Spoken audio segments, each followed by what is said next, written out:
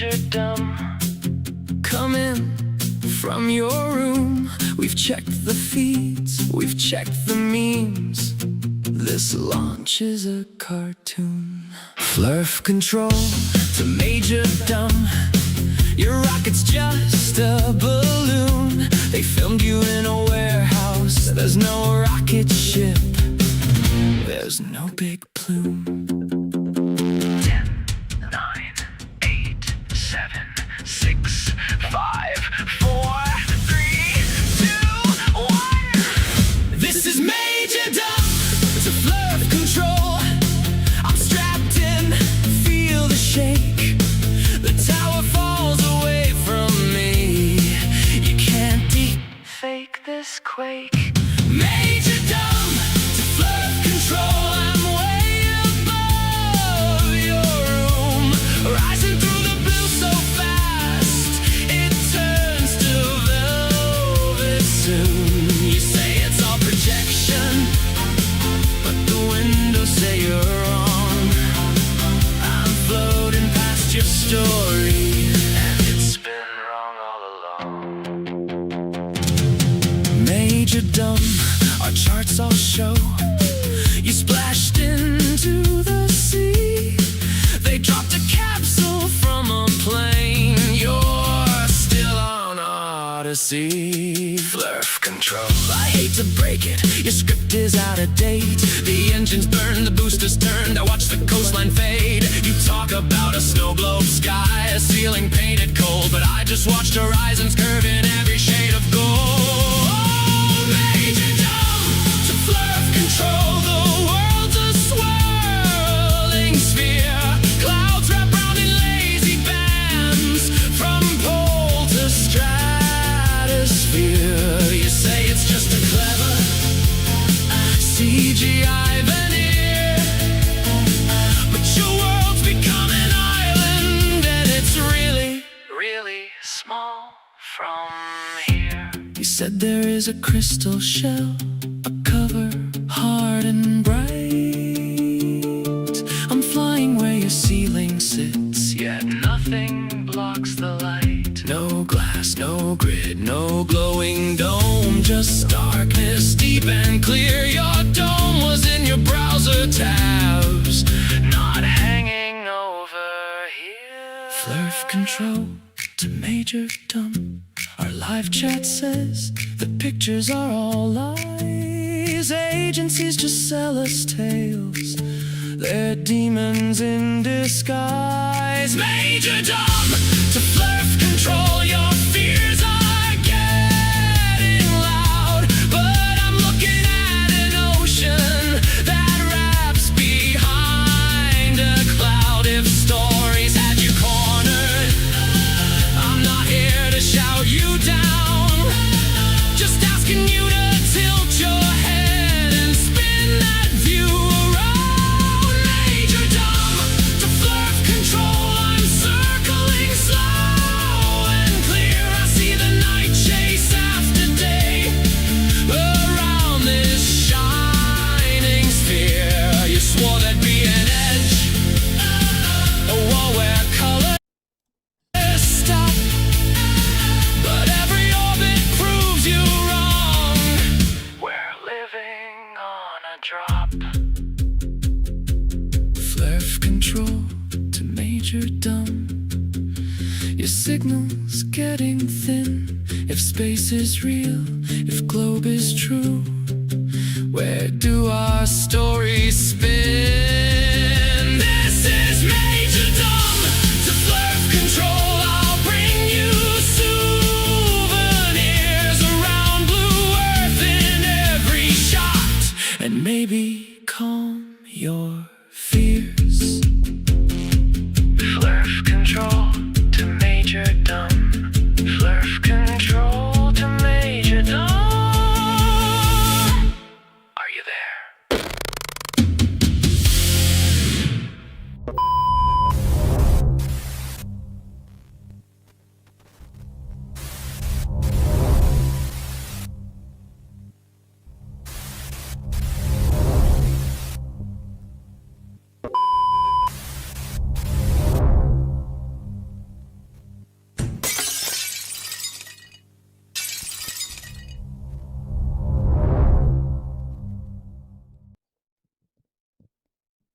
Hello, everybody. Welcome back to Unfornicated. It is Father's Day here in the US and the UK. So let me first start off by saying Happy Father's Day to all of those that it pertains to. One of the gifts I got for Father's Day is this nice mug, which says weapon of choice with a microphone. So I guess my loved ones know me. I want to welcome you all here. Thank you for joining me on a Sunday. It's kind of turned into my normal times now, which I don't know, for better or for worse. I would have been here earlier, but being Father's Day, I had to go pick up Liv. I had her earlier today, and there's scheduling going on. But either way, got it all sorted out. She's now back here with me. She got to spend some time at her mom's with her stepdad, and everything was pretty cool to kind of work together towards a common goal. So, I guess we start off with welcome back to your speakeasy of truth, your bastion of evidence where individual claims get dragged out by the bouncer and shown the dumpster where it belongs wholeheartedly. We are going to have a lot of things kind of going on tonight. Let me just start with Witsit decided to school Globers for 2 whole hours. And kudos to IC Spin for recording it and also annotating it with the closed captioning. It was very helpful. And in the span of exactly 4 minutes, Witsit is wrong on so many levels that I can probably turn this into an hour or 2 long live stream. Now that takes skill. That, my brothers and sisters, is talent. All right, let's catch up real quick with the chat. I see that we have a lot of the of our core group here. We have people for those who are basically people who have been here. Everybody, CSA is here. He thought he was going to be busy with Father's Day stuff, but he's joining us. Thank you so much, CSA. Nice to see you as always. Everybody else is in here. Holy crap! Hold on, I have to turn Holy Hand Grenade here into a moderator because he was doing the work. For those who don't know, Holy Hand Grenade decided to walk on up during our 12-hour stream to Mikey at the Co-op Mall and tell him that Unfornicated says hi and Max thinks he needs a hug. So Holy Hand Grenade, I am going to get that link to you. I do have your email. Thank you for sending that. I will get that to you shortly after the show so you have it. Other notes, Boston Contras ordered his shirt that I made specifically for him, and he got it. And he can't wait to wear it tomorrow. So it looks amazing. Thank you, Boston Contras, for the update. I did not order a black one, so I'm taking your word for it. The white one came in a little like off-white. I'm on the fence. I think I want to turn it into a white one, but we'll go from there. Sour Pounder's here. Hey, where's the shirt? Oh, you know what? Yeah, I should probably put that on, shouldn't I? Yes, Tay, I took care of that. Thank you very much. I'm getting caught up here. Just bear with me for a few minutes. Basil from Cape Verde. I saw that they tied Spain. Did they actually win a game? I've not been up on the World Cup all weekend because I've been doing, Dad's Day stuff. It's been Dad's Day weekend here. So happy Old Man's Day, same to all of you. I already got that taken care of. What will happen if Basil is Basil in chat? Well, Basil knows that I don't stand for bullshit. And he already sent me a super chat, so let me just, I already mentioned it. Cape Verde. So, Basil, because we have this little bit of a connection through the Navy and stuff like that, you're on the Nimitz, I'm going to give you a little bit of grace. Don't abuse it. Don't be a dick. You know how things roll here. This is how it is. We're going to try to stay on topic today because there are quite a few topics I want to discuss. Because not only does Witsit get everything wrong about radio in 4 minutes, I figure, well, let's turn this into a little bit more of a thing. I'm going to take one of my reality check videos that I've been waiting to record because I'm still not done with everything going on here. There's a lot of things going on the professional level with my job. Trying to since we got bought by another company, I'm trying to carve out a nice little niche for myself and make it so I have something to grow into. Because as of right now, I'm in a cul-de-sac, and the only way I'm going to grow professionally is going to be if I leave. And I'm not big on leaving for a couple reasons. One, I've been here for so long, and two, okay, when you're here for so long, that means you have lots of time off. I don't want to go be a new kid in school at a different company and just go back to only having 2 weeks a year off. That sucks ass. I would much rather use mine what it is. Happy Father's Day, Dan, and all the other dads around the globe. Thank you, Donnie. I appreciate it. Good luck trying to keep Basil on topic. Well, we'll see how it goes. We'll see. Look, Basil gets. I have told him multiple times this shit doesn't fly on my stream, on my channel. But if he's going to be cordial with everybody and we're going to stick to the topic and stuff like that, and that's fine. We're not here to talk about FTFE. We're not here to talk about anything else. We're here to talk about a couple things specifically. And then, only then, will we turn it over to chat and we let you drive while the bullshit dies. So we'll do that towards the end of the stream. Maybe we'll bring people up. I don't know. We'll see. Depends on how it goes. Probably depends on how much rum we have tonight. So, couple quick updates. For those who don't know, we met our goal for our fundraiser for the Globe Labs. So I want to say thank you to each and every one of you, even if you weren't able to donate, even if you were just in the stream, thank you. That goes a long way with us. If you don't know, I will post a link for you guys to go subscribe to the channel. There is nothing there yet. The first thing that's going to be there, I guarantee you, is going to be the live stream from Lowell in about a month. And then we're going to start doing videos around, basically showing how science is available to the common man. Let me pin this real quick. There we go. There is that. If you could, go ahead, and if you enjoy Unfornicated and you enjoyed the Drunk Debunk show, now you get to see us working together. I will go out on a limb and tell you that the first episode that we're going to have is going to be a banger that is going to be causing flurf tears by the tsunami grade. That's all I'm going to say. And we have a little bit of help with this, which is even better. So I'm not going to say much because we want it to be the quintessential what you can expect going forward from the Globe Lab. So that's what we have. Jeebus, you're not wrong. Donnie says, speaking of rum, let me start a conversation with my good buddy, Captain Morgan. Yes, by all means. If you have a local vice, if you have a vice at hand, whether it be water, whether it be juice, whether it be a adult beverage, whether it be a gummy, whether it be something that you huff and puff, raise a glass to all the dads who are here and who are gone for their examples. Whether negative or positive, they're always examples. So cheers. That being said, for those who don't know, I actually lost my father when I was 19. Getting ready for deployment, and I get the Red Cross message that says, uh-oh. And my childhood best friend at the time had to call me, or I had to call him from the ship because we were in port in our home port of San Diego.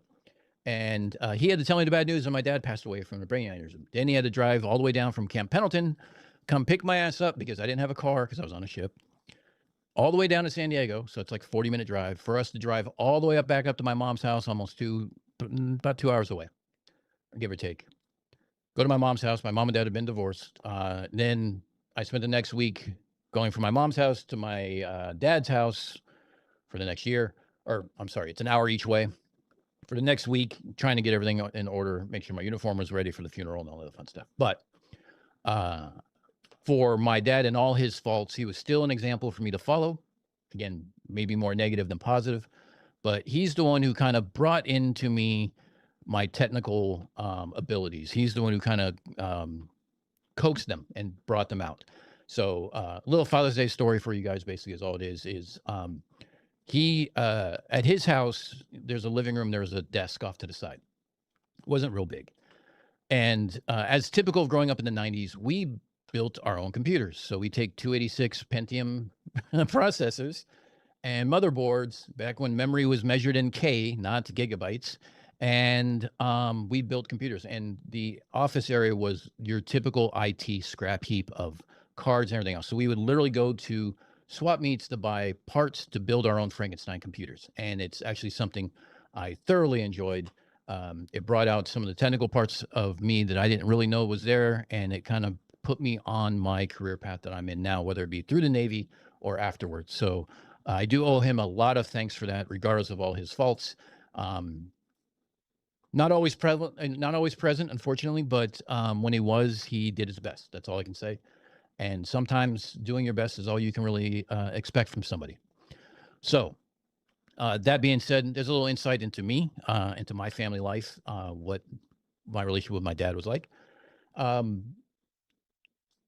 It's funny though that my mom and my sister, whenever, because they don't get to see me very often, being separated by an entire country, complete with curvature.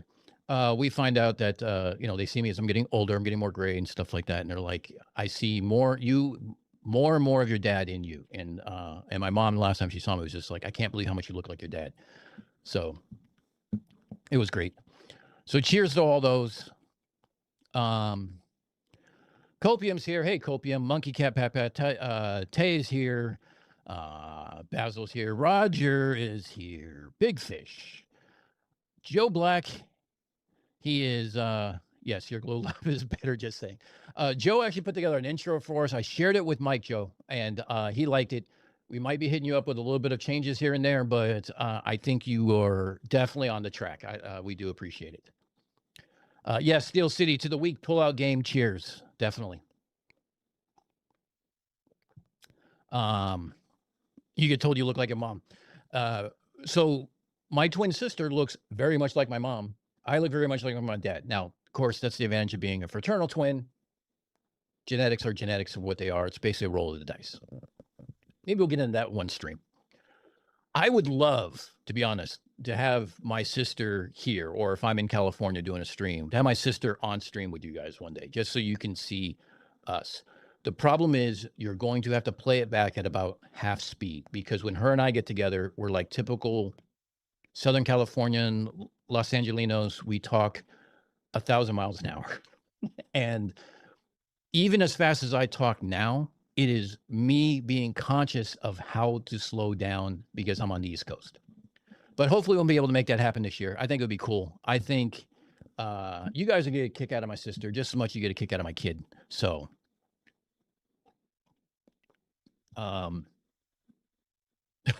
yeah, Blackburn, that's kind of what it was. I could build computers, and I did that, and then I got a job in cryptology instead, and then I got a job in telecom. So go figure. And telecom, coincidentally, is what we're talking about today. So, yes, Monkey Cat Pat Pat. Let's talk about that one real quick, do a little side tangent. Because he says he's adopted. I have a dad, but I've never met my biological dad. Look, the term father does not mean that the person who donated DNA, your sperm donor isn't necessarily your father. That's the way I look at it. For someone to own the title of dad or father, they have to be doing something. Sometimes you get that by default. Sometimes you do it by actually being involved with your kid. That's all I'm going to say to that.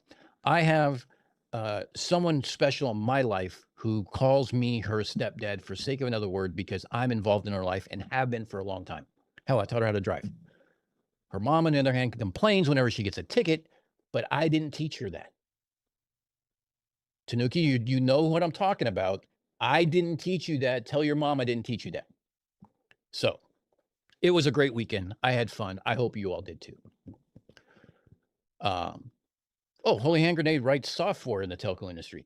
If you write the TL1 commands for Nortel, you and I are no longer friends. That's all I got to say, Holy Hand Grenade. That's or for Sienna. Let me rephrase that. If you do the command line interface software for Sienna equipment, regardless if it's on the optical or data platform, you and I cannot be friends. Hopefully that's not you.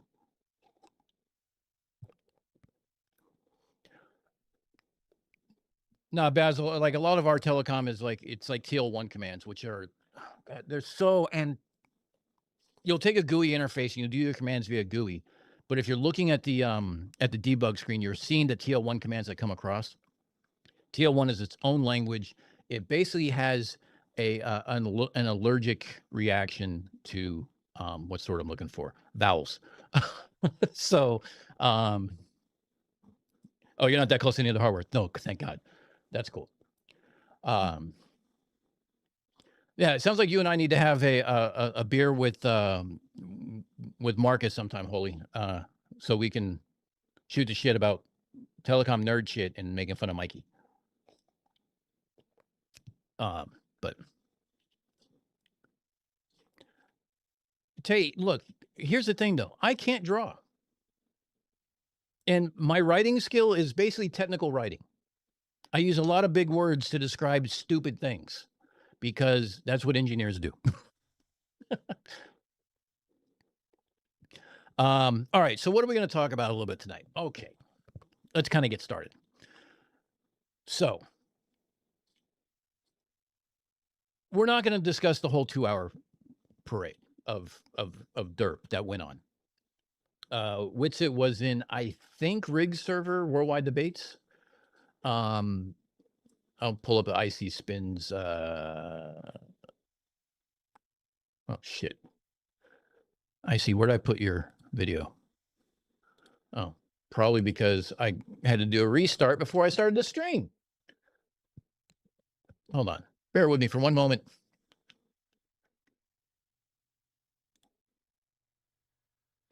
By the way, if you haven't been, it's on. Okay. If you haven't been on IC's channel and his Discord recordings, you can find them at IC Spin. IC, if you're here or if somebody knows it, you can put in IC Spin's channel for those to subscribe to. If you ever want to catch up on what the Derplings are doing on Discord, Max and I rely on people like IC Spin to do this for us because sometimes it's just more better that way. All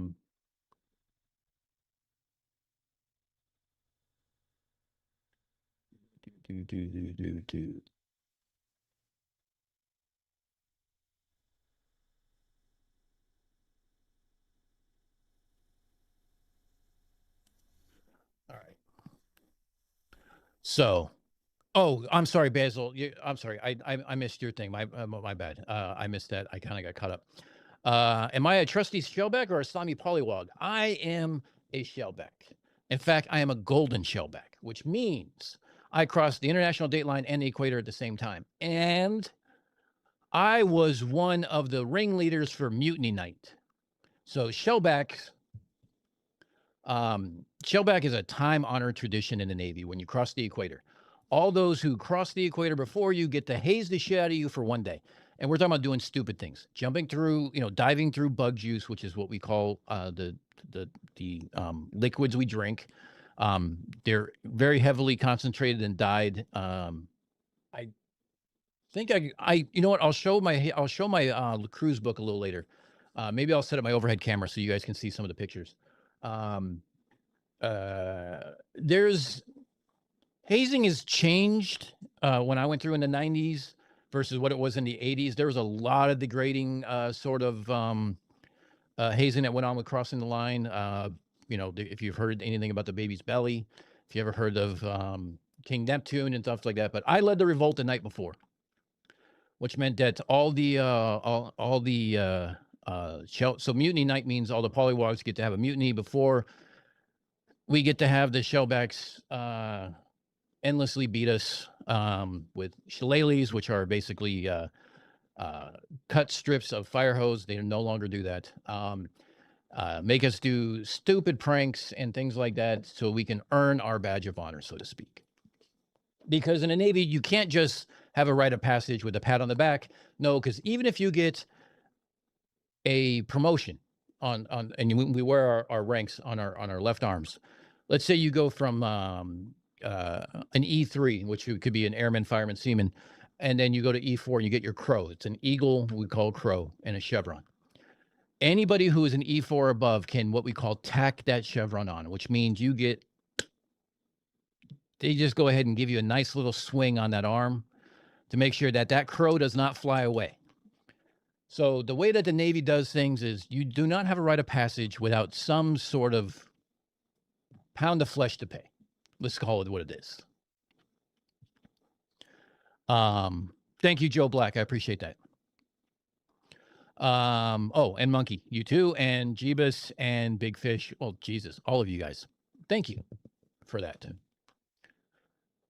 Yes, it's definitely diluted hazing than what it used to be. Like I said, cut fire hoses was a weapon of choice. Yeah, you know, crawl through trash through an elephant tube, which is just it's an accordion vent for venting air, smoke, and stuff like that to fill it up with garbage. Not new garbage, old garbage that's been fermenting. You have to crawl through that. You have to take a dive after that into a long metal bin of bug juice to kind of wash it all off. And by the time you come off, you're looking like you've been dipped in antifreeze because everything is now stained green. But then when all's said and done and all the hazing's done, it's what we call a still beach picnic. Everyone is now a shellback. There are no more polywogs. Bring out the food. Bring out, well, there's no beer, unfortunately. Bring out the fun. And then we even do talent shows and things like that. So it's fun stuff. Yes. So Donnie brings up a valid point, and I'm going to explain this because I know this, by the way. So when you are an E3 and below in the Marine Corps, you just wear blue pants. When you get to be E4, which is a corporal, I believe, you get what they call the blood stripe. You get a red stripe down your pants now. That makes you an NCO or non-commissioned officer. So while we got our one arm, because we can't even wear our ranks on both arms, so you can, you know, spread out evenly. No, you just get one dead arm. The Marines get the knee to the thigh to make sure that that blood stripe doesn't fall off. It doesn't wear off. So that's where that comes from. Each military branch kind of has its own kind of things. There's a thing like when you get a SEAL pin stationed near Coronado. I knew a couple SEALs. When you get a SEAL pin and you pass buds, put the pin on you, and they go ahead and smack the pin on you. The problem is that when there's those little backings on, it pushes through the backings and starts piercing the skin a bit. Just some of the things that that kind of go on. It's like I said, it's changed quite a bit. I don't. I've talked to. I have family members who are still in the military, including a nephew, and it hasn't.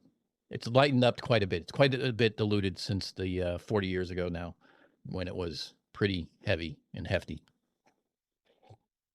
But enough about that bullshit. Let's move on. So Witsit was on Discord, where he permanently lives. It does look like it's Riggs Worldwide Debates Discord, as I'm looking at it. And he spent 2 hours trying to school the Globers on what's going on. So he made a very large comeback. And of those 2 hours, he spent 4 talking about his proof. And it talked about microwave networks, military radar, atmospheric physics, and radio records, distance records. And he likes to use big words and rattle off numbers like 19 or 99.9% reliability. And he dropped names like Oliver Heaviside and what a genius he was. And all to sound like an authority to people who don't know any better. Well, that's why you're here. Now, Heaviside absolutely is the genius, but that's for different reasons. So when you're a network engineer, like I am, who actually designs these communication links, or if you're a veteran who spent years staring at signal propagation architecture and learned that stupid mess, you see his presentation kind of exactly for what it is. It's designed to exploit a lack of basic understandings and technical literacy, which is fine. Not everyone can be literate. Not everyone has the exposure to some of these things. But that's why my channel exists, is to help bring people along and introduce them to things like the EM spectrum and how we use it today going forward. 30 years ago. No need to action extra decade. Thank you, Donnie. Well, you know, my math is off. What can I say? Yes, he's gone full-blown geocentric and thinks he's onto a game changer of all times. Yeah. All I got to say to geocentrism is explain Earth, the planet orbits, please. Like Mars retrograde, explain eclipses on Saturn, Jupiter. Explain the mechanism behind all those. And don't hide behind the creator made it, or we don't know, or we can't know, or anything like that. Until you can explain that, geocentrism fails. Pure and simple. So, before, so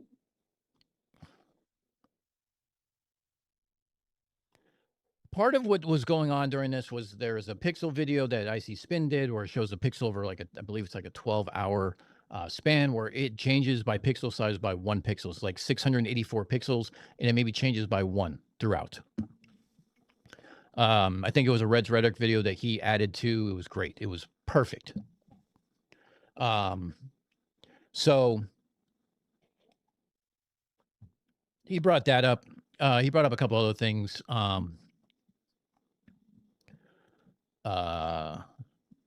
Let's see. Yeah, he went full centrism. I'm looking at my notes here because I wrote down some notes as I was listening to this. Let's see. So let's forget.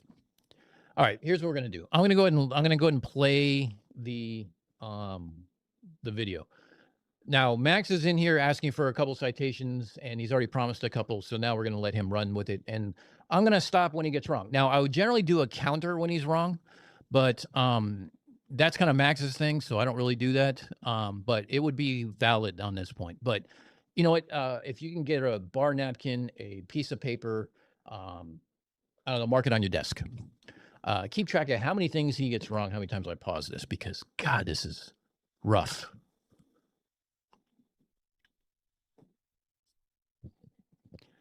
All right. So here we go. Right. It's not correct You at all. That's understand what a again a lovely reification fallacy deflection. is? I You do know what a know, and reification that's what fallacy you're is? Okay. doing. All right, brother. Well, thank you for trying and coming in, right? And Oh, thank you for trying. We're going to be saying that a lot today, Austin. when someone Oh, wants that's to explain to me, adorable. when someone wants to explain to me the high frequency microwaves that are Okay. When you're talking RF, there's high frequency, which is a band, and then there's microwaves. You don't refer to microwaves as high frequency microwaves. No one does that. We are 2 seconds in and we're already having problems. But maybe I'm being pedantic. Let's give him a chance. Let's see what he got, right? Let's see his evidence. shot parallel to the surface of the Earth, right? That You mean LoRa? cannot be significantly affected by refraction, and they We use a 4/3 R standard atmospheric model for RF. As you go up higher in frequency, you start getting affected more by refraction. That's just the way it is. That's physics. Now you can see why I'm going to turn 4 minutes into an hour long.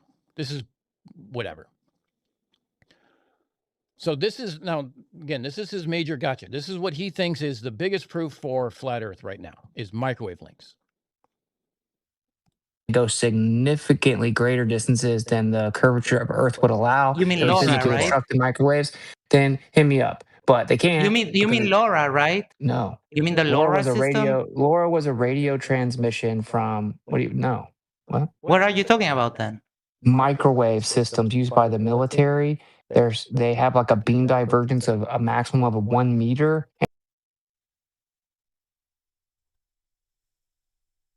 I cannot explain what a fucking cell phone this is of how stupid his understanding of this subject is. Let me play that again. The military, they have like a beam divergence of a maximum of 1 meter. Okay, what does beam divergence mean? So, actually, let me go back one. let me go back one.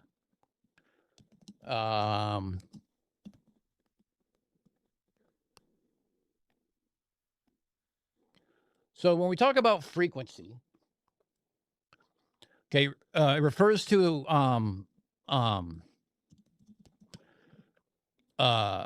is the number of cycles per second, right, of electromagnetic wave. So it's measured in hertz. So microwave by the IEEE, which is the international standard, classifies anything from 1 gigahertz to 30 gigahertz as microwave transmissions. Now, within microwave transmissions, you have a bunch of subbands. You have the L band, Ka band, S band, Ku band, blah, blah, blah, all these different bands, and they're specifically used for various applications.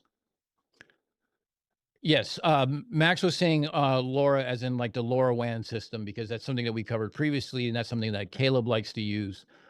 So Max was thinking that that's where he was going from. However, Whitsett has never actually talked about the LoRaWAN as far as I know, except maybe only briefly, and he has not used it since as far as I know of. I may be wrong, but that's as far as I know of. So it's the number of cycles per second of electromagnetic wave, and it's measured in hertz. So megahertz is 1,000 hertz, gigahertz is a million hertz, or whatever it is. I forget how many different numbers it is. All I know is there's a 10 with a bunch of numbers after it. So he's saying because 1 gigahertz is a 1 meter wave, that the beam divergence is only 1 meter. Means the wavelength is only 1 meter. Therefore, the beam divergence is only 1 meter. Here's the problem. Beam divergence is never measured in distance. It's measured in degrees or radians. That's the first thing. The second thing is it has frequency has something to do with the equation, but it has more to do with the hardware limitation of the antenna itself. So if we were to go into this, I'm trying to find, I got to find my equation real quick. Hold on a second.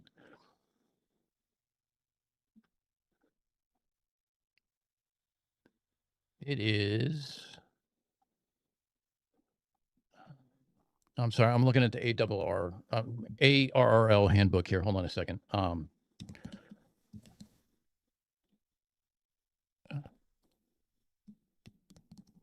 I don't remember all these because I don't do this anymore. It's basically what it comes out to be.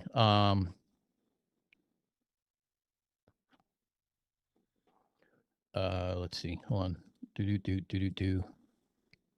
Okay, so it's basically theta equals approximately 70 times wavelength over d, which is the diameter of the dish. So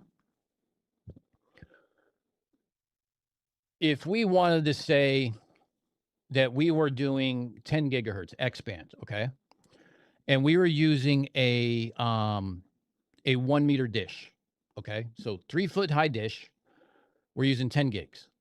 The beam divergence by that is 70 times 0.03 meters, which is the wavelength, divided by 1 meter, which gives you 2.1 degrees, or 0.03, a bunch of sixes radians.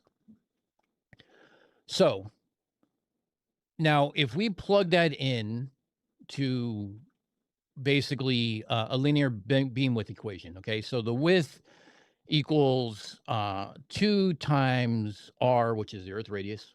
Amazing how that keeps fucking showing up. Times the tangent of theta over 2. Okay, that's your linear beam width equation, so to speak. So we can do, if we wanted to find what the beam width was at, say, 20 miles, we can do 32,186 meters times 0.0366, and that equals the beam width at 20 miles for a 10 gigahertz signal from a 1 meter antenna is 1,178 meters high. Not 1 meter, 1,178 meters high. It's not measured in this. It's not measured in height. It's measured in degrees because it propagates out. Hey, thinking, nice to see you. Yes, minus 3 dB is the common measure when we start getting into antennas and things like that. We'll talk about lobes and the directionality and the gain and all that other fun stuff. We're going to get into that a little bit later. So just from a 1 meter parabolic dish at 10 gigahertz at 20 miles, you now have 1,178 meters of signal, not 1 meter. He thinks the frequency wavelength is the divergence of the beam. The wavelength is based off the frequency, and the frequency is based off the cycles over a minute of over a period of time, so over a second. That's what we're dealing with.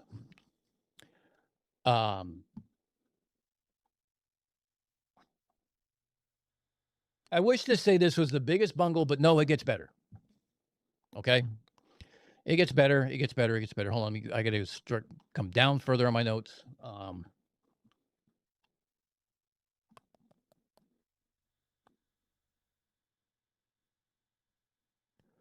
So this is an absolute category error. Shows he does not understand beam divergence, doesn't understand antenna design, barely understands what a frequency is. But how much of a frequency does he really understand? Well, we're going to come to that in a minute, and I'll exactly show you exactly how much he understands. He's confusing the physical wavelength of a microwave signal with angular beam width and linear expansion. That's the category error. Something that is measured in degrees and is a hardware limitation based on the antenna design as a function of the frequency, not on the frequency itself. You might as well just step on that rake repeatedly until you get a black eye.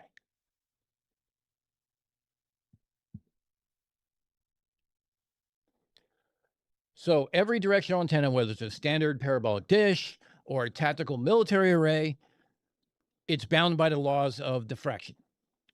And the angular spread or half power beam width of a parabolic antenna is calculated using a foundational formula. That's the theta equals 70 times wavelength over diameter.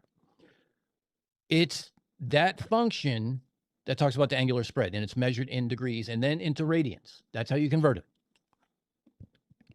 I used to be able to be real good with radians into degrees. I still now have to do the math because, again, not something I'm doing every day anymore. So, we're talking about 10 miles out. We're talking about 1,600 feet wide. By the time the signal travels 40 miles, the beam width is expanded well over a mile across. I mean, this is what we're dealing with. But let's forgive that cone of signal, right? That cone of energy that interacts with everything, and that we have to identify where the lobes are and align antennas that talk to each other. Let's hear what else he has to say, because this gets rough. And they can go dozens and dozens of miles right off the surface of the Earth, where the curvature of the Earth should block it after just a few miles, yet they don't. And Okay. I can see we're going to be stopping this over and over and over again.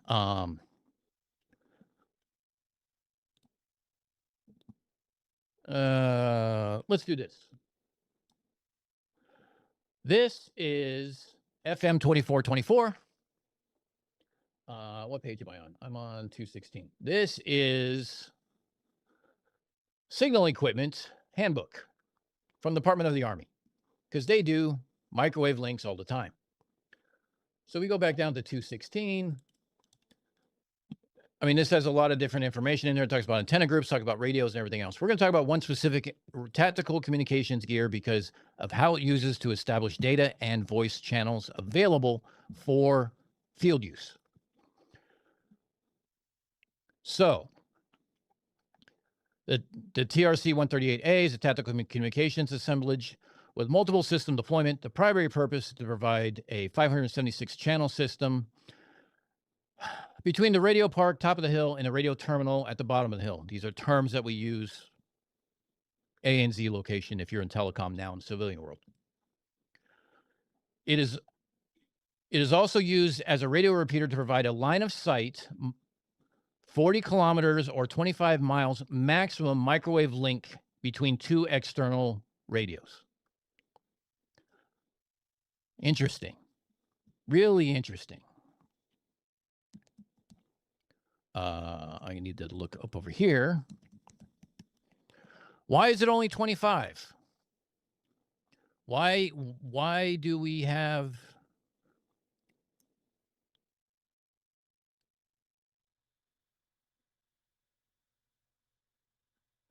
Go in, we'll come into antennas and stuff like that. Like, why is it only 25? Well, that's because it's relying directly on the height of the antenna and the height of the receiver. You have the Fresnel zone in the middle that you need to be conscious of. Like, when you're engineering an RF signal, you have a lot of information that needs to go into it just from the basic level, not even counting something as easy as like when you start getting the propagation methods and receive levels and skip zones and things like that. Now you start getting into advanced math. But even on a basic level, you need a certain number of information, of which he tries to provide in a case. He tries to make up a case as he goes. You can give they me have the a evidence of this? They have a 99.9% reliability. Oh my God. He claims a 99.9% reliability is like this obscene. It has to be up all the time. If in telecom where I work, we deal with 5 nines. That's 99.999% reliability. That equates to less than an hour of downtime a year, 24 hours a day. 3 nines, as what he's referring to, versus my 5 nines, is 8 hours for the year, I think. Hold on. Now I'm doubting my own math in my head. Hold on a second. Let's pull this over here.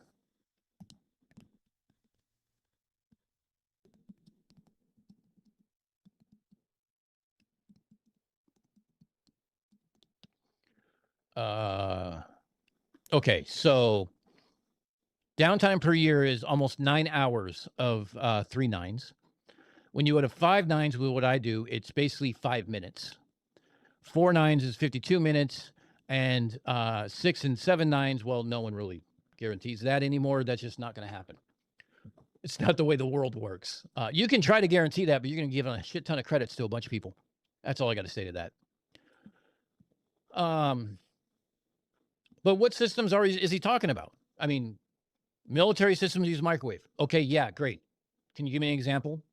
Can you give me an example of deployment? Can you give me an example of propagation? Can you give me anything whatsoever? A diagram, any specs on the dishes? Because as we know, the dish is what's going to allocate, or it's going to affect the beam divergence, not the frequency. It's only a function of the frequency, not necessarily, it's more contrived by the antenna itself. What about what frequency in the microwave bands? Are we talking about 29 gigahertz? Or are we talking about 1 gigahertz? Which is it? So there's a lot of questions that need to be answered here.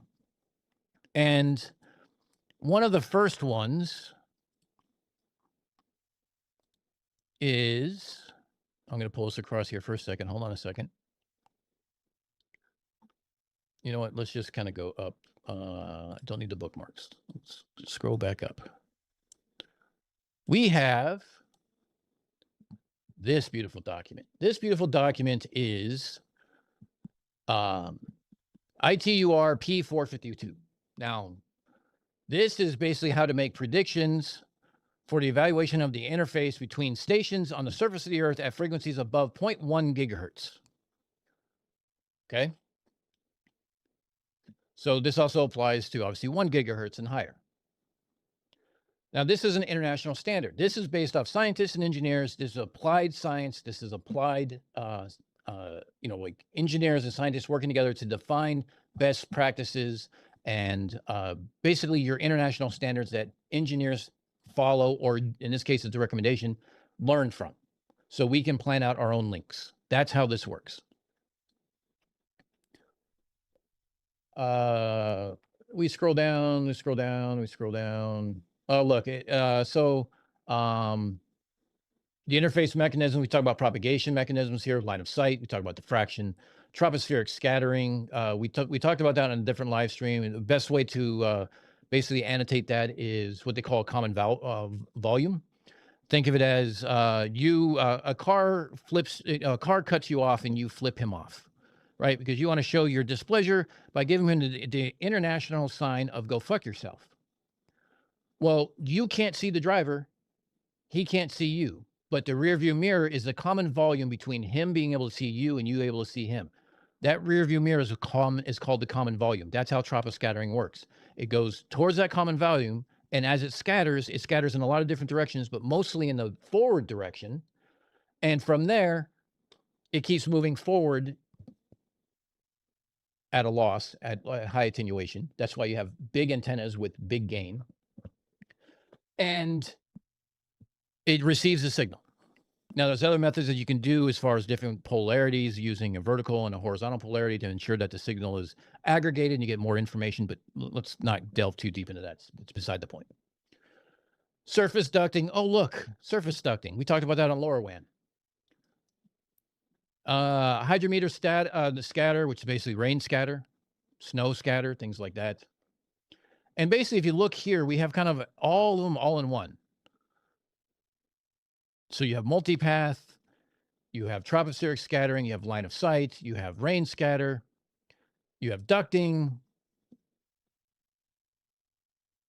all these different things that we talk about. So while we tend to use a clear air method is implemented by 3 of those models, it starts getting blended. And the thing of it is the signal can have multiple effects to it, right? It could be ground wave propagation that as it bends over the curvature of the Earth, it reflects off of the ground. It becomes constructive interference to boost the signal. And as it does that, it now diverts away from the curvature. Now it's an airborne signal. Now it's going to be more line of sight. It's going to have, you have to start with what your endpoints are. They both surface, is one surface, one air. All these different things have to go into it before you can even identify what propagation model is going to apply. And multiple propagation models could apply.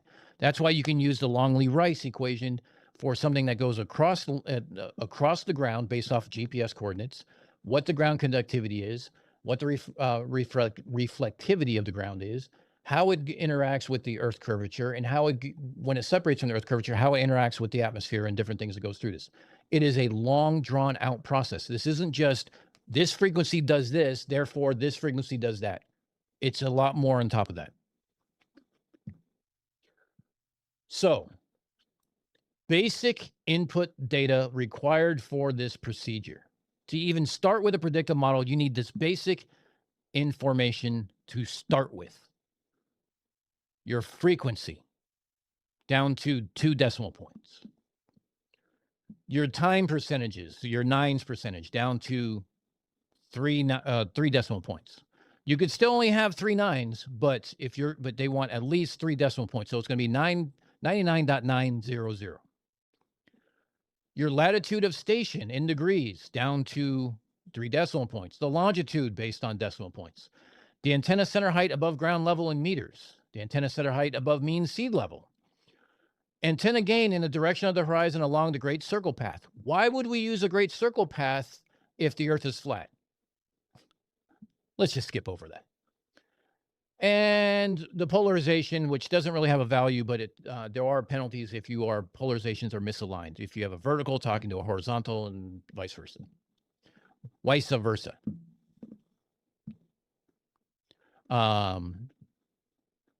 He said it's objective fact. Yeah, I know. So then you start going over all your prediction models and inserting everything that you need to figure out what your math is going to be. I'm not going to go into all this stupid shit because I don't feel like doing this. I have calculators online that do this for me now. I don't have to do this by hand. I don't want to do this by hand. It sucks. But your N units per kilometer, that's basically, it's going to help you with your refraction coefficient, also whether or not there's ducting available based on the numbers of the N units. The percentage of which refractivity lapse rates exceeding 100 N units can be expected in the first 100 meters of the lower atmosphere. Then we go into whether or not the land type is coastal land, inland, or sea, and then what defines a large body of inland water versus a sea, and all this other stuff. All this shit goes into it. But then we have the effective Earth radius. Oh, the effective Earth radius can be figured out by using the ITU digital world map, and you can put in different values for this. This is one of the things that we can use for tools and stuff like that. But all of this math goes into there. Now, what can we derive from all the information we put into all these equations is the great circle math distance, the distance from transmit and receive antennas to their respective horizons, the radio horizons. For a horizon path, the transmit and receive horizon elevation angles, respectively. So basically, for a line of sight, it's if they're far away, they would actually point down below zero. They'd be a negative to be able to point to each other. Your angular distance, the antenna center height above mean sea level, effective heights of antennas, blah, blah, blah, blah. Aggregate length of the path section. Do you see what this is doing? This is this is just one of maybe 6 different ITUs that I would need the reference to turn up a microwave link. And I'm only on page 9. But let's hear what Austin has to say. They are literally used by the military for target acquirement. And many target acquirement's radar.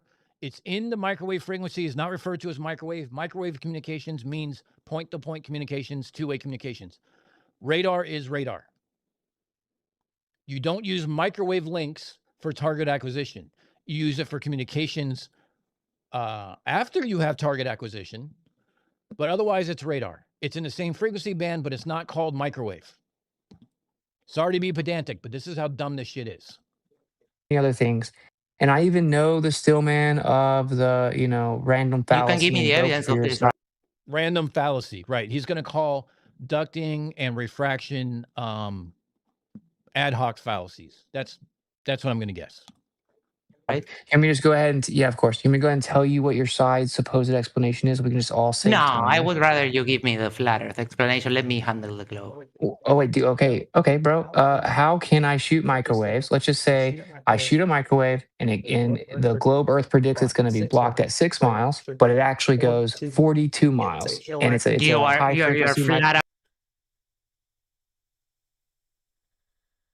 Let me let him finish.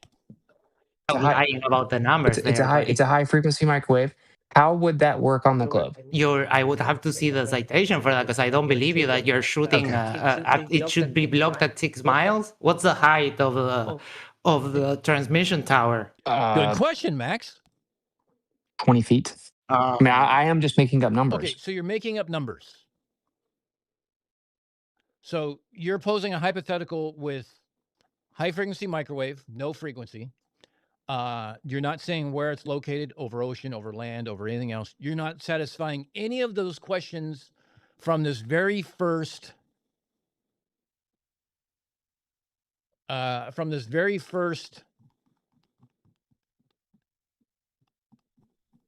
table that we have. You don't have to provide any of that information, and you're just going to say, oh, it's a hypothetical, so why does it work? Well, okay. Here's your answer. It should work. It might not work. It might work. It doesn't work. It's one of those 4. I don't know what the fuck to tell you. While we're here,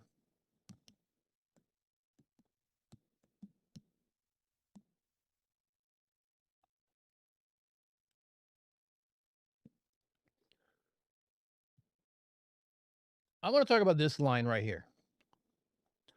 One of the biggest banes of existence that we have when it comes to radio RF engineering is this: anomalous propagation. There are things that occur that we can forecast and plan around. And then there are things that occur that we might forecast and might come true. We don't forecast and it causes problems, but we can always verify how it actually happens.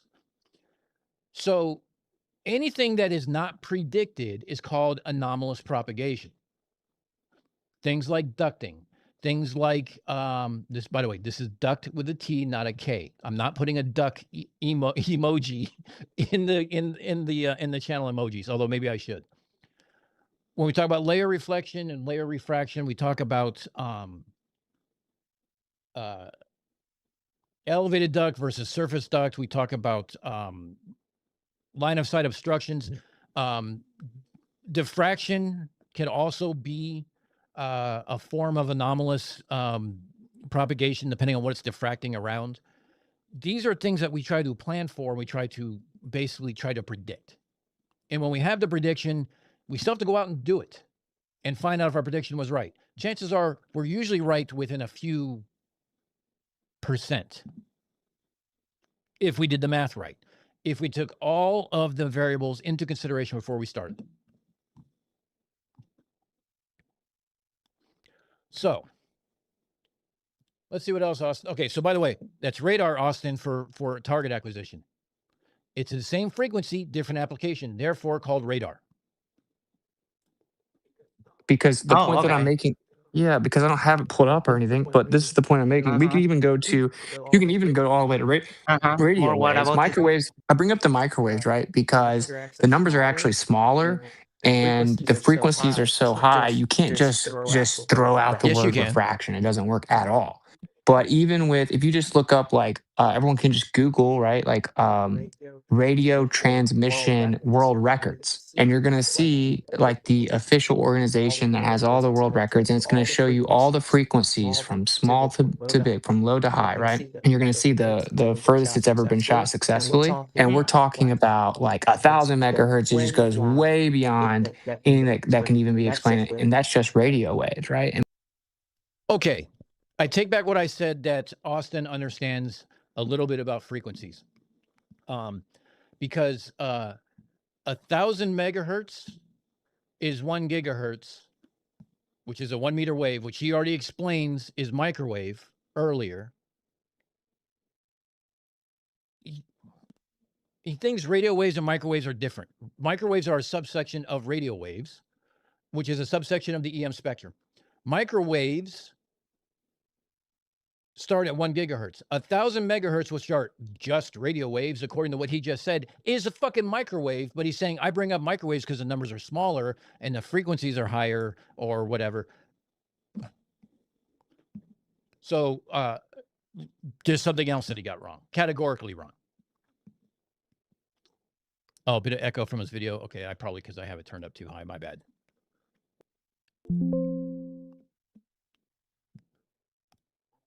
microwaves are even more of a problem. No, they're not. And they just invoke all kinds of made up theories that they can't actually. All right. Let me let him finish, and then we're going to tackle these distance records real quick. Verify to explain it, right?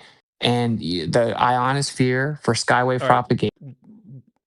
Let's come back to the ionosphere. I don't want to go too far into that right now. Let's go. I backtracked. Distance records. So, distance records in the U.S. are managed by the ARRL, the American. Oh fuck! What the hell is ARRL again? I forgot. Hold on.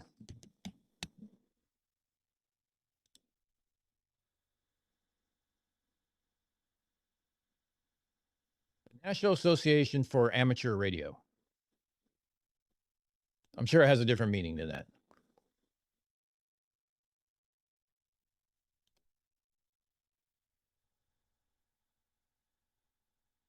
Whatever. American Radio Relay League. Thank you, Marcus.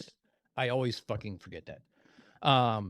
So let's talk a little bit about distance records, okay? Now, if you're going to, let me find my notes here.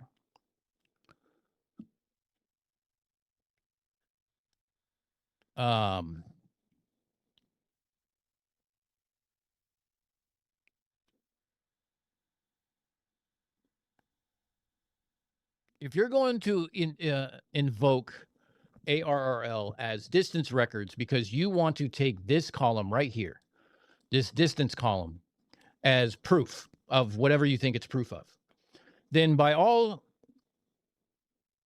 sorts of logic, by just the stream of logic, you have to accept not only the date, because you're also accepting the grid locators, but you also have to accept the date, and you also have to accept the propagation mode. You can't just deny the propagation mode if you're going to claim the distance. That's not how this works. That's called cherry picking. But let's talk a little bit about the way that these distances are. So at 144 megahertz, okay, we have quite a few 2,000. Now, 144 megahertz is higher than the ionosphere reflectance, and it's line of sight typically. And we have quite a bit of 2000s here. But the funny part is the two largest ones are not right here. February 1986. What could have been possibly going on in the 8th of February of 1986? Well, we know that the ionosphere is treated at 40 megahertz. You know what? Let's go back to that. Just know that we have the distance records. We'll come back into it because Austin is going to demonstrate some more of his knowledge here. They claim that the ionosphere is like 40 megahertz tops. And so and Oliver Heaviside came up with that, who actually was a genius and fatherhead of electrical field theory. He just theorized it because he knew it needed an explanation after the Marconi transmission. It wasn't like we went and discovered it or something. And the phenomenon is real because, again, like I said, he is a genius.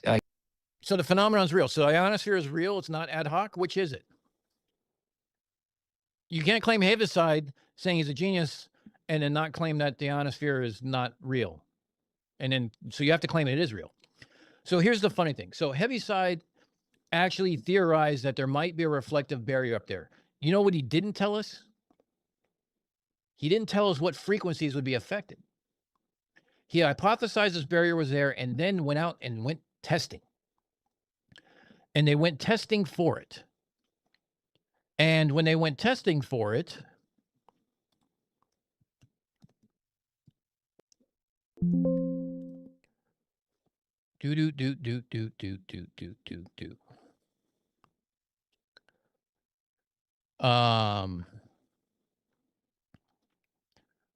So Heaviside and Kennelly theorized that a conductive atmosphere layer in 1902 could explain Marconi's low-frequency, long-wave spark gap signal across the Atlantic. Now, the frequency that Marconi used was 1.2 megahertz. That's an HF frequency, which is what would be reflected off the ionosphere as we know it now. Of course, didn't know it in 1902.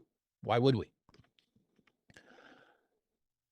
Now, why they hypothesized about this conductive layer, they had absolutely no mathematical model for it. They had no frequency levels. They had nothing for it whatsoever. It wasn't until the 1920s and 1930s when physicists actually developed the Appleton-Hartree equation and invented the ionosonde to blast vertical pulses and map the critical plasma frequency of that layer. So it was hypothesized with no numbers, no mathematical model, just hypothesized that this could be happening. Then they went out and tested it. And they spent 20 to 30 years testing it to develop instruments to test it, ways to test it, and start figuring out how it actually works. That's called fucking science. Observation, go figure out how it works.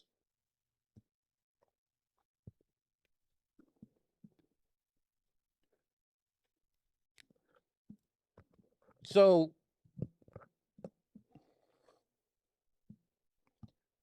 hold on, he gets a little further here, and this is where Patch Von Braun's going to put a huge dent in his desk, if he hasn't already.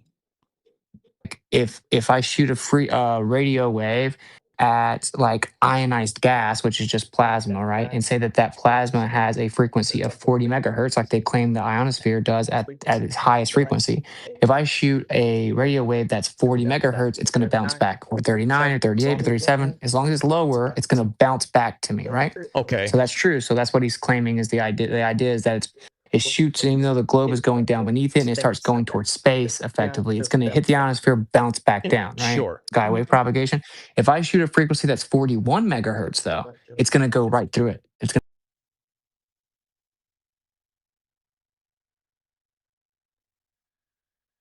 One with a radio background just slammed their head into the desk.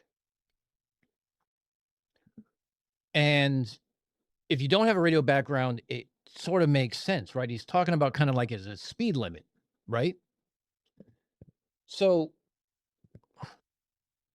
here's the thing. He's committing a huge category error here because it's a difference between a physical or a vertical incidence, okay, a vertical angle of incidence, and oblique propagation. If he thinks that the layer critical frequency is 40 hertz and a 40 megahertz must pass instantly through it into deep space. Sure, if you're going up. Now, there's different things that could affect the ionosphere that's going to change that critical frequency. We test that critical frequency daily, hourly. It's constantly being run by, I think it's 621 different stations around the globe to find out what it is, because it changes geographically. It changes based on solar radiation. Do we have a geomagnetic storm or not? It changes the density. It changes the height of the ionosphere, the depth of the ionosphere. All that changes. It's a living organism of sorts. All that has to be tested and accounted for before you can even start saying that you're going to do something. Just by saying, oh, it's only 40, if you do 41, it's going to go into space. No, it's not. It might do that going up if we're talking about standard atmospherics, right? And there is no real model of standard atmospherics when it comes to the ionosphere, but let's just say there is. If the critical frequency is 40 megahertz or 40 megahertz, and you shoot straight up at 41 megahertz, will it pass through? Sure, I guess. It might reflect in different angles. It might get bent or something like that, but it's not going to just pass through straight.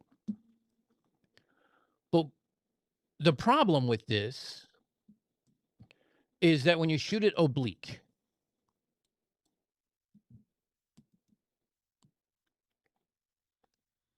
and here's what we're going to do. I'm going to explain how this works, and I'm sorry, but this is going to include a little bit of math. Okay, so first, there's a plasma frequency and a critical frequency. Okay, there's two different things, and then there's the maximum usable frequency.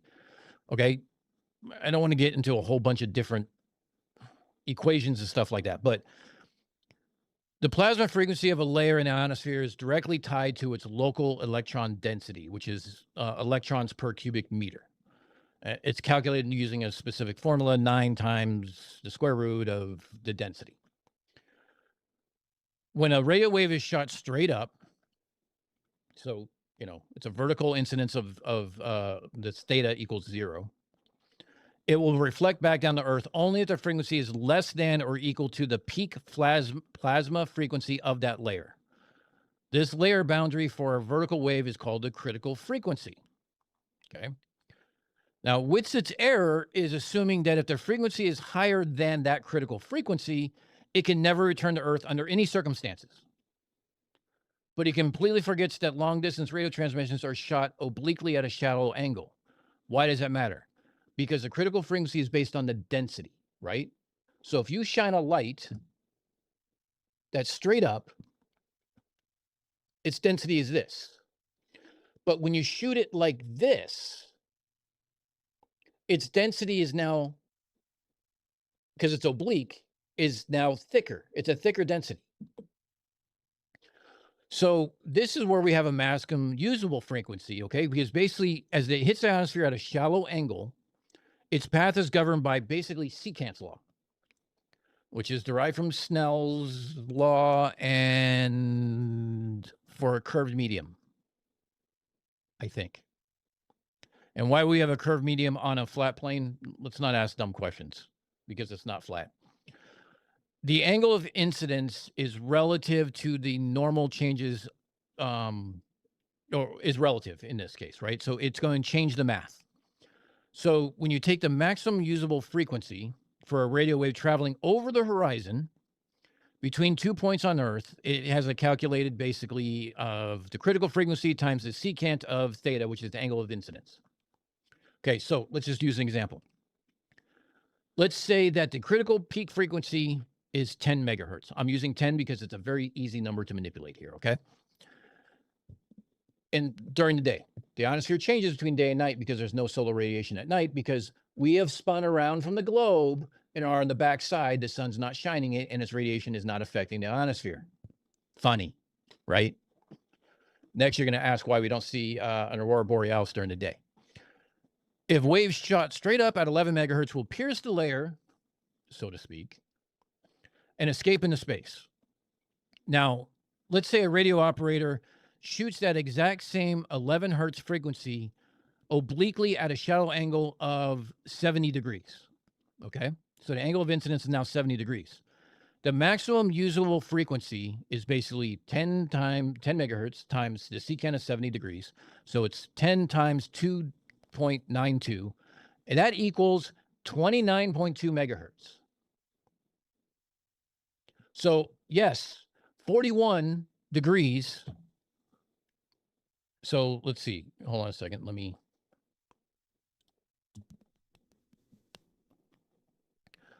So let's say it's 40 degrees is the critical frequency. Not that it's ever that high, but let's just say it is. Okay. Is the critical frequency. And we're going to launch it at 41. Okay. And we're going to do the same 70 times angle. So the secant of that is 2.92. That means it would turn, the maximum usable frequency would be 116 megahertz. Up to 116 megahertz will be reflected down from the ionosphere. Austin does not know what the fuck an ionosphere is or the math behind it or how it's categorized. Pure and simple.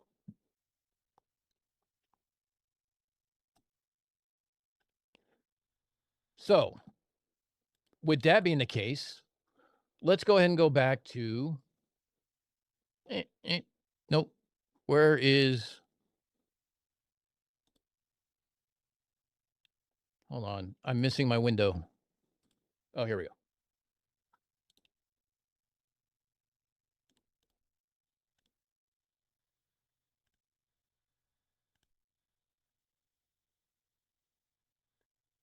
So there's a call sign lookup, and I'm going to explain a few things. So if we have to accept the distance, and this is how we accept the distance is by knowing we can look up these, like for instance, we can look up this call sign.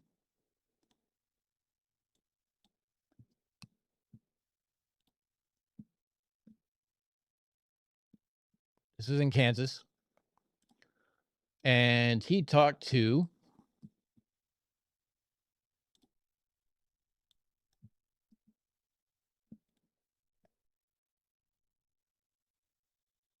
Florida. And another station in the same grid, so another station in Kansas, talked to Florida. Two different stations talked to the same station in Florida on the 8th of February, 1986. Okay, so let's go into the first things of how this actually happened. Well, it was basically based off of aurora propagation. What does aurora propagation means? It means there's a geomagnetic storm. If I did a search right now for February 1986, actually, let's just do this. 1986 geomagnetic storms.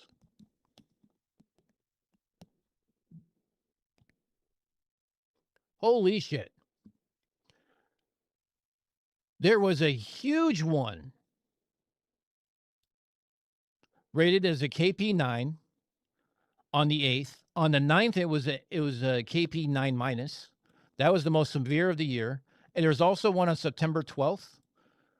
There was also one on September 7th. So 7th, 8th, and 9th and 10th all had this geomagnetic storm over 4 days. There's one on the 12th. There's one on the 25th. If we go back here, oh, hey, the 8th. Interesting.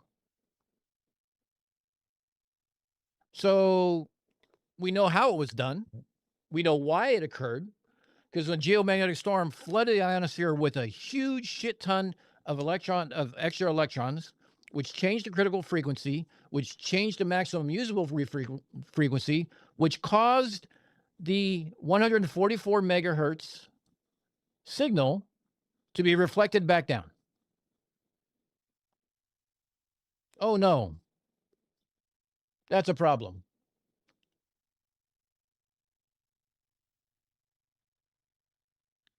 And here's a bunch of other Aurora ones. Now, if you notice, how they're actually listed is based off of the type, the top distance. So they have the first, let's say, 3 or 4 places, right? Of Aurora. This is Aurora E, which is a different layer on the E layer. I forgot what some of these other ones are. Marcus, if you can help me out. FAI and IFS, I forget those. One is magnetic, is it not? Yeah, field aligned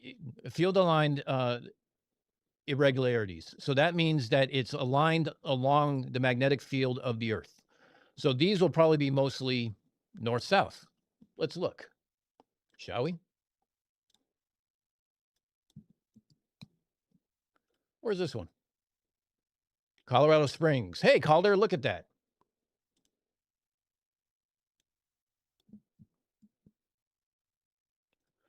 Now, one of the problems we're going to have here is that some people move and they update their licenses. So we might not get to actual places of where these are.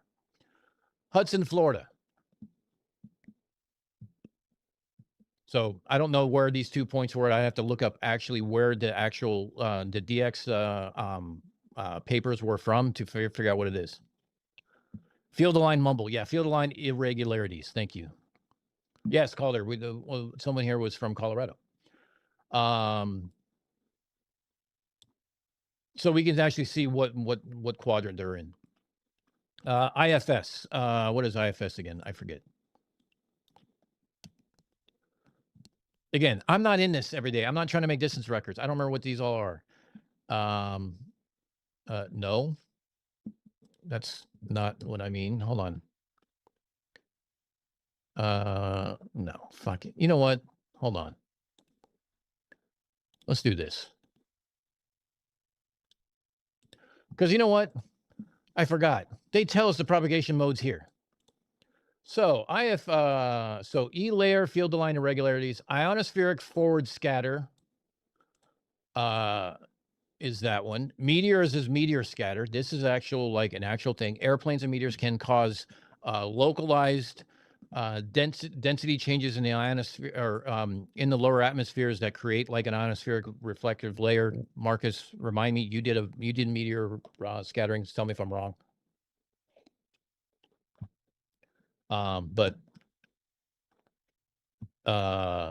Transequatorial field aligned irregularities. That's the one I was thinking of. I'm sorry. And rain scatter. Okay. So here's meteors. I bet we can just turn around and figure. I mean, we can probably figure out where these were coming in at and everything else. When was the okay, it creates a temporary ion trail that reflects radio waves. Yeah, and then I know airplanes can cause it too, depending on how high they're flying and other parts of atmospherics that go into it. We have sporadic E, which is basically sporadic density changes in the E layer that creates these little clouds of density that are higher than the ionosphere that you can use those as mirrors. Those are in the E layer. Here's some TE. Oh, look, 6,400 kilometers. I wonder, where's this? See, and the fun thing is you can just look these things up yourself and learn, or contact a local radio club to explain it to you. This is in Puerto Rico. And this is, when are we going to I kind of figured that was going to happen. International call signs are not always found in the same database.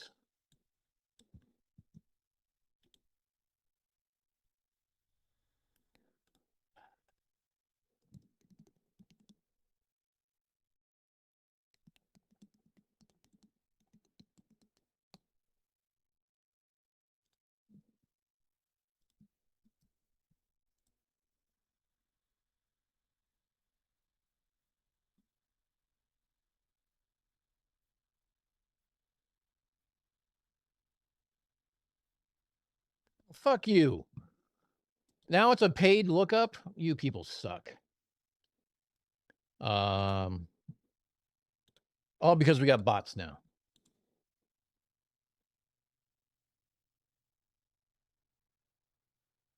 Well, this guy's in Spanish. Oh, he's in Argentina. Ta-da. Oh, just one thing. You want $2. Thank you, bud. I appreciate it. So you can go through all these distance records and you can find things and start trying to figure out what are the common things. We also have tropospheric ducting. This is in the Atlantic. This is continental, meaning over the United States. This is P. You want to guess what P is for? It's for the Pacific. But I want to show you something real quick about the Pacific. Because this is the quote unquote ad hoc design that he's talking about. We just say it's ducting, right? All right, let me help you out here real quick. Kilo Hotel 6 Hotel Mike Echo. This was a very big legend in Hawaii, Aldebaran's wonderful area. He was operating on the volcanic slopes of Hawaii. Paul Jokela, I don't know Pidgin. Aldebaran is going to have to correct me. I'm sure I'm saying it wrong. Either way, all on the same day, he reached 3 different locations. And these 3 different locations went from Hawaii to somewhere else. Let's find out where these are, shall we? Because what could be common among these? And then we're going to come back and ask some of the other questions.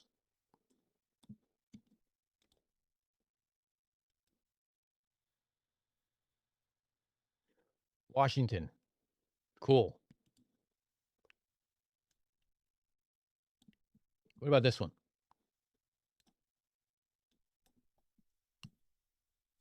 This is a different station entirely. Who is this? Rochester, Washington. What was the other one? Woodinville.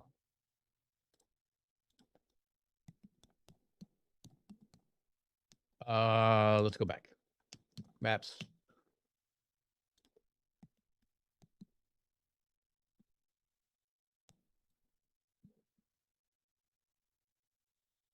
Woodinville. Right here. Where is Rochester? Oh, down over here. So this guy, the first guy was up here by Seattle.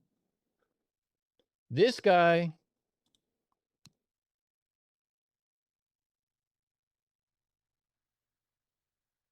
not Rochester, New York. Come on. This guy is down over here closer to the coast. This guy's way up here in Seattle. And where was the third one at?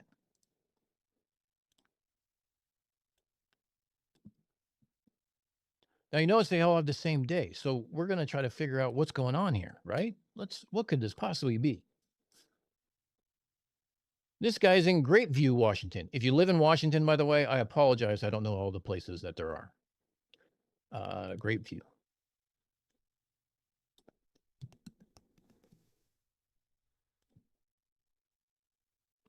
Okay. So we have somewhere up here in Seattle, Grapeview, and someplace down here by, I think it's down here somewhere, right? This is where Rochester was. They're kind of in a line, right? And I bet you that they're all in a line all the way to Hawaii.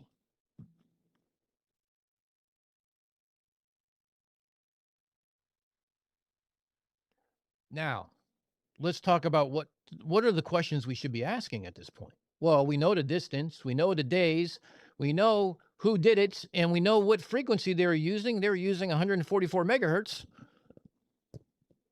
We have all the information we need, right? Well, he's ignoring propagation mode, but we can look up. Oh, wait, there was a huge geomagnetic storm on February 8th, 1986. There was a sporadic duct, or I'm sorry, a stable duct between Hawaii and Washington on July 1st, 1995. So 1995 was 30 years ago. How come no one's done it since? If the earth is flat, it should just be a matter of power. It should be a matter of pointing your antenna. It should be what? We should be talking to Hawaii all the time. Why aren't we? Because you need specific things to line up on this. Now, let's just say that tropospheric ducting is post hoc, right? They made a record. They're going to say it's ducting. They don't have anything to back that up, right? Right?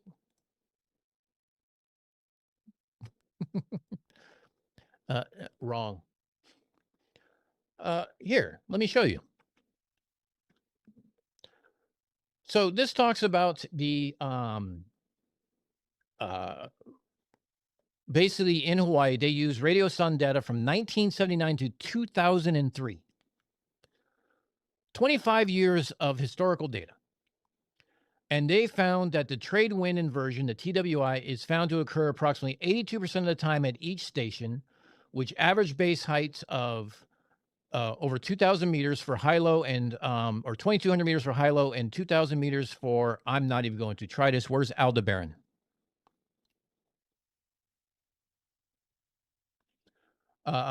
Inversion base height has a September maximum and a secondary maximum in April.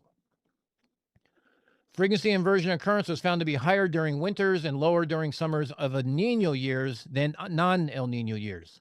Significant upward trends were found for inversion frequency at high-low from March to May and June to August and September to November seasons. And that word, lahue, for all seasons and all annual values. Boston Concert's coming in with a $10. Thank you, bud. Just because Just One Thinking told me.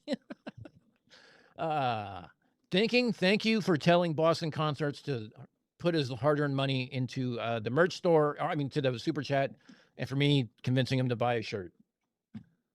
So, June to August, March to May, September to November. When was this again? July.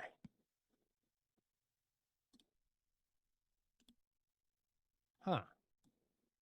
Okay.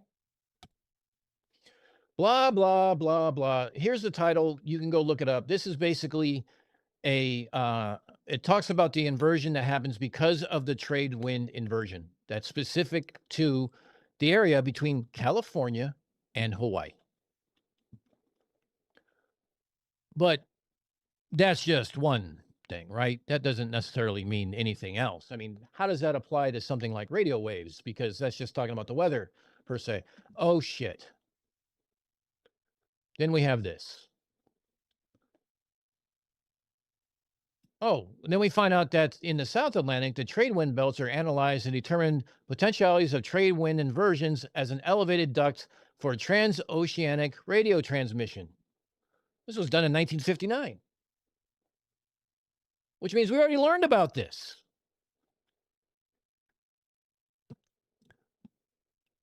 But hold on. Let's look some more.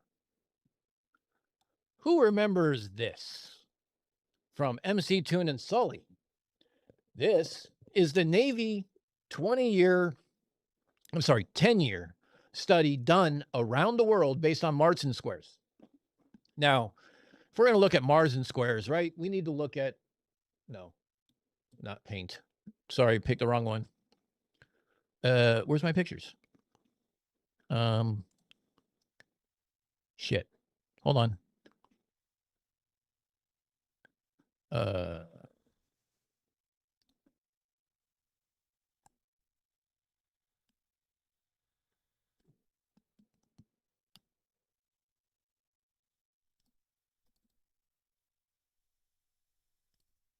I had this up and then I forgot to open up.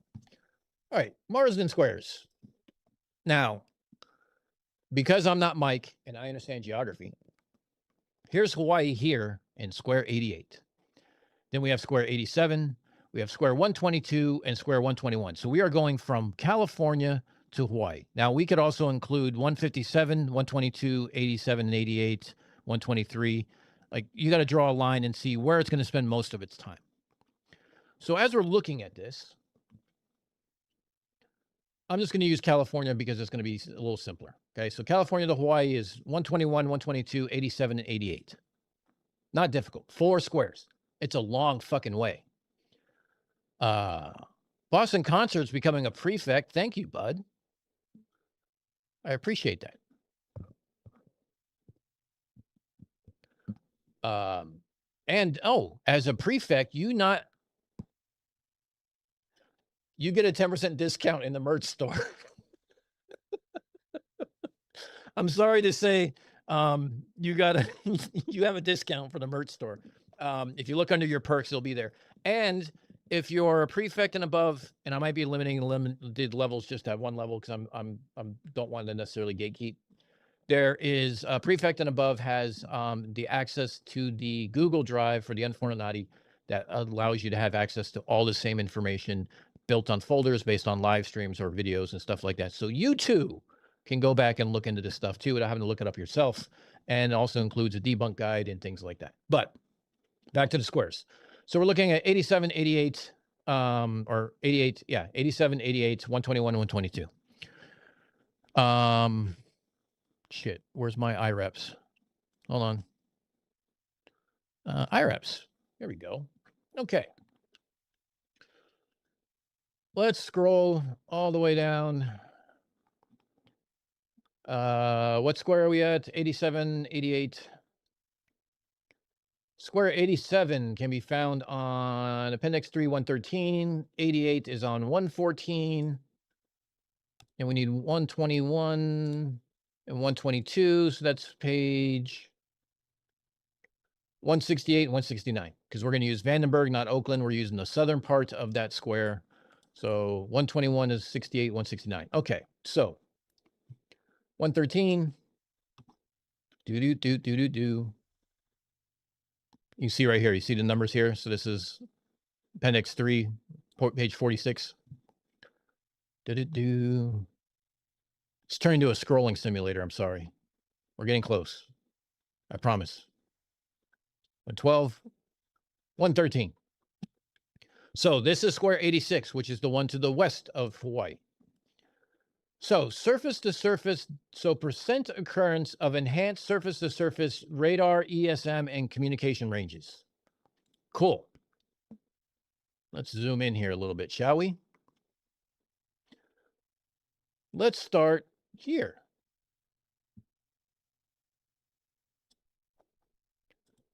What do you notice between July and September on these squares? When you start getting higher up, now, hold on. Remember I said this was 144, right? Hold on a second.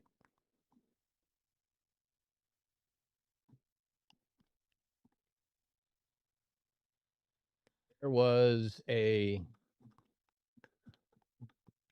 We could say 144 was bounced off of anything. We're going to say it's Tropo, but they could say it's anything. We're going to use Witsit. We're going to use microwave numbers because there's no room. There's no room for this here, right? There's no room for refraction. There's none of that stupid shit. We're getting way up here. Here we go. 5,760 hertz. For those who don't know, that's 5.76 gigahertz. I know we already did the math. So this is right smack in the middle of the microwave spectrum, that Whitson has a hard-on for. It went 3,982, I think it's kilometers or miles. Is it kilometers or is it miles? I forget. Kilometers, okay. Whoops. Jumped ahead. Here we go. We know that this is in Hawaii. And we know that this is, where is this?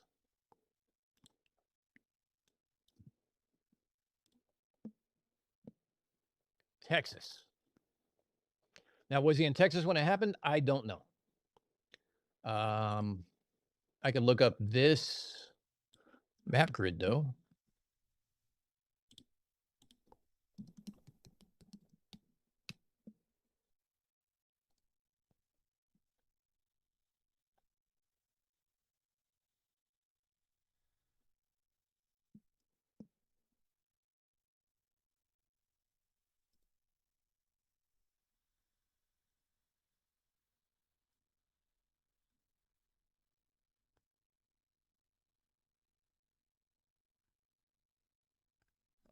God, site sucks. Help me out here.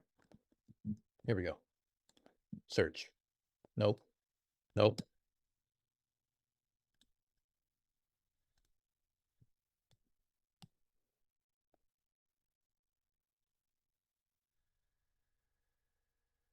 California. Okay, now we're in California. Okay. Boston Concerts, I'll have to give you your $3 in or $2.70 in July. Yes. So this went from California to Hawaii. We know that. Okay. We know it happened on 29th July 1991. Wow, it was a long ass fucking time ago. And we know it was in 5.76 gigahertz, and we know it was due to tropospheric ducting. Okay. So, where was I going with this? I forget. Pull up my notes.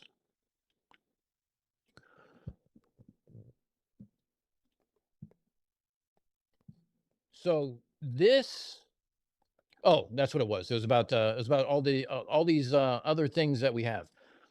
So 5 gigahertz, 5.7 gigahertz. Let's talk about 6. Okay, 81% of the time during the day, 56% of the time at night, 69% of the time day and night. For surface to surface at 39 feet from this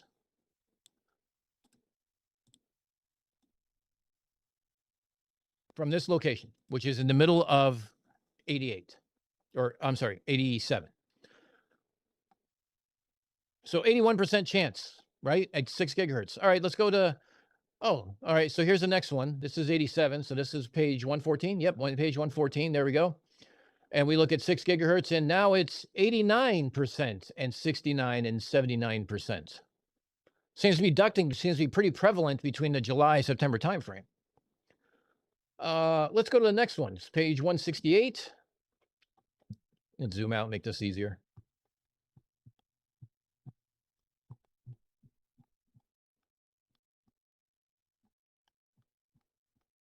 Is this overkill? Absolutely.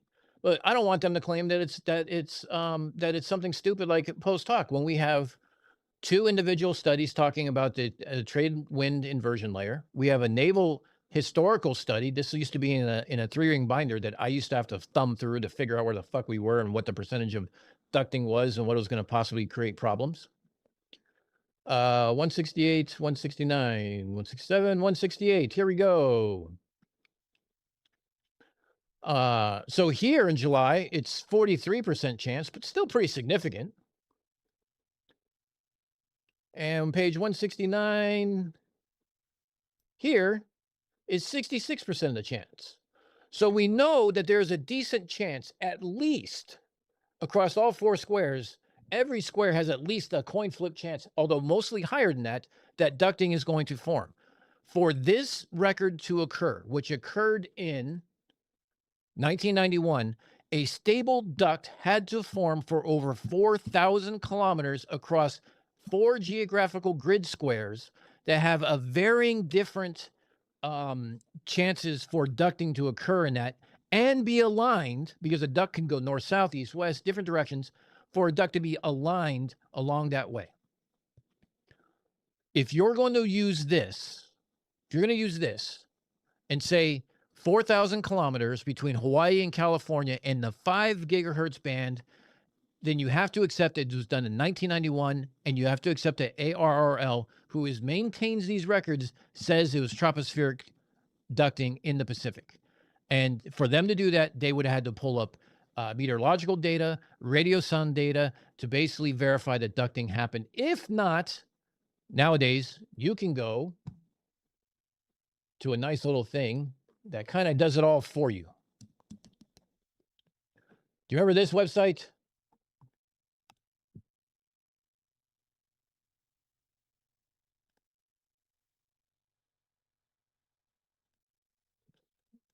Northern Pacific. Here we go.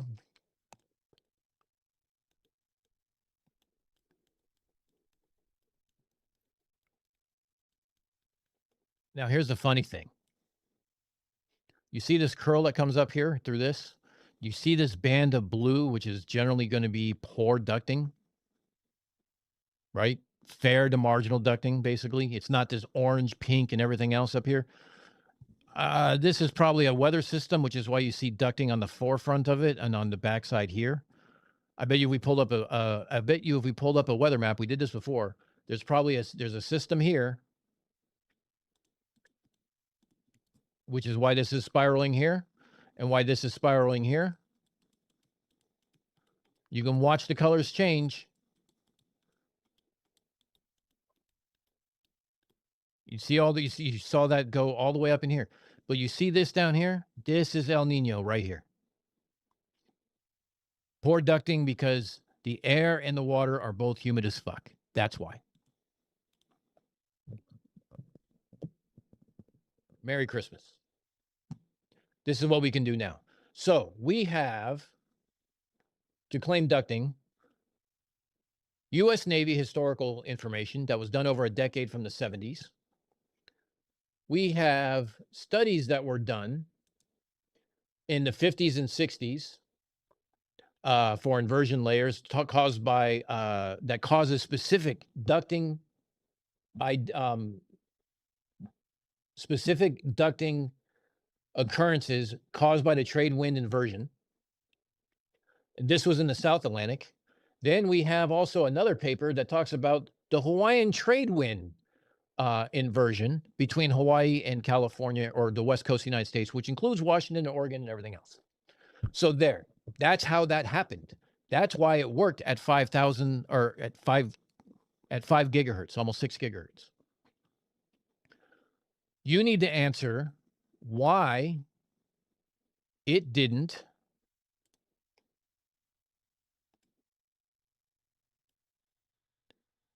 you need to answer why it hasn't been repeated or gone further since 1991. Because this, you remember, this square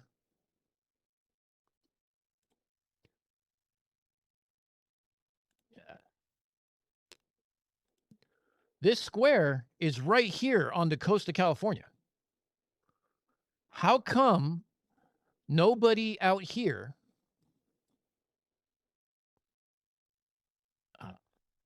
I need a square map. Hold on. DX map, DX.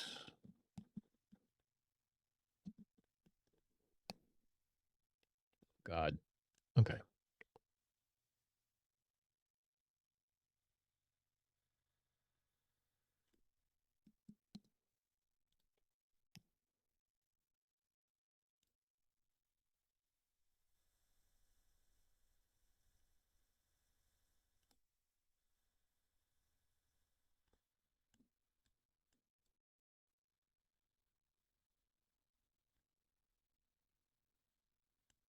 So here's DM3.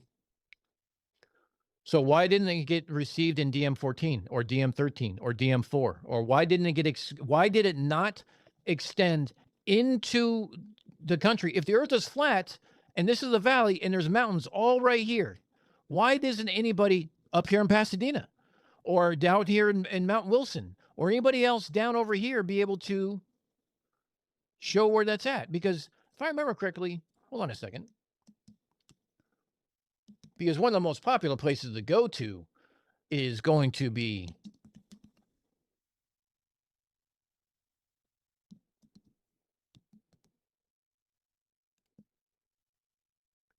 Mount Wilson Observatory, which is up here above Pasadena. You can see forever up here. That's where J.M. Tolan goes. So why didn't it get received up here in DM14? Why did it stop right here? Why did it not go out over here? Because there's a whole shit ton of radio people out here doing this shit. Explain why nobody else has done it since 1991. Explain why it was not received on any other square besides this. And explain why these studies are wrong talking about ducting. You can't. Yes, that too. Humid as fuck. Is that the technical meteorological term? Yes, it absolutely is. And because you asked that, now I have to have another drink.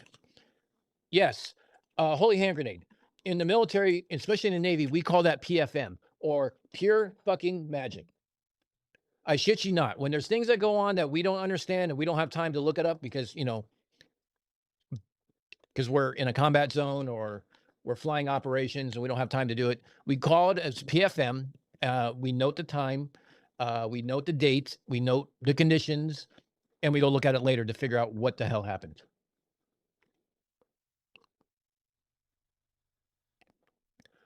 Is there anything like the ducting overlay display, even hard copy, that goes back to the 1990s? You mean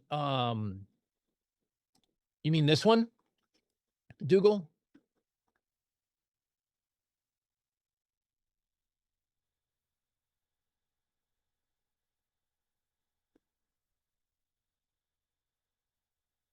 So this is Hepburn's model. Some people, the furthest I can go back on this website is a week. Some people will take screenshots and they'll build a book out of it.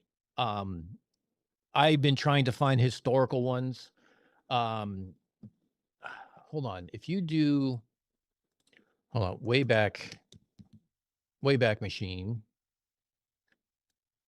troposphere. Okay, I did this before. It looks like 2006 is the earliest I can go. I can pull one from August. Oh, this is the Atlantic. Hold on. Hold on.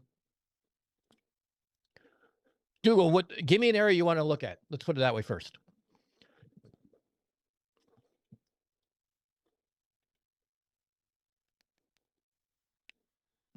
You want me to look at Australia, or you want me to look at the US? What do you want to look at? Here, I'll even give you choices. Ready? Pick a region. That Hawaii area? Okay, so let's see. So eastern north.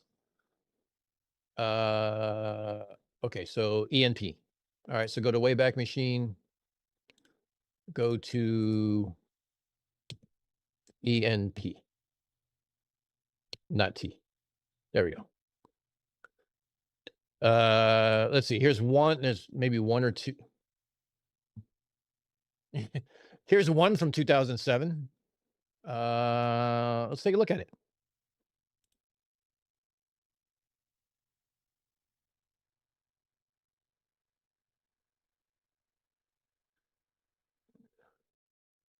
All right, that didn't really do much of anything.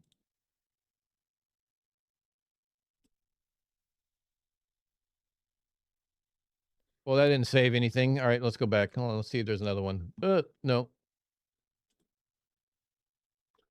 2011. Here's one from the 5th of November. Do you have anything in the summer? No.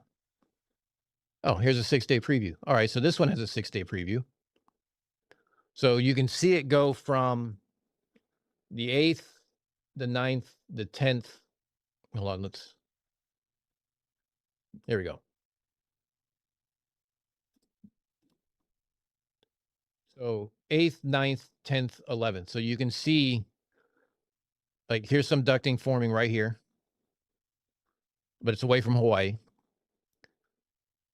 So there's ducting going around, but it's not very conducive, right? There's some that are south of it. You can start seeing now. You see how much higher this one is here versus El Nino, where we're sitting much lower. You see the break here. El Nino is not going to have that break. It's just one big river. Let's go back. Let's pick 2021. I'm just picking random dates here to see if I can find something that has something specifically in the summer. Oh, actually, you know what? Let's do this. Let's look in the winter. Here's January. Oh my God. Select. Thank you. All right. Here's what January looks like.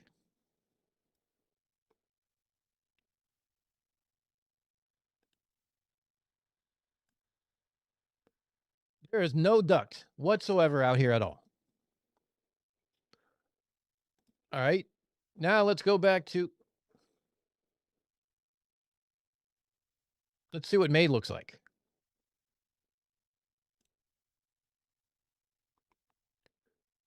This is atmospheric conditions for ducting. And this isn't going to load. All right. Fuck you. Anything else? Anything else in 16? No. Is there another one? Nope. September? Nope. All right. Let's go to, I mean, we can go to 2024. There's going to be a lot more there. All right. So let's go to 2024. All right. So New Year's Day. Let's look at what it looked like on New Year's Day. This is what it looked like New Year's Day. There's a whole lot of black. So remember, the colors we're looking for is going to be pink, reds, and oranges. Okay. There's not a single pink, red, or orange anywhere in the Pacific except way down here off the equator. Here's Hawaii. Here's California. There's nothing. There's just some low intensity ducting that's just kind of scattered all the way around. Cool, right? Yay. Now let's look what happens in July. Let's say July 10th. Holy shit. Trade wind inversions. That's just one day though, right? Let's look at what I pick. I picked what day did I pick? I picked July 10th. Let's see what August 10th looks like, a month later.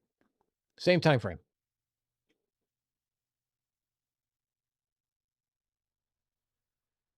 California's getting hammered with some kind of humidity or a storm or things like that. Is there a 6 day? Oh yeah, here we go. Yes, I can pull it. Oh, cool. Here you go. Here's some California ducting. Oh, it saves the other ones too. Look at that.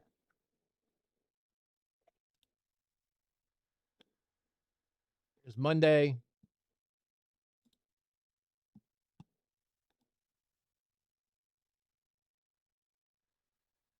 I'm trying to see if I can see a really big one. Is it this one? Maybe, hopefully. I mean, if I was operating off of here with some UHF radio or some really high some high frequency stuff, I'd be shifting to lower bandwidth real quick, lower frequencies.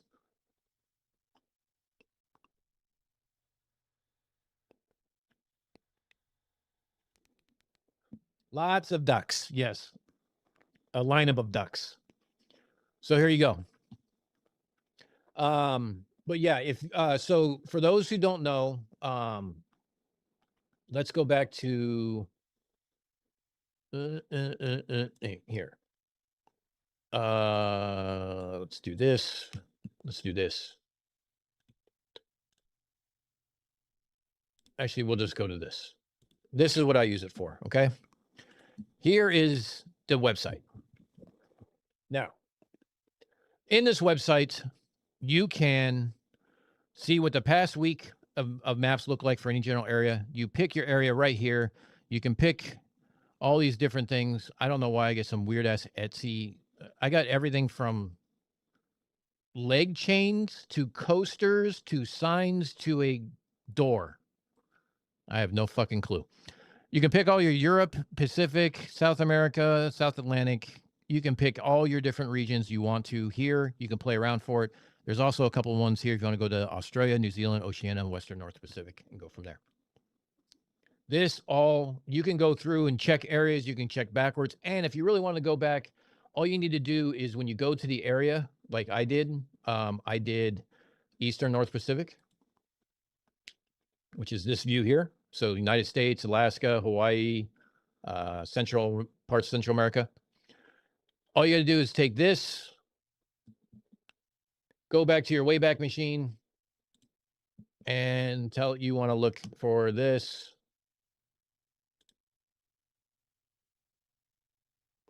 Now we're gonna, whoops, sorry.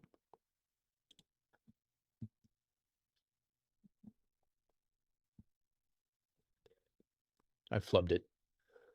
I flubbed it.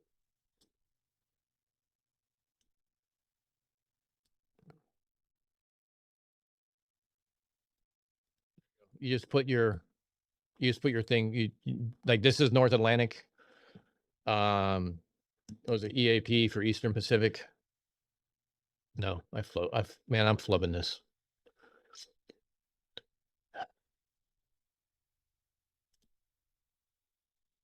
NP, not EAP. Jesus Christ. There you go. Now you can go look at, so by just pulling up Cygnus, you don't know the half of it. If I was using my phone right now, you'd be seeing some really interesting fucking shit.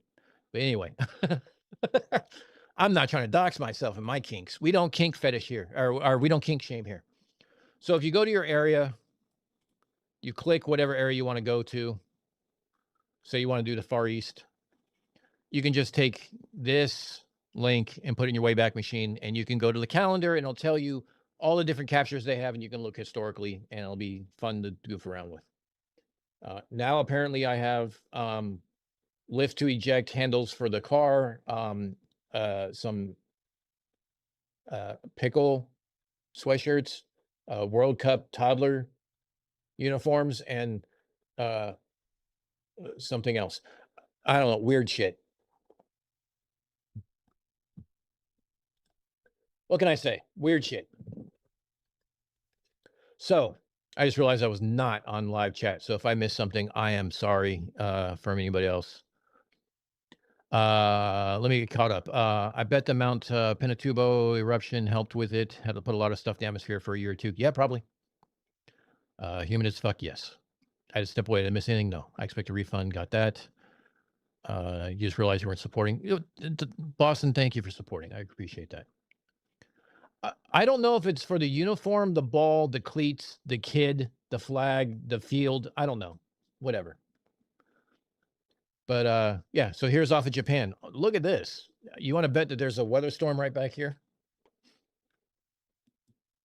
Hold on.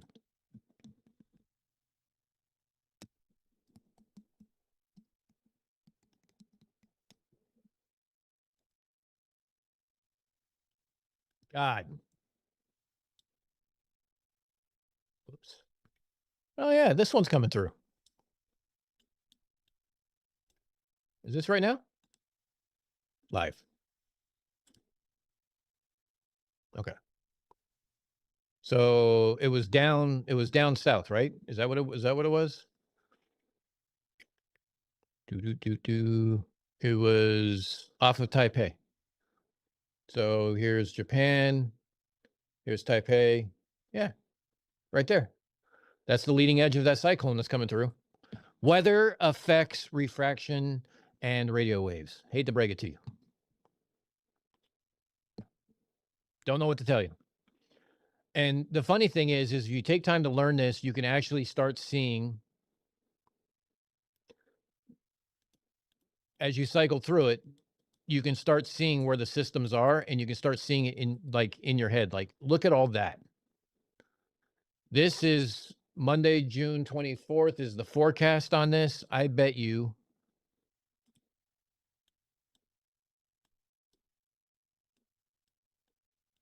God damn it.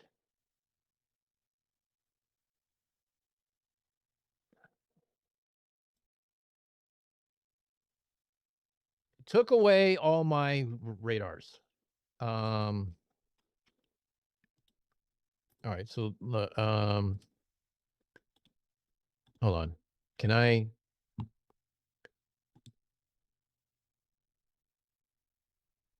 area measure distance, show my location? No. Can I do a forecast? Bet you I could do a disturbance 1, disturbance 2.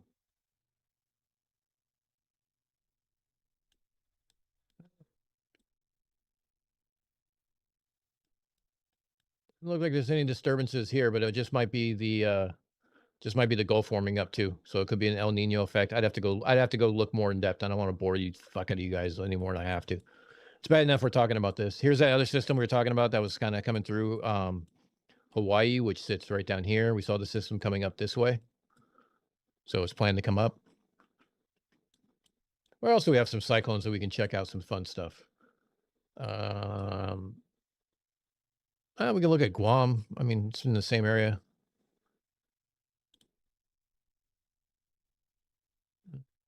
Far East.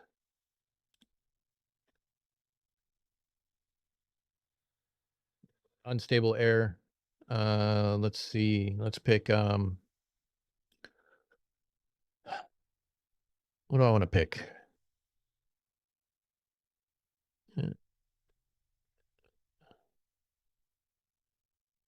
Yeah, maybe. Nah, too far south. What area do I want to pick for?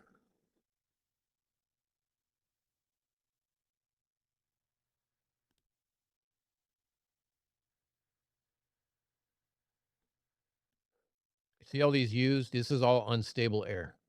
And it's just riding this river.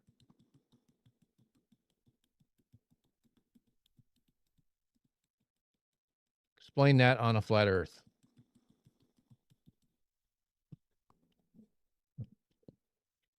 Yeah, a bunch of fucking geeks we are. So Whitsitt was wrong about the ionosphere. He was wrong about ducting. He was wrong about a bunch of stupid shit that I lost track of. I lost track of how many things he's wrong and how many times I deposit because it was too much. Heaviside actually did hypothesize that it was going to be I will tell you this. I have looked at watches recently, but none of these. Actually,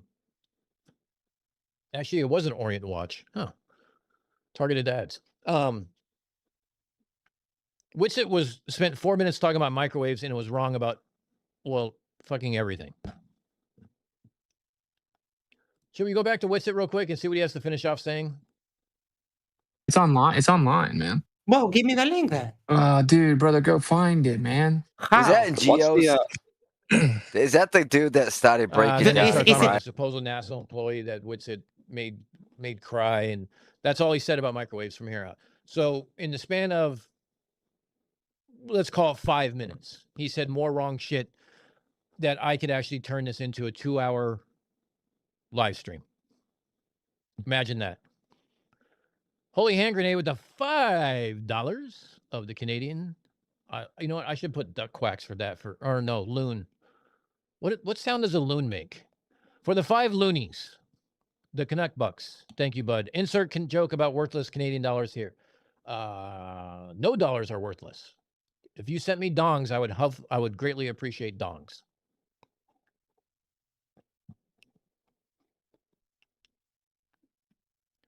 Yeah, no Canadian Tire money. Loonies only. So he was wrong about Heaviside in the ionosphere. He was wrong about ducting is not a post hoc. It's empirically done. He's wrong about what is actually microwave because he thinks 1,000 megahertz is just radio waves. He's wrong about the distances and the distance records and how they're maintained and how the propagation method matters He's wrong about all the math. His hypothetical was just complete bullshit. Good on Max for calling out for what it was. This is it. This is all you want. This is all you need and everything else to basically discuss this is what it comes down to. And the funny thing is, did that one.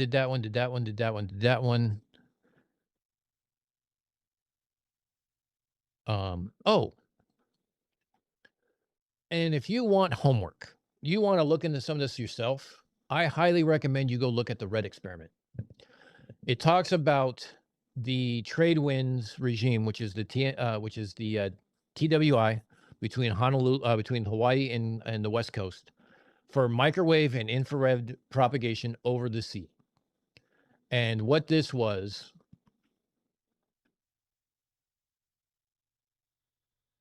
it talks about radars, communications, and things like that, and how it propagates with ducting, because this was an actual experiment that was done. And the best thing about this is, because I love using them as my source documentation, is the Naval Postgraduate School.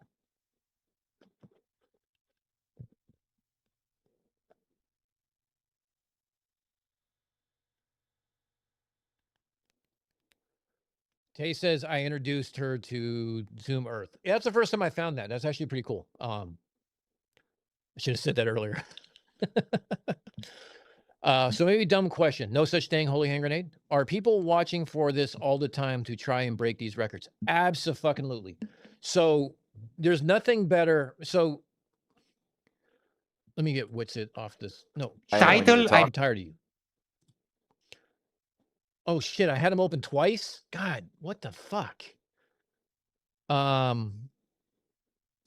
we're gonna come back to that one. Hold on. We're gonna come back to that one because bonus time. If you guys want to stick around me for a little while, should we do something that is actually proof of how we can prove the globe and how you can prove the globe on your own? I'll give you the background information on how to do it. So, real quick. Oh,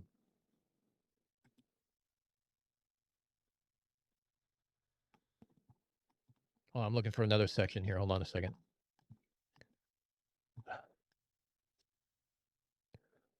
Damn it. Hold on.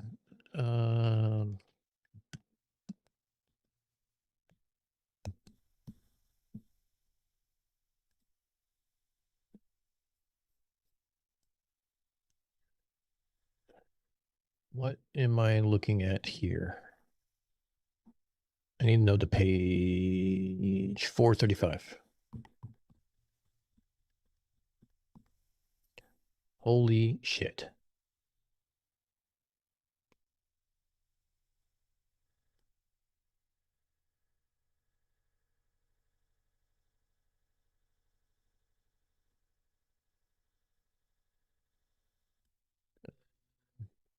That's Clarence math.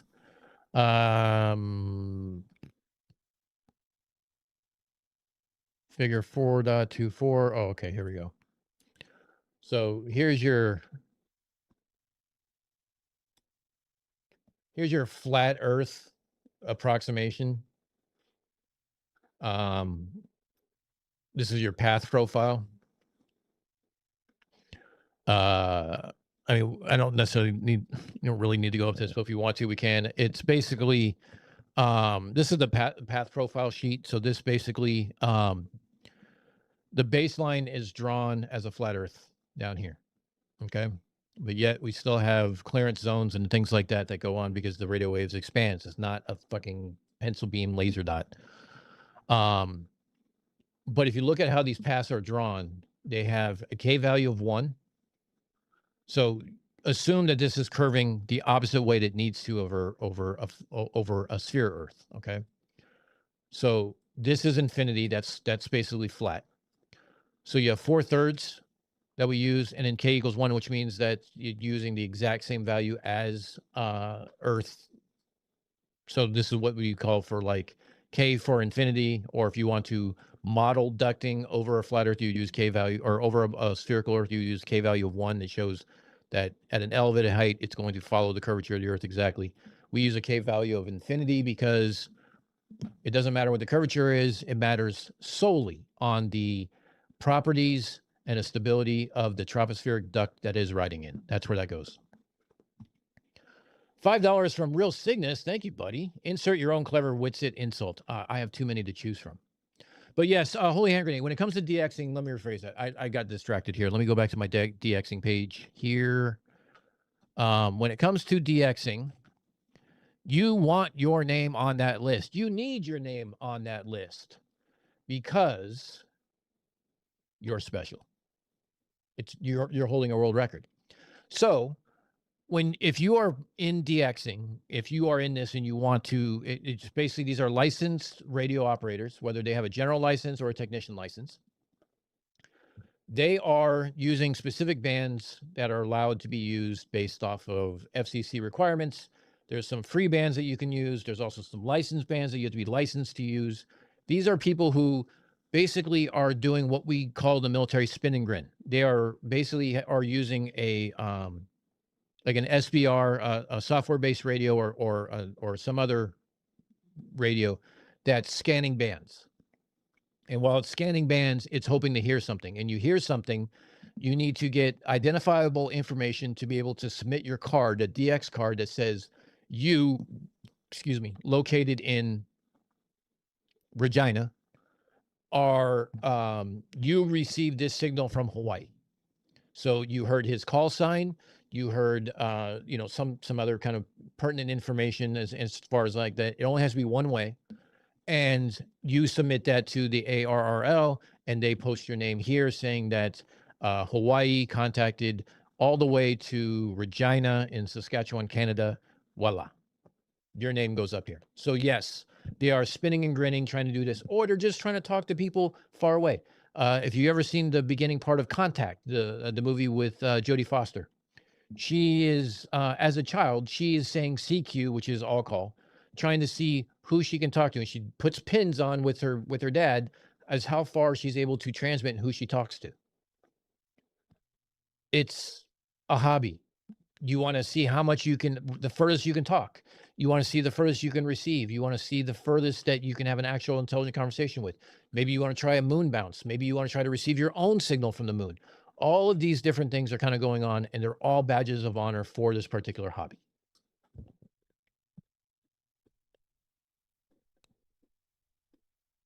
He's just nodding along like I'm in front of you. Yeah. Pensacola. That's right. Pensacola, Sparks. Exactly. And yes, Holy Hand Grenade, as flat as Saskatchewan is, you should be able to talk to fucking Vancouver, or at least Banff. But you can't, because curvature. So, yeah, they're all. So who wants to, is that too much learning? Do we want to do a second topic? I can do a second topic if you guys like.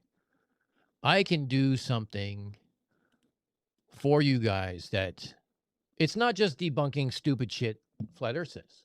Who wants to do something that says we prove a globe? Anybody? Yes. As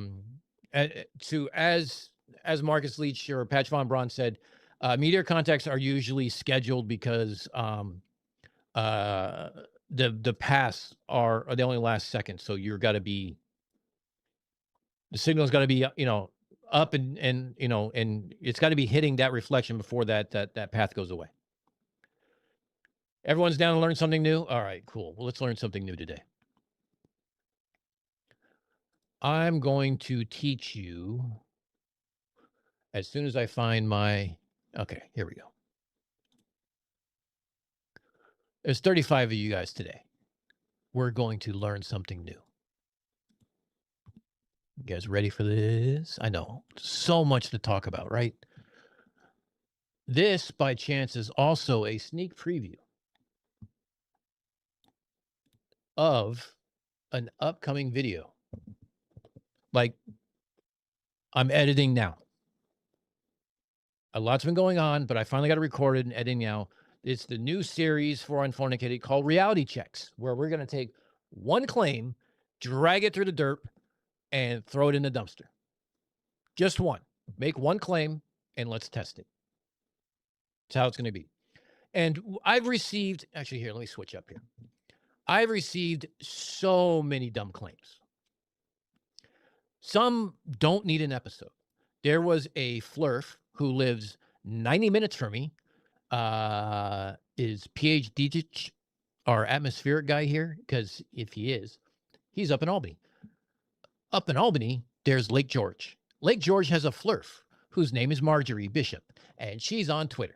And she went above and beyond to say that undersea fiber optic cables, the world has to be flat because if the Earth was curved at 8 inches per mile squared, it would break the fiber cables.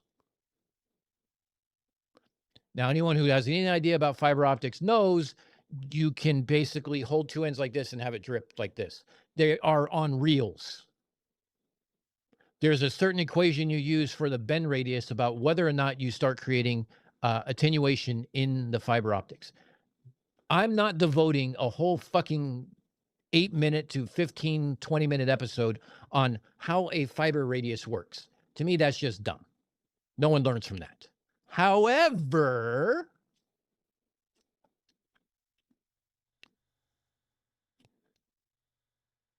we can take certain things and test them to the globe. Now, the problem with this is Flat Earth doesn't have a model. Flat Earth doesn't claim a map. Flat Earth has has fuck all, is what it comes out to be. So how can we test this? Well, we can't. Now, I can take an approximation, right? I can use the AE map. I can use anything else that I want to use, but I'm just using a straw man. So what I'm actually going to be doing is I'm going to be using Walter Bislin's curve calculator because flirts love it and they claim it is theirs. However, what's on the curve calculator is this. They have, it's a distance calculator.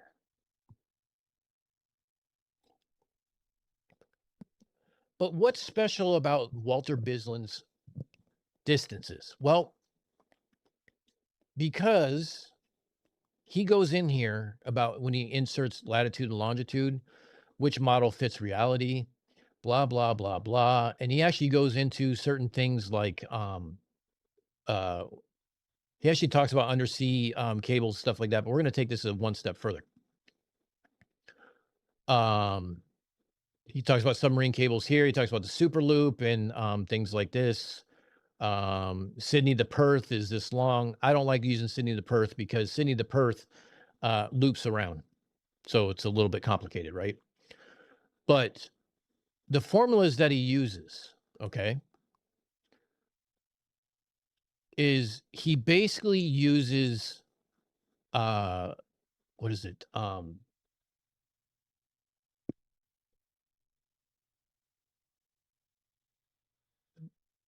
think it's vector algebraic functions. Yes, here it is. Unit vectors. And then he does the exact same formula for flat Earth, but he just basically says, this is his whole write-up on how he comes up with these different things and why he uses differential math for vector algebra to find out these distances. This way, it says it assumes a perfectly spherical Earth. It assumes a perfectly flat plane with the same dimensions just turned into a flat, right? So based on the fact that the equator is 24,901 miles, now we have a ring that goes such and such. So I use this because they love to use this. So why not use their own tool that they love, right? So let's give you guys a little bit of a thing. Let's go here to submarine maps. Now the submarine maps is this, all right? We have, these are all the maps. These are all the cables in the world right now. Now, you notice in the Southern Hemisphere, there's not a whole lot because it's not really used. But there's two coming up that are going to end flat Earth once and for all. And I'm going to show you Why and how? First and foremost, we have this one, which goes from South Africa to Perth, Australia. We don't know what the cable length is because they're putting it, and it's not going to be ready till 2028. We got to wait 2 years for this shit.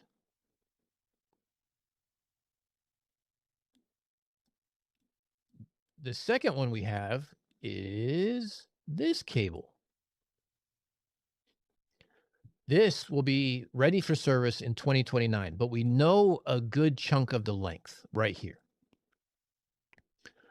However, it hasn't landed in Chile yet, hasn't landed in Guam yet, but we do know where it's landing in French Polynesia. So there's going to be two cables that. So the way these work is there's multiple cables in here. They'll do a splice point from here to do, let's say, two or four fibers to go to this site. Then they'll have 2 or 4 fibers that go to this, that comes from this way, that goes to this site. And then there might be some terrestrial fiber between these two to connect them, or there'll be pass-through traffic as well. So you notice these legs have different names. I'm trying to get on it.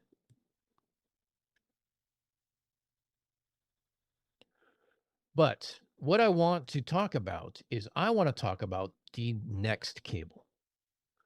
The next cable is the Southern Cross cable. This is the network. It connects from Oregon to Hawaii, Hawaii to Fiji, Fiji to Sydney, Sydney to Auckland, Auckland up to Hawaii again, and all the way back over here to the US in LA in Hermosa Beach.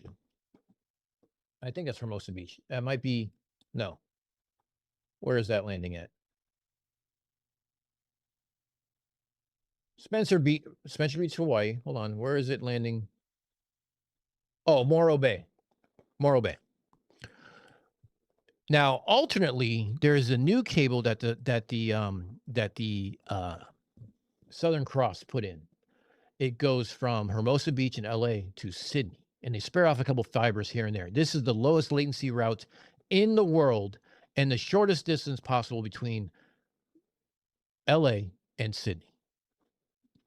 Now, if you wanted to test a fiber to see its length, you would use what we call an OTDR, which sends out a signal and tells you where the end of the cable is, and it measures the length of the cable based off of the refractive index of the fiber, as well as the speed of light to tell you where it is. It's the same device we use to find breaks in fiber optic cable when, say, there's storms, or if we're just trying to verify impediments and things like that. If you want to learn about this cable and how it proves a flat Earth, stay tuned. There'll be a video coming out on that. But maybe, just maybe, let's show you what I'm going to come up with. We're going to talk about this Southern Cross cable right here. Come on. Right here. This little segment A right here. This segment A connects Auckland with Sydney. Now, here's what we're going to figure out. I need to know the lat and long of Auckland, New Zealand. Okay, we're going to go back to Walter Bisland's thing. We have minus 36. We have 50. We have 57. 174. 45, 55. 2. We need to know Sydney, Australia. And actually, it's actually not in Sydney, Australia. It's actually in Alexandria. Alexandria, Australia. That is negative 33, 54, 06, 151, 12, 00. This distance on a globe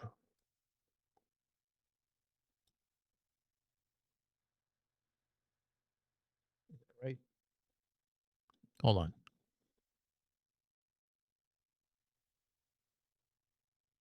Yeah. No, I got a 0. Hold up. This website is Walter Bislin. It's walter.bislin.ch, blog E for English. And just look up Walter Bislin's blog, and it'll show up. So here we go. That's much better. Okay. 2155 on a globe. 5702 on a flat Earth. Okay. Everyone agree with this? No questions whatsoever with this distance. This is based off of vector algebraic functions, not WGS, anything else. It's basically based off of the radius of the globe as well as the FE pole to equator measurement, which matches what we know to be the North Pole to equator measurement. Everyone agree so far? Not hard, right? So it's 2155. Now,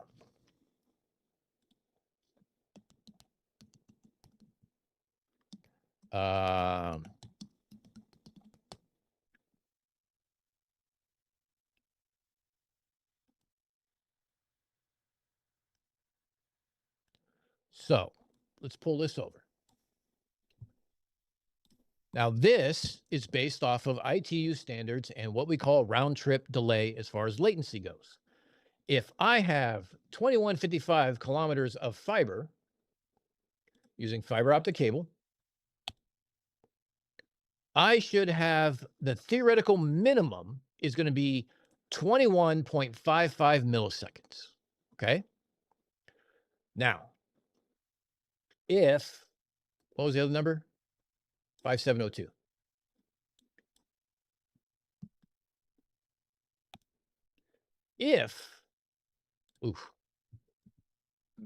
Missed that by a magnitude of 10. If, according to vector algebra, the distance between Auckland and Sydney is 57.02 or is it's 5702 kilometers, then the minimum theoretical is 57.02 milliseconds.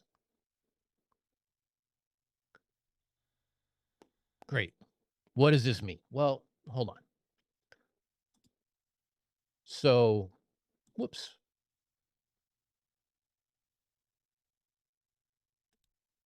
So I get for doing shit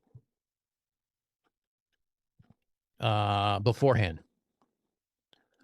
All right. I'm going to go over here to NTT. This is what we call a looking glass. Okay. So looking glass it's an internet protocol tool that we use when you're a service provider.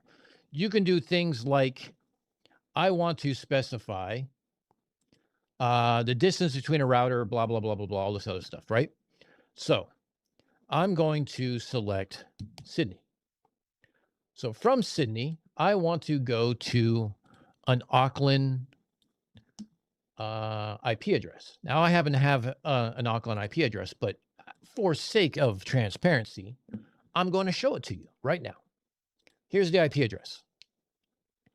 This IP address is based in Auckland, as you can see here. It tells you the latitude and longitude. It tells you who the ISP is and that it's called 2 degrees, and it's in New Zealand. That's the IP address that I'm going to go to. I go back over here to this looking glass at NTT. I put in my specified IP address. I do this, and I do submit. Oops, sorry. Let's do a ping. So I can do a BGP, which tells me it's a routing protocol that you use for, I'm not going to get all into it, but it's a neighboring routing protocol, so you know who your neighbors are and how to route it and things like that. You can do a trace route, which goes through all the different steps. I just want to do a simple ping, there and back. Tell me what it does. Sydney to Auckland. What does it come back with? Oh, uh-oh.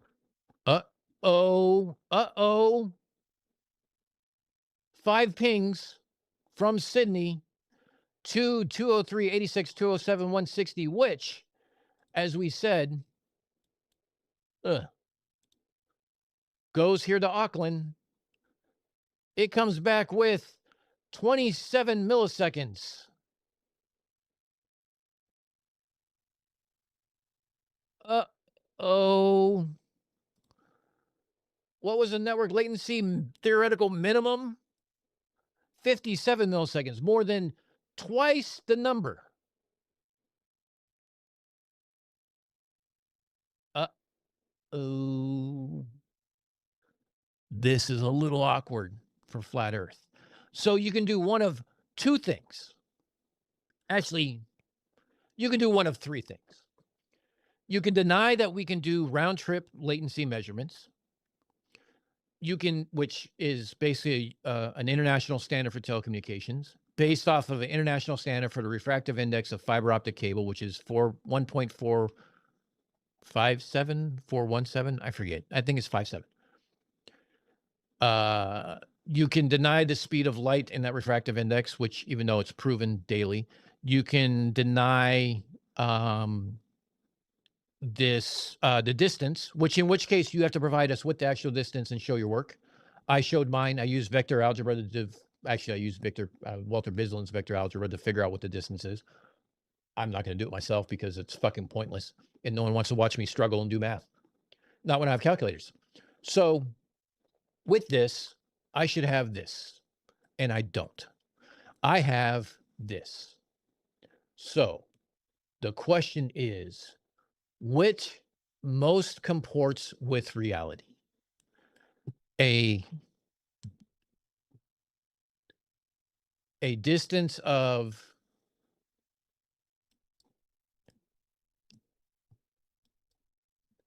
2155, which would give me a 2155 theoretical minimum, right? And there's always going to be some overhead because of routers, because it has to send the ping. It's an ICMP packet. It sends out a ping. It says, hey, I'm trying to talk to this IP address. It sends it out. That IP address receives it and sends it back, and it measures the distances there and back, and it takes all the timing, and it says, here's what the round trip latency is. Then you can divide by 2, and you can find the one-way latency because the speed of light is the same in both directions. We measure it in we measure round trip, divide by 2, because when you do single way latencies, you start getting the timing sources and all those other things that cause problems. And we're talking about milliseconds here. So we'll do round trip. Same signal source, same timing source, same everything else, there and back. Divide by 2. But we know the round trip latency should be no more than 2155, or it should be theoretically at 2155. It should be realistically, they're saying 3733 because ICMPs are a low priority packet as it gets handled by the routers on the ends.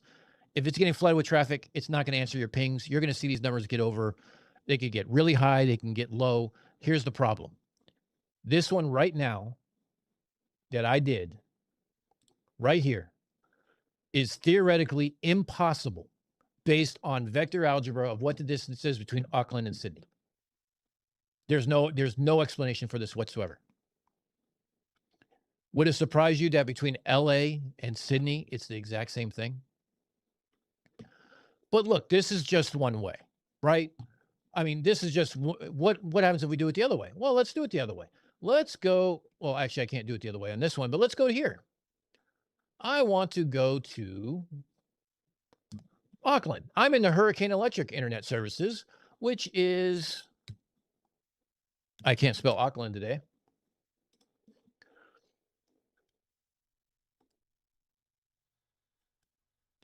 Auckland, it's not showing up here. Hold on. Neat.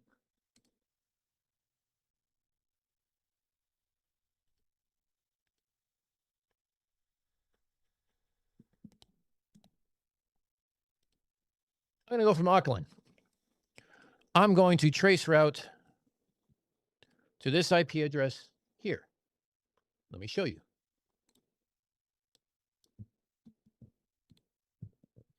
Now, how do I know all these IP addresses? Because I got access to core routers and stuff like that. I know what the facing DNS server is in Sydney, Australia and stuff like that. That's where this comes from.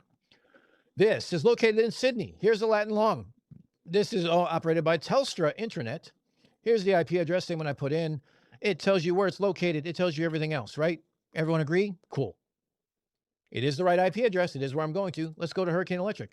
Let's put in that IP address. Let's see what we get for a ping. I need a Jeopardy song to be playing in the meantime. Are you still thinking? Come on. It's 5 packets, dude.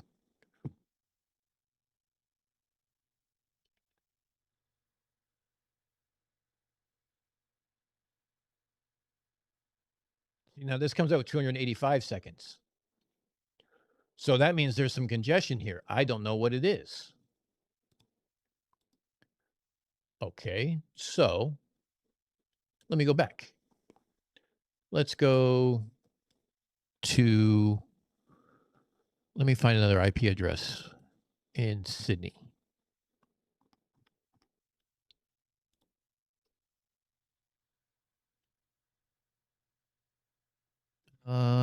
Sydney. Hold on.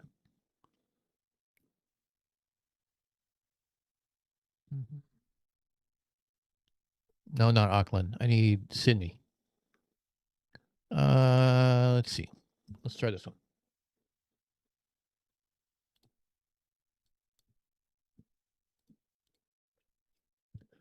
So this is actually held by TCR Holdings. This is actually the AARNet core edge router. It is located in Sydney. Here's the Latin long, blah, blah, blah, blah. Okay, so we're going to take this one. We're going to take cut and paste. We're going to go back to this. We're going to go into here. We're going to go into this. We're going to go here. We're going to go probe. And let's see what we get back on this one.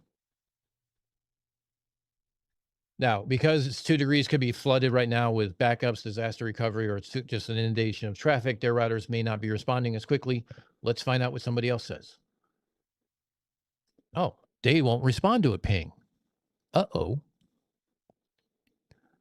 Again, pings are bad things. Let's try this. You could do a denial of service with a ping. With multiple pings. Let's look up this one. Is this the one I did earlier? Sydney, Telstra. Cool. Let's try this again.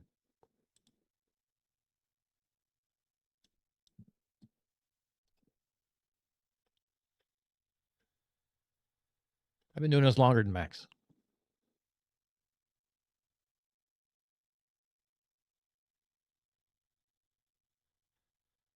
Oh, that was the one I used before. All right, let's do Telstra core infrastructure. That'll piss them off. Again, these are public IPs. You can look them up anywhere. This is in Brisbane. Let's see if we can do this a little better. Sydney could be having problems for all I know right now. Or 2 degrees could be. There's a second gateway I could use in Auckland too. Yeah, let's use the other gateway. Let's try this. Let's go to the same IP address and go from there, shall we?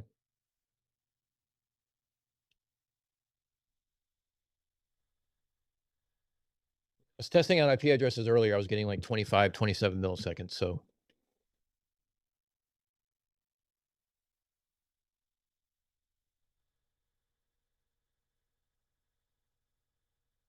didn't you?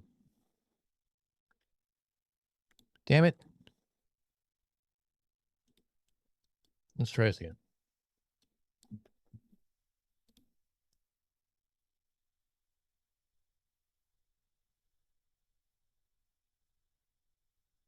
Yeah, globe Earth is shattering and with all these failed pings. It looks like data center 220 won't let me do anything. That sucks.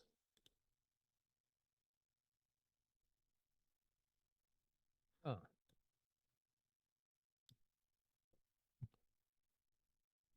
Let's try one. Let's try it again.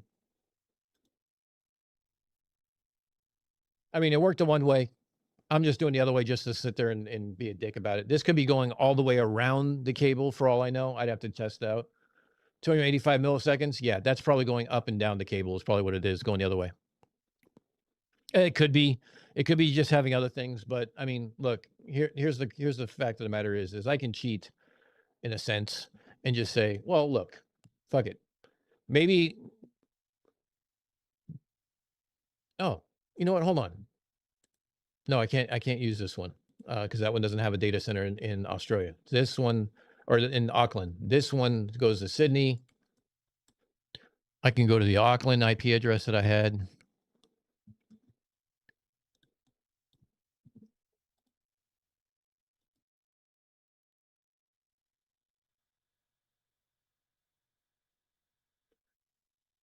This Hurricane Electric is just being a bitch. Hold on. Maybe I have to reload it. Here's the problem. When you're dealing with stupid things like this, these are tools that are open to the public. Oh, okay. 3940 milliseconds right here. Let's do raw just because I don't want it. 3940 milliseconds, still less than 57. If I wanted to do, let's try to do, no, nope.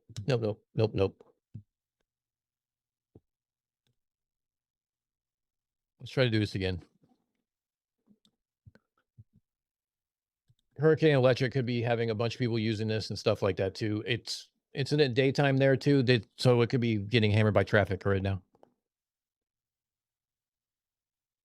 Just ping DP. Yeah, I'd like to. Yeah, it's Auckland's being. What time is it right now? And how many of you people are Dougal? What time is it over by you? Is it morning time, like Monday morning, like active time? Give me a ping, Vasily. One ping only. Isn't pinging New Zealand a bit awkward? Oh yeah, it's Monday morning at 10:48. That's going to be part of our problems. This is business time with real traffic going on. But when I did it at 10 o'clock in the morning, my time, I was getting great pings. But if you ever wanted to play with this, here's what you can do. Like seriously, you can go, and this is what's going to be on the video. Okay, this is a 13,700 mile cable length between Sydney and LA. Okay, and I did a little math for you.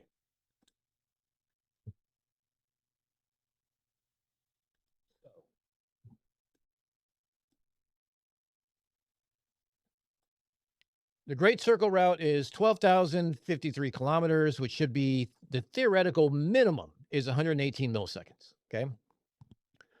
Now, the Southern Cross length is 13,483 kilometers. We add in basically 12% of slack. Now, when we put fiber up on poles going down the street, and even in underground vaults when we're doing buried cable and stuff like that, we allow for slack because if there's ever a cable break, you want to be able to pull the cable and repair it without having to lay all new cable. When you have no slack available and you can't pull slack from anywhere, you have to replace the cable. When you're doing it underwater, it costs a shit ton of money.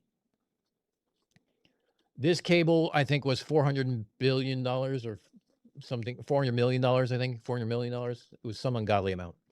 400 million is what it was. Same price as to put a satellite in space. So when you go from California to Sydney, you cross some very active seismic active zones. And when you're laying cable over seismic active zones, you lay it in a zigzag. So that way, as plates shift, no matter what direction they shift, there's enough slack to take it up. You also have to go around seamounts. You also have to go over trenches. You also have to go over. It's not a real clean environment. Now, between Auckland and Sydney, you have an abyssal plain of just pure flatness that still curves between those where there's no active, seismic zones. So you can lay the cable about as straight as you possibly can. I think I figured out that the length for that is roughly 6% of slack. So half the amount of slack that the LA to Sydney cable has. So on a flat Earth map, ideal, which means no slack. The same as the Great Circle route on a flat Earth map would be 15,000 kilometers with the same amount of slack that you would expect in this deployment of 12%, 11.8%. It would be 16,953 kilometers, which means your theoretical minimum for the Great Circle route would be 118 milliseconds of a ping. Your ping for the Globe Southern Cross that I got, the actual length would be 132. If you did it on a flat Earth, you should be 134, or sorry, 148. I can't read. And you should be, with the amount of slack, everything being equal, should be 166 milliseconds. Crazy, right? Abso-fucking-lutely crazy. So fucking crazy. I got minimum latency of 134 milliseconds, maximum latency 135 milliseconds, with a standard deviation of 0.4 milliseconds. Earth's a globe.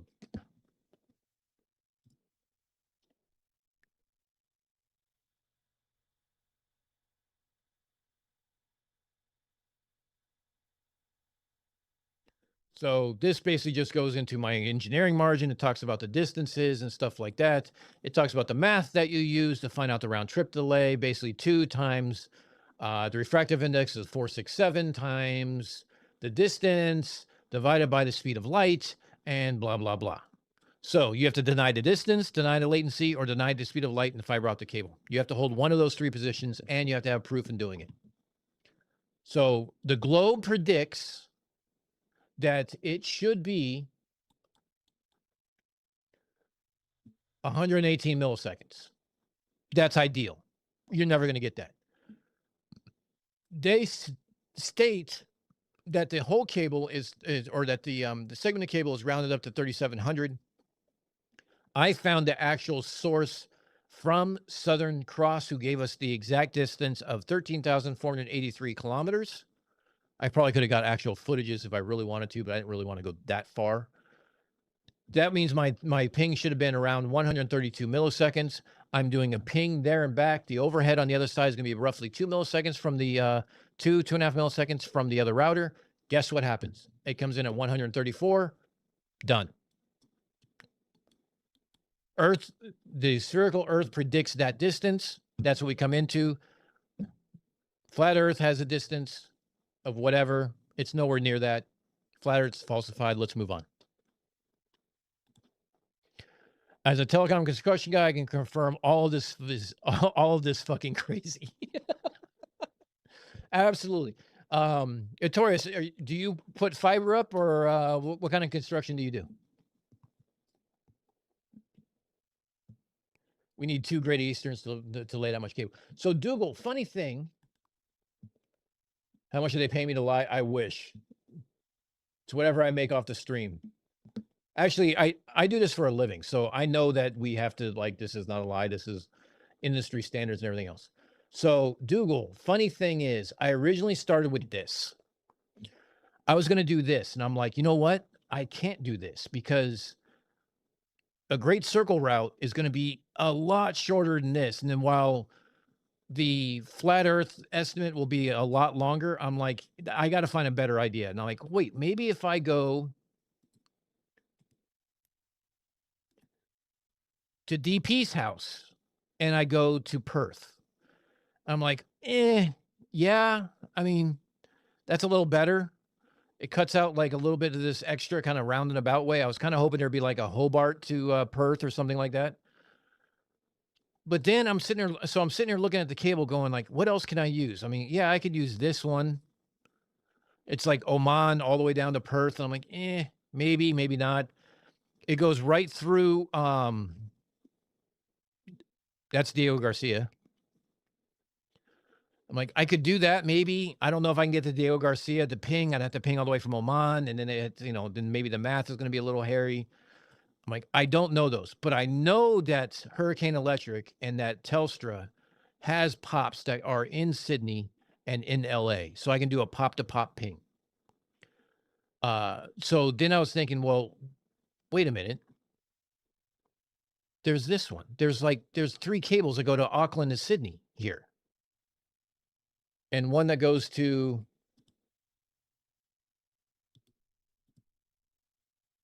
oh my God. Stop moving.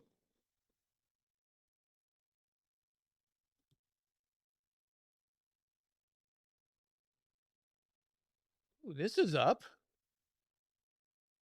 Spark New Zealand and Telstra and 1NZ. This goes from Oxford Falls to Ragland. I wonder if I can find a Ragland data center.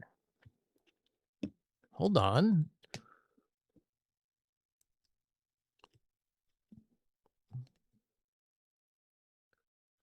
Let me see.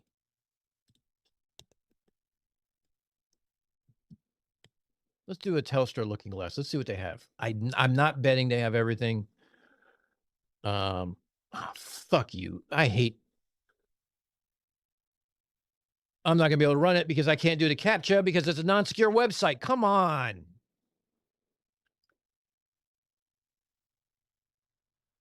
Who was the other company? No, let's go to NTT. Hold on. Let's see if there's one in Raglan. Nope, there's not one in Raglan. Let me find an IP address in Raglan.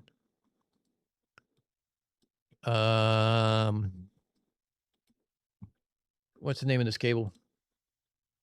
Tasman Global Access. Okay.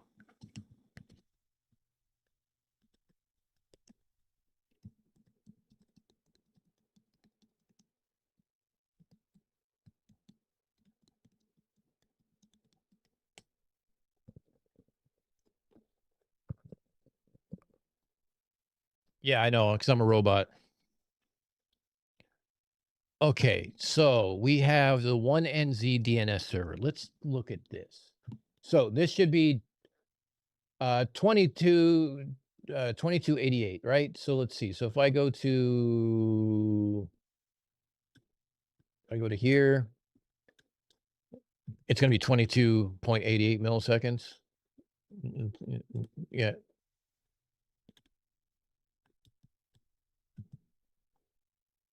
$288. Oh, look, it's going to be 22.88 milliseconds. See how this works when you do metric? This is why all fiber is done in metric. It makes life so much fucking easier. So you don't have a Ragland. No. Okay. So let's use the 1NZ core DNS server. Okay. Why didn't it copy?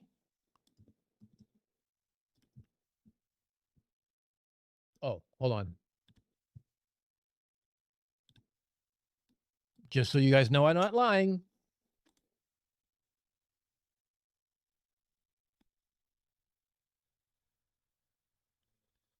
Let's see.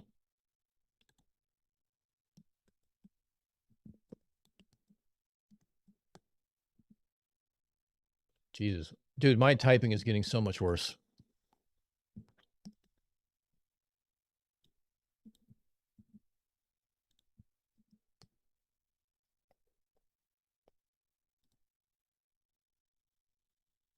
That's going to be in Auckland too. But it falls down here in Raglan. Oh, maybe they don't have a data center in Raglan. Okay. Doesn't matter. Still works. So, go to here. Go to here. Yeah, go to OK. Go to submit.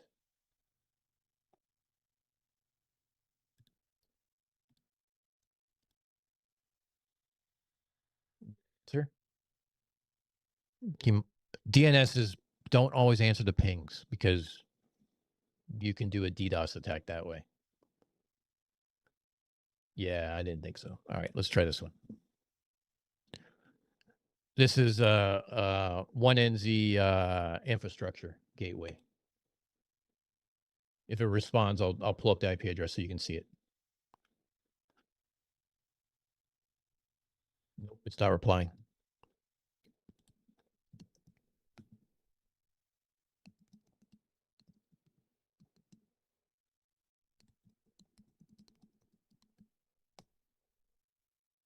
Let me try a couple other ones here. Hold on. Yeah.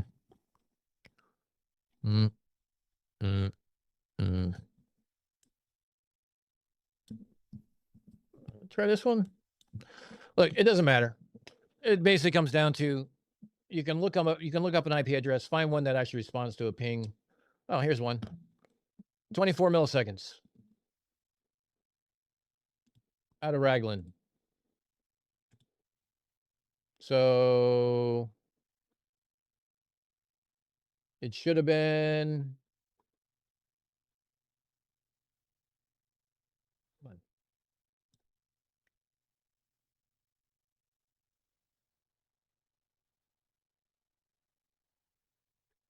I don't even give a shit now. We're to a point. Yeah, time servers. NTP servers are a good one too. Yes. So, hey, CSA, that same number ping sucks in the world of warships too.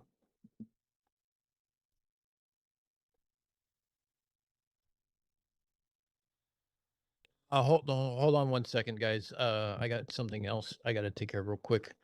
Oh, I want to look for an answer. Hold on.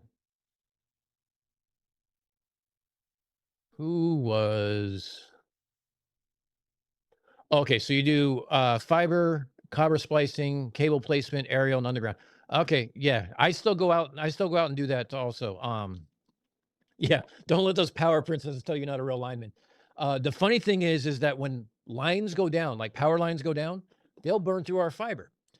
And we can't go in there and go place our fiber and fix shit until the power lines are back up and out of the way because they don't want us to electrocute ourselves. So when there's a critical infrastructure that needs to be done, do you know what we do? We pull the cable across the street on the ground. We go ahead and splice it anyway. We'll use bucket trucks to kind of drape it across the road, and then we'll put it in the splicing thing. We'll splice it anyway. And then when they finally get the power up, we'll go ahead and mount it on the poles and just take back the slack that we need to for the extra cable. And Notorious probably has done that more times than he can count. Yeah, Telstra is a AU telco. Yeah. Sydney to AZ should be at least double the distance. So when I figured it out on Bislin, yeah, it's more than double. It's 2.5 times basically. Yeah, the pings say no. So that's funny. So the funny thing about pings are, and this is something like I was really looking for. Actually, hold on. Let me put you guys on pause here for a moment. Don't go anywhere. We're gonna play a quick song.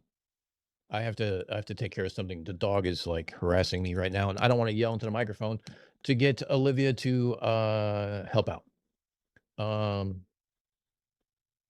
Max is live. Okay. Well, I appreciate you guys are here that aren't at Max's, or if you're here and at Max's, that's cool too. Conspiracy Music Studios. Let's do CC.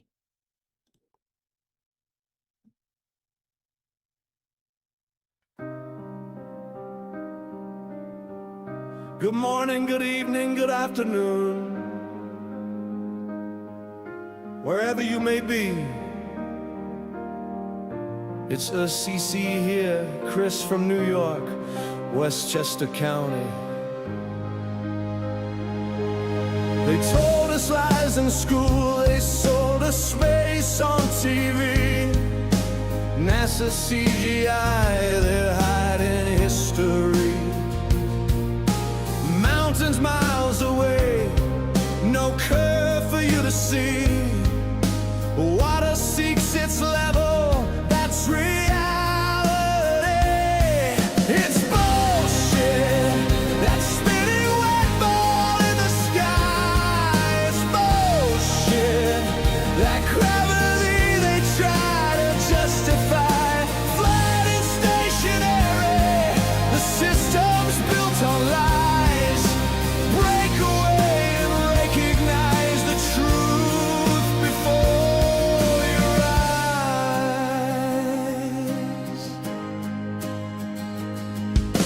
Ancient trees as mountains, devil's towers roots.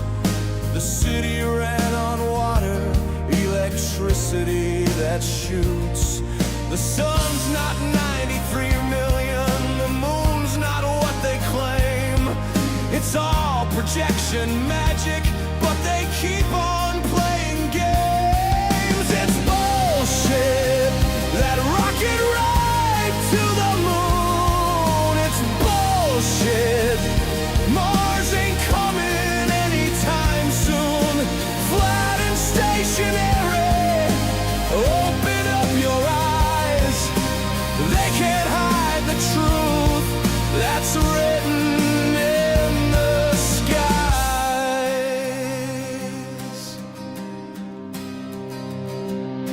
History erased, pyramids so clean, laser cut stonework, not what it seems. Politicians lying, media's a show, crisis actors crying, but we already know it's bullshit.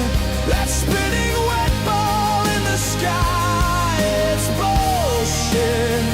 That gravity they try to justify, flat and stationary, no spin, no curve, no globe. It's bullshit, plain and simple.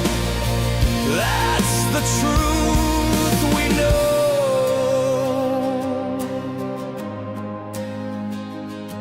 I thank you for subbing.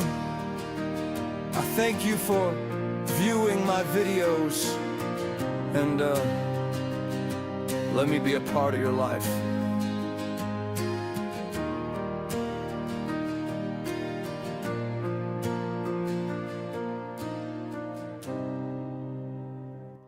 If you're not subbed to CMS, why are you not submitted? Why are you not subbed to CMS?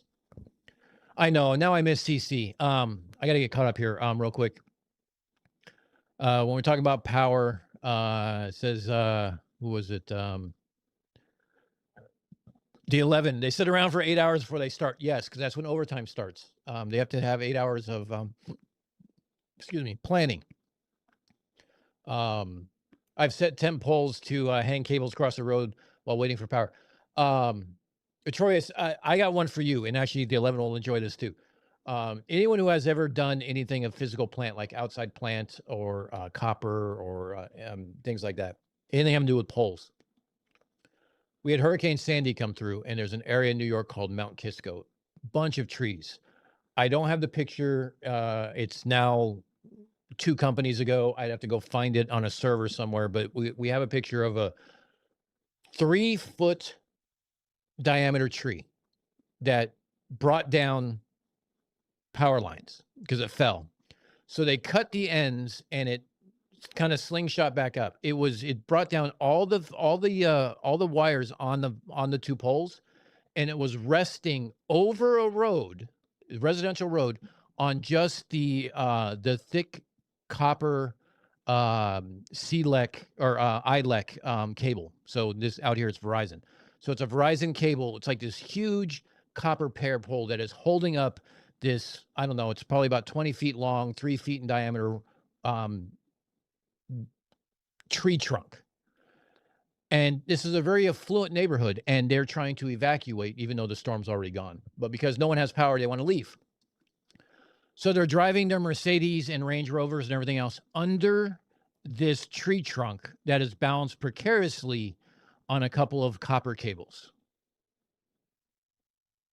Needless to say, I did not have enough time to sit around and watch to see which of the cars lost in Frogger. But I saw in the paper that one did. It was a Mercedes or a BMW or 2. But yeah, fun times. I was involved in a South African internet exchange in the 90s. Oh, cool, Greg. And nodes all over South America at the time. Been involved in design of ARM devices recently. Oh, that's very cool.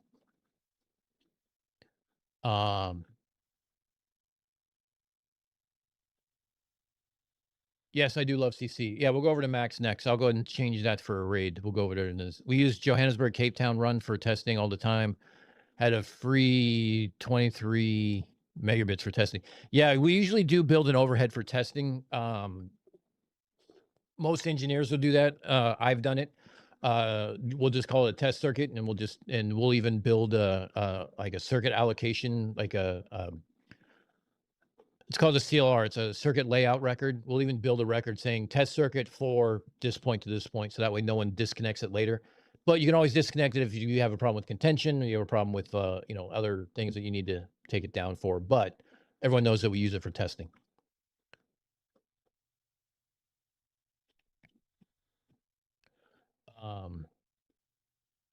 Plastic bag, Deltec, and a bunch of black tape. Yes, that is how you. That is definitely how you. It's definitely how you weatherproof your splice case during a storm.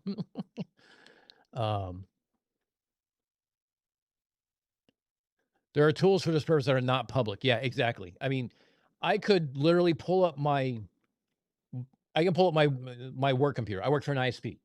I can pull up my work computer and use the tools that I have. The problem is I dox myself, and those tools are for work, not for disproving idiots on the internet and everything else. So I use public tools. This way, you all, with any sort of knowledge, can go play with them yourself also. Because just having a carrier ISP to ISP tool, like I have lookups and stuff like that I can do. I can pull up different routers that I know that are available that might respond to a ping. Just because I have ISP tools, but anybody can't use them, it's part of the they ISP. I want to refrain from having anything behind any sort of an access wall. That means that you have to be part of an ISP to be able to use these tools. So to refrain from they ISP being the actual problem, I want to use local tools. So Hurricane Electric is one of the best ones. Telstra used to be great. When I first did this, I don't know, about a month ago, it was really good. Lately, I don't know if they decom some stuff or what they're doing, but they changed a lot of their pop-to-pop measurements. It's been problems with Telstra lately. But you use what you can. Everyone's kind of got a Looking Glass. AARnet has a Looking Glass if you're in Australia. If you do a search for just Looking Glass, and don't call it Project Looking Glass, just do like Telecom Looking Glass, you'll get a shit ton of lists. NTT is another one that I was using tonight and stuff like that. So that's all advantageous.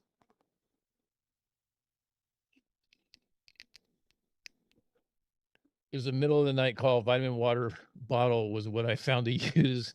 Oh no. My favorite attempt was trying RG11 to an empty bottle to float it under a bridge because I had no other way to not to cross the road safely. Oh, Jesus Christ. I've done dumb shit like that. I mean, come on. When you're in the field, you have to go full MacGyver. You do. That's just all there is to it. I'm just catching up with what the 11 said. Okay, that makes sense. That's funny.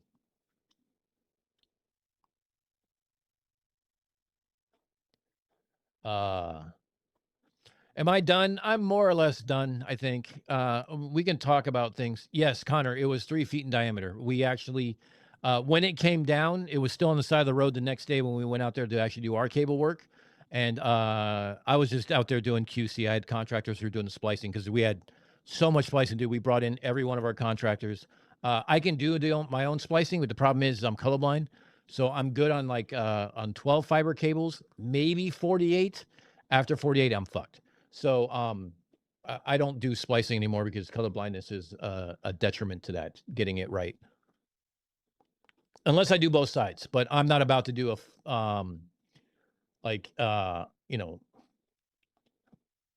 244 or 432 cable like that's got 442 fucking fibers, or even larger is 6,000. I mean, they're all numbers. I can't remember them all. I haven't done outside plant in a long time, but 432 is usually most of our cable that we have, and then I think we have a couple sections that are larger, but it depends on what ISP you're on. I don't actually say what ISP I'm with because I don't want to dox myself, but I digress.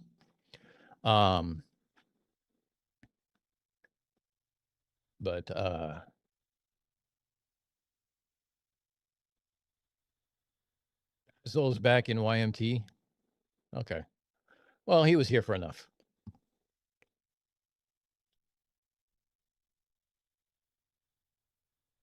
My they mug with a 1928 Masonic dialed Elgin pocket watch. Oh, hold up. Go to site. Nice. So Dougal won one of the giveaways from our 12-hour stream. And let me show you. He decided to get a global conspiracy company mug with his Masonic Elgin pocket watch. You know I'm gonna have to use this now, Dougal. I'm gonna have to use this now. There's no ifs, ands, or buts about it.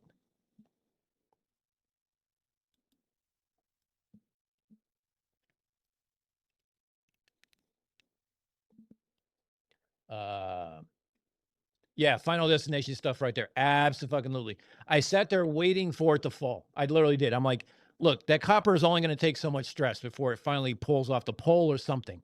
And I'm just waiting for one of these really, really nice cars in an area with a median house income of over 6 figures to drive under it and just watch it land. Hopefully no one gets killed. No one did.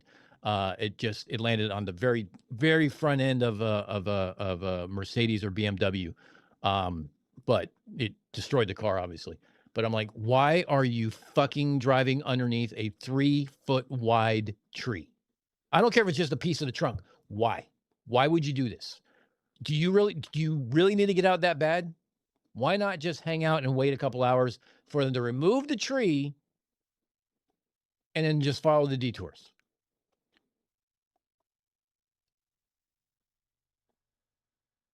If you're using IPv6, make sure you take extra packet size into account. Yes. So for those who don't know, you remember when we were doing the packet sizes or when we did the pings? Let me just show you real quick. These are 64 byte packets, so they're small. They can fit anywhere, right? That's the plus of them. But the problem is that if you just do a stream of 64 byte packets, you don't get the full throughput because you need to use jumbo frames to get the full throughput. And that's anything over 1028. I use 9600. So the larger packet sizes are more efficient use of bandwidth. The small packet sizes are great because they can fit kind of anywhere and there's little gaps and stuff like that. So that's why they're great for pings. However, it's still an ICMP packet, still low priority. Routers don't always respond. And because of DDoS attacks, some aren't set to respond at all. So go figure.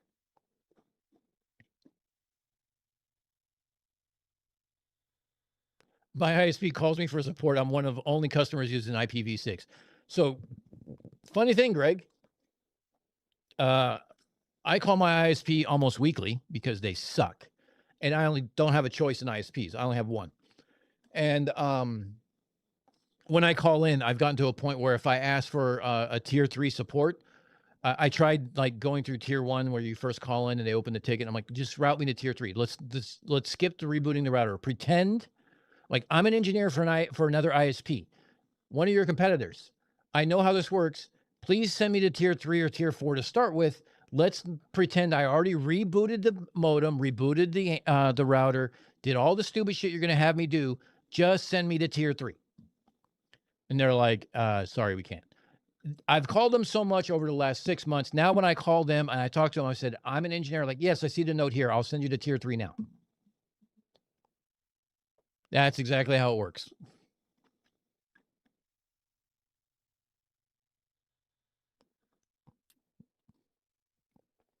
Yeah, Connor, I mean, it doesn't take a lot of intelligence to be like, maybe I shouldn't drive under that fucking tree.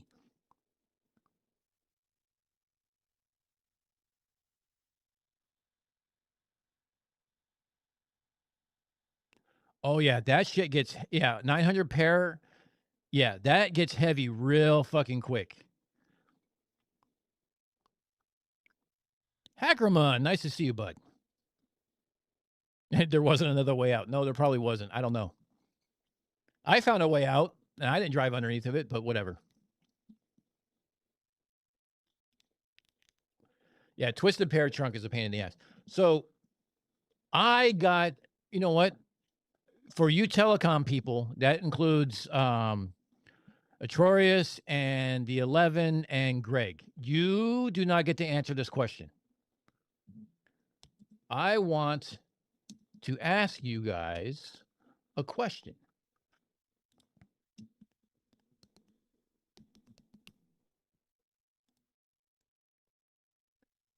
When we are talking about undersea cable,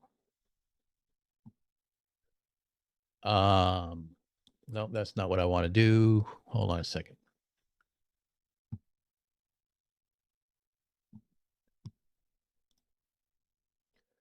Do.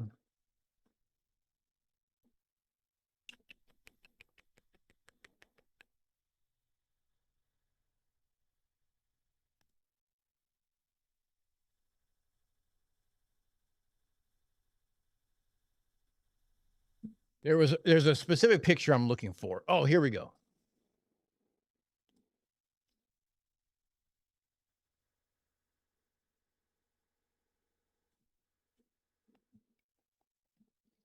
All right. Let me show you this picture real quick. And we're going to do a quick poll.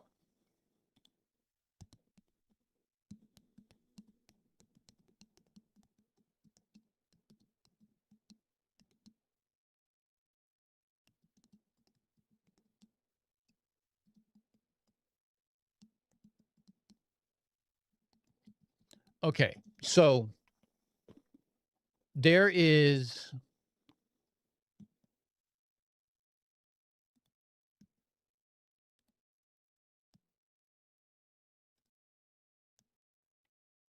okay, so you guys are looking at these pictures. I just said you a poll. So the poll is this.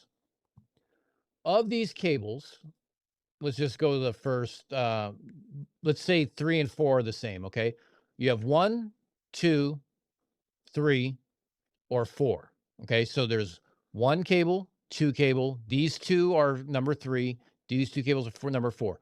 Which cable is used for deep sea trench crossing at, say, 3,000 meters or below? Is the poll. Did the poll show up?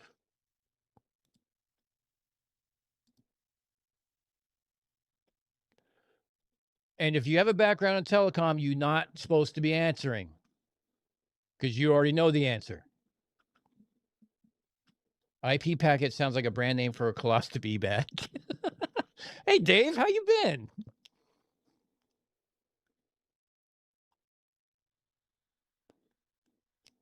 All right, how many votes do we have?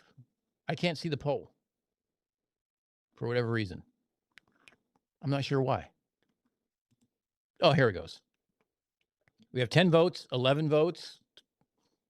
Come on, everyone vote. If you're here, just vote. Click a number.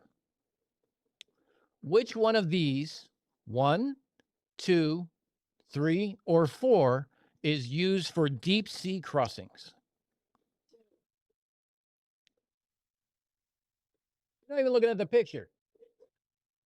You want to come look and give me your answer? Come here. Okay, everyone say hi to Liv. You're not going to go on camera? Okay. Okay, so, okay, disembodied hand says hi. Okay, so look at these. So you have 1, 2, 3, or 4. 4, 5, or 6, or 7. No, just or 4. Not 6. 6, not 6, 7. There's only 4 choices. Okay, 4. Which one of these cables is for the deepest part, the deepest ocean crossings, like for trenches, like say more than 3,000 meters deep? 1. 1? Okay. Liv says 1. Maybe that'll persuade you guys. We have 15 votes. Come on. If you're here, just pick a number. Yeah, you can say why. What do you think? Water pressure at that point is going to be absolutely insane. So the more like the thicker it is, the safer it is going to be from pressure and also. Okay, so these are steel cables and armor around it. Okay. So you think 1 because Pressure. water pressure. Okay. Hi, CK, she says. You can probably lean in. I can change it to something else if you don't want to be on screen. Hold on, let's do So that. I'm just chud right now. You look like a chud. Here, I'll just do this. Hold on, ready? Yeah. Here, lean in real quick while everyone finishes voting. Okay. Now say hi. Hi. Okay, back up. I'm gonna change it. You're gonna be on camera if you're not careful. Okay, so Liv says because of pressure, it's gonna be number 1. How many of you guys agree? Sent 6-7 joules. CK sent 6-7 joules. I like to phone a friend. So everyone says hi, Liv. Okay. So we're gonna go ahead and end the poll. You guys got a count of 5. You got 16 votes. Anybody else? Last, going once. Come on. Going twice. Okay. Here we go. Okay, so the answer is number 4. Now, the reason why it's number 4, you're blocked. The problem is, okay, so here's the thing. There's no air in these cables, right? Any air is displaced. The reason why cable 1 is actually used in the shallow regions and cable 2 are used in the shallow regions because that's where anchors are dropped. You need the armor to prevent the cables from being shredded by all the anchors. The pressure, since there's no air in it, cables 4 are used in the low depth because it doesn't matter. There's no air. There's no pressure. It doesn't cave in on itself. It is filled all the way up. Any space is filled with like this gel and everything else. So there you go. 3 is not a bad guess. CC just says bullshit. Oh, you need like It's all bullshit. that one? Is that what you guys thought it was? It's all bullshit. So if you pick number 1, I hate to take it to you, but you lost. So I just thought I'd share that with you guys. I thought it'd be something you guys might find interesting. You guys want to learn something else interesting about cables real quick? Let me transition this and I'll show you guys something else. So something else that everybody, well, especially flat earthers, get wrong about undersea cables is 1. Yes, 99% of the traffic does go on undersea cables, but there's a reason for that. And there's a video coming out on that as well. It's about bandwidth and it's about economics. That's why. You can repair a cable, you cannot repair a satellite. So, do you know how cables work? Because they can't go 13,000 kilometers without having some sort of amplification because the signal starts dying.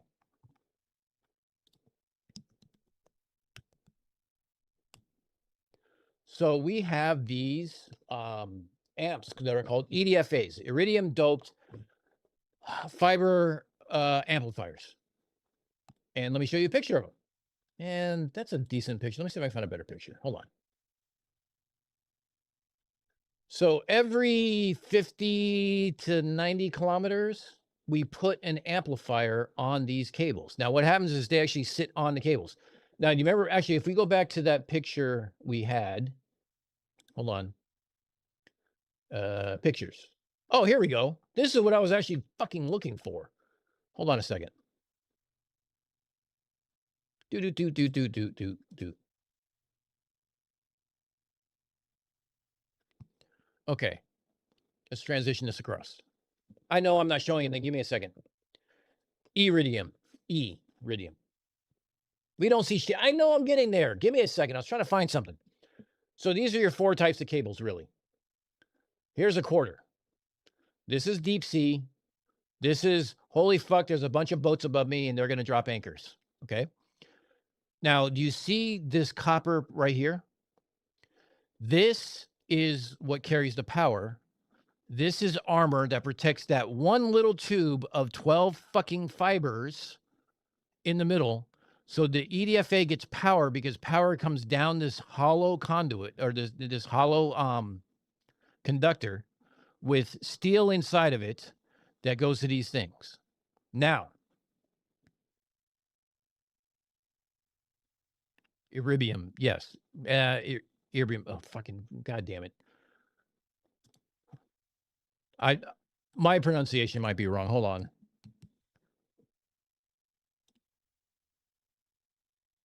Erbium dope fiber. Thank you. Okay, so I'm fucking look. We just call it EDFAs. I don't actually say the actual thing.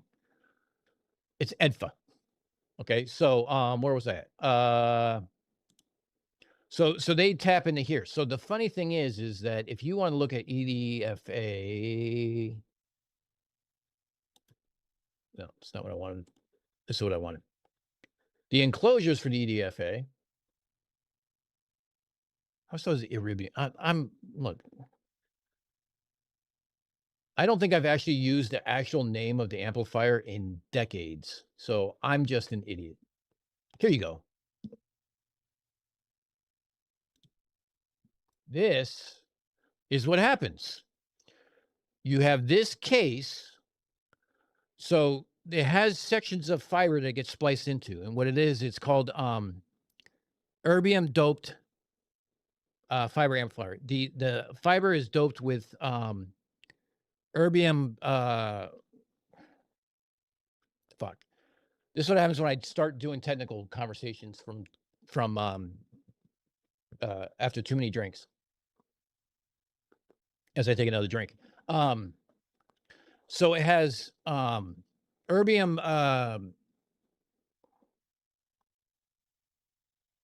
coating on it. It has it's mixed in with the fiber and everything else. So those atoms get excited by the light coming into the fiber. It amplifies the light and it sends it back out. So there's no real power involved with that except that it's for alarming and things like that. Let's take another word. Yeah, EDFA. That's what we call it. That's basically what it is.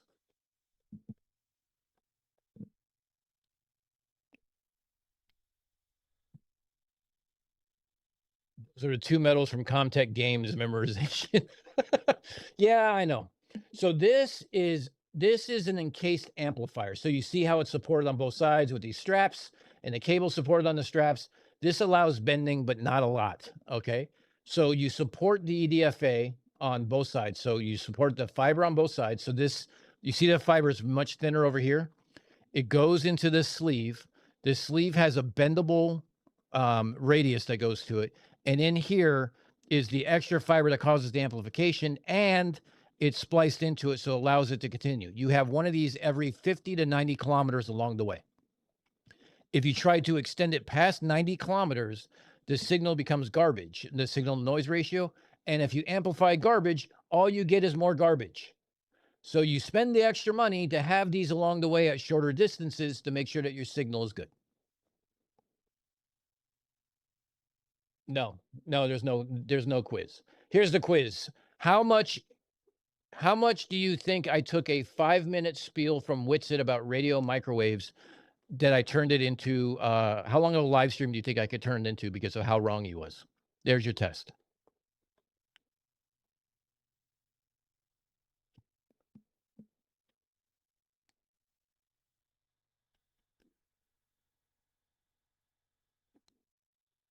If you don't have a failing grade, then extra credit's still extra credit. Damn it.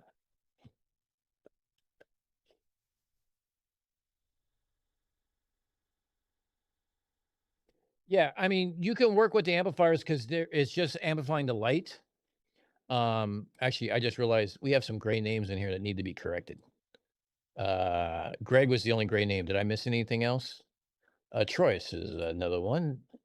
Look, if you're in telecom, you automatically get a mod. That's just the way it works in this channel.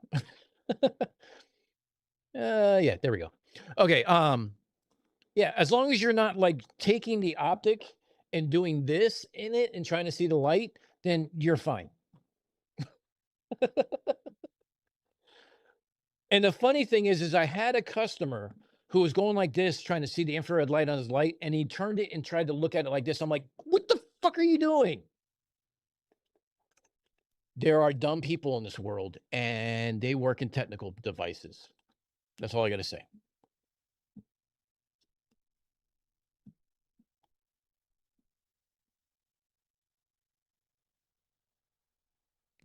Per definition, he gets everything wrong. Queet, you do not know. He did 5 minutes of radio and got, I don't know, every fucking thing wrong. He thought because it's a 1 meter. Okay, here's how dumb it is. 1,000 gigahertz, or I'm sorry, 1,000 megahertz is not microwave, it's radio waves, but 1 gigahertz is microwave. Let that sink in for a minute. And the other problem is he thinks because it's a 1 meter radio wave by frequency that it only diverges up to 1 meter when it leaves the antenna. The max it can diverge is 1 meter. There's your TLDR for the entire scope.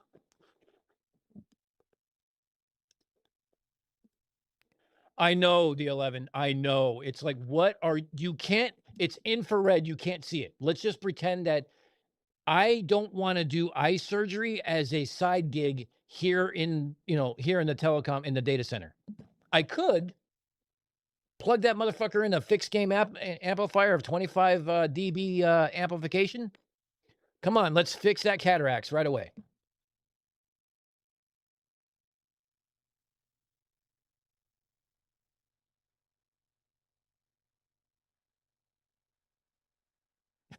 Extra credit. How long can I abuse my wrench before Dan takes it away?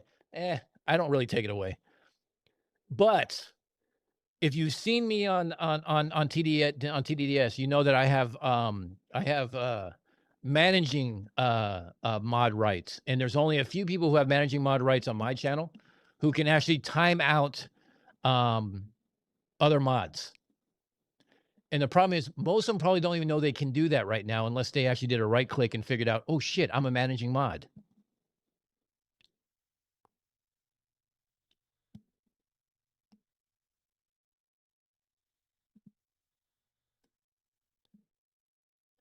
Dave, you're already up. Is an hour and a half really going to matter? I mean, come on. You sound like me when the dog gets up and has to go to the bathroom. Like, oh, fuck, 90 minutes. I think I can get 90 minutes more sleep.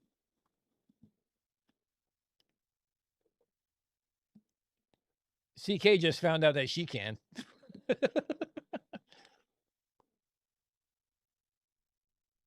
So those are going to be strand length, not sheath length, because it's measuring the actual strand itself like an OTDR. So it's a ping. So it's basically, it even includes the jumper from the fiber distribution panel where the cable comes in through all the other connections in the data center to the first router.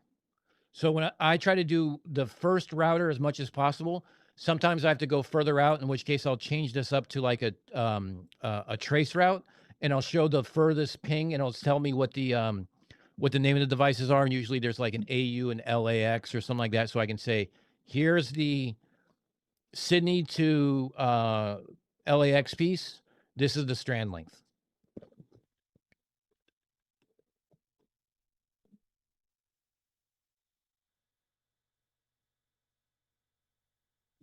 Anyone who's done on call knows how to catch a power nap for a half hour or an hour and a half, or they know that their sleep cycles are usually in 90-minute increments. Yes, as CK says, please like the stream. So that was my TED Talk on Telecom Proves the Globe today. Hopefully you guys learned something. Hopefully you guys found it fun, at least entertaining, to say the least. I was my usual F-bomb self. I think I need to design a version of this, or maybe a T-shirt that says like the 1950s mid-century modern design that I do all my shit in. Have it say like Unfornicated, like a banner, like across the corner. It says weapon of choice, and then show a bomb with the letter F on it.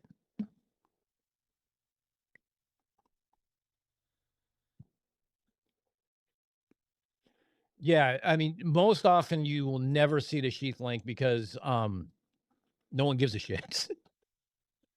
The only people who care are the people who are placing it, to be honest.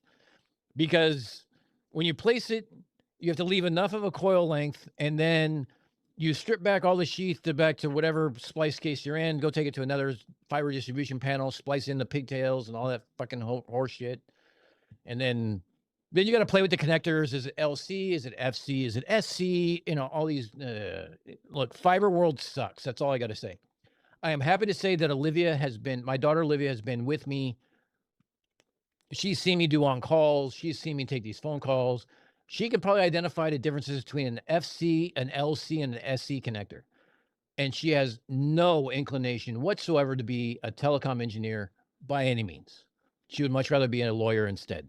What does that tell you about my choice of professions?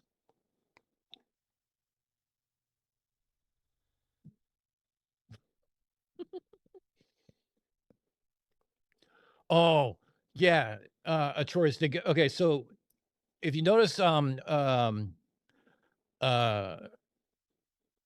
Artorius's comment about sequentials. So you mark the footage when you start pulling, and you mark the footage when you're done pulling. So you know how many footages you pulled. That includes all the slack you put in and everything else. If you forget the sequentials, you have to go hand over hand to go write them up so they get to the plans that go back to everybody else for the record keeping purposes. And there's nothing worse than being in a bucket doing this. Hand over hand, write a number down. Hand over hand, write a number down. Hand over hand. Okay, different cable. Cool.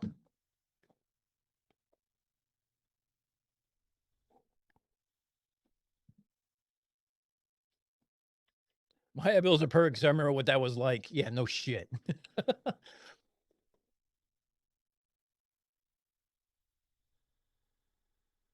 Yeah, think fiber Christmas trees.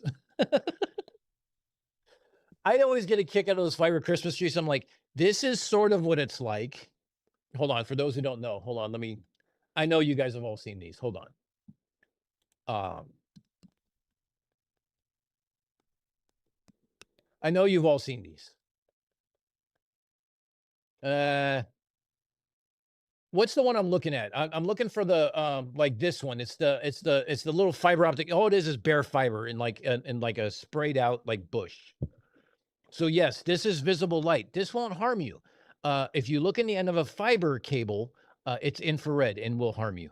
That's all I got to. That's the warning for today. That's the TED Talk.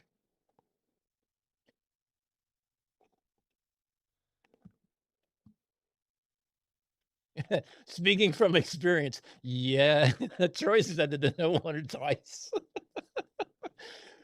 I had to send an engineer. I had to send one of the maintenance guys out because he didn't give me the sequentials, and I'm like, dude, how many footage you pull? He goes, shit.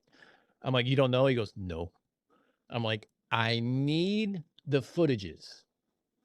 And this was the middle of winter in the Northeast, meaning he's going to have to go out in the snow in a bucket truck and get the sequentials, which are a pain in the ass. Because I need the footages. Now, he rightly asked, can't I just use an OTDR and get the footages? Yes, if that was the only cable we placed. But we placed multiple cables, so I need to know which one's which. Because A, we had a problem with one manufacturer cable. The gel that is inside the fiber tubes that it takes up the space had too high of a water content. So when it was freezing in the Northeast, the water in the gel would expand and would actually pinch the cables and cause attenuation to where if I'm looking at the OTDR, it would drop by like 3 or 4, 5 dBs as the signal is going out because the water was pinching the fiber. And the second reason why we needed it is because, well, you never know what kind of shit you're going to get. The biggest cause of overtime in the fiber optic world, actually, hold on. The same 4 guys don't get to answer this. We're going to do another poll. I want to know,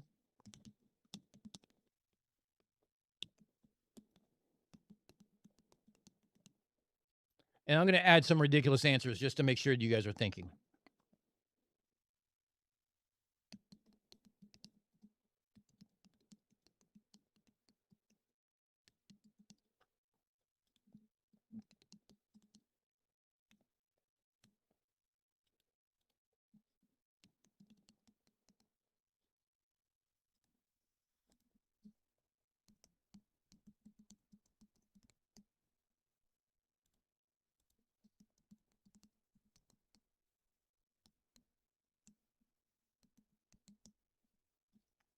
We're going to start a poll.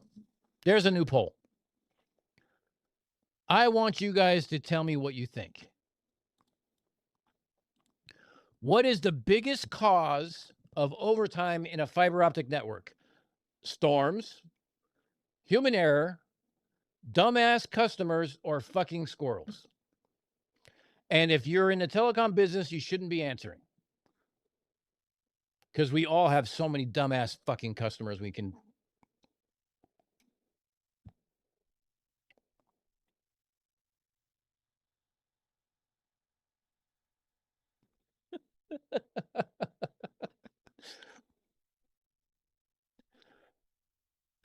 Well, 11, I'm saying human error, meaning employee error. Let's say coworker error, okay? ISP error, human error, not hands in a plant. That's what I'm talking about. Human error is hands in a plant. Does that make sense?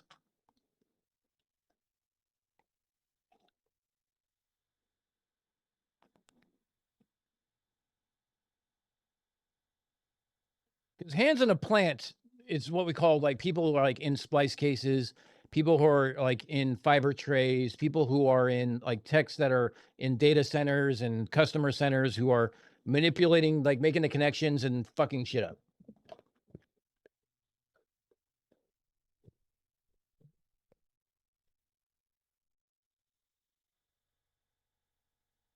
Well, you're not wrong because the fact of the matter is, if you actually see,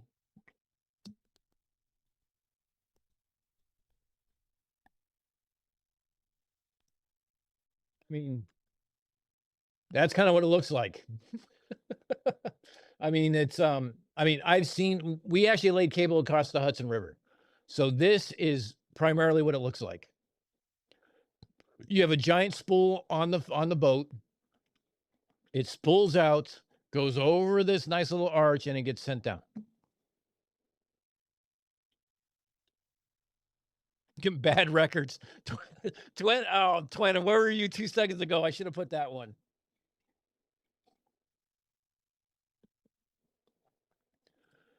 The answer is squirrels. For some reason, I don't know if it's the EM field or what, but a squirrel will, one, they dig into the fibers because they take out the insulating strands for their nest. And two, for some reason, I don't know why, if it's the EM field or whatever, they only chew lit fibers. They don't chew the fucking dark fibers that has nothing on them. They chew the fibers with light on them. I don't know why.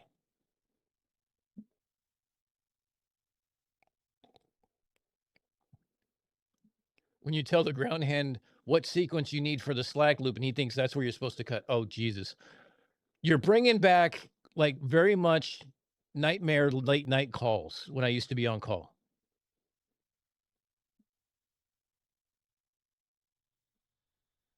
Scary time. I just put a comment about squirrels.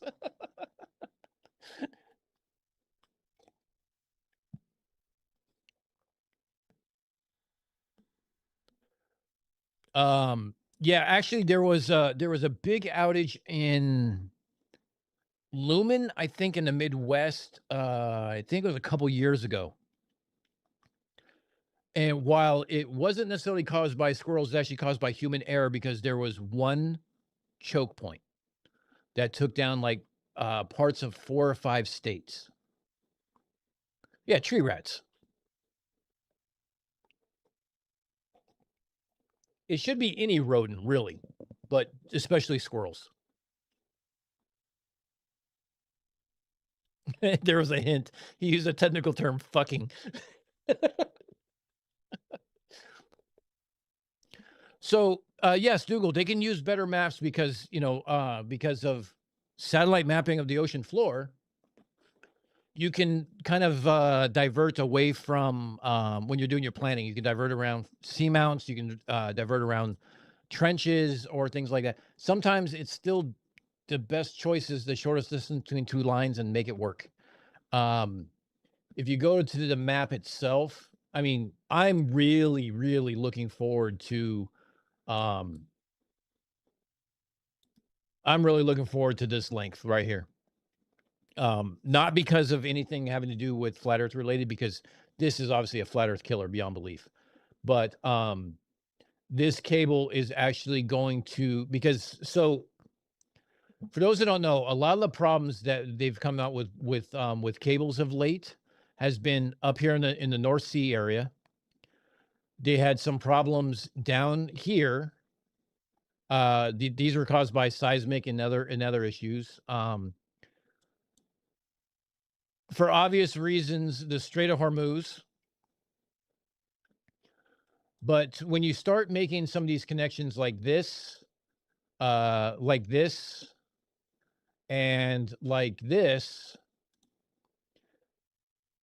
kind of connection here. So this is all Meta, by the way. This is an around the world cable by Meta. So Facebook paid to have this cable put in. It is 50,000 kilometers. It's not in yet. This is still in the planning stages and everything else. This is basically connecting Alexandria, Virginia, I think. No, this is Georgia. South Carolina. South Carolina to LA. Around the world.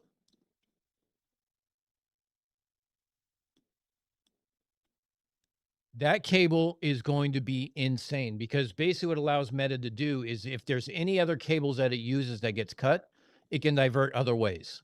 Because the biggest problem with undersea cables is that China and other countries have shown that they have drones that can cut cables. And when you cut cables, you can isolate a country from having information, especially if they don't have satellites. And oops.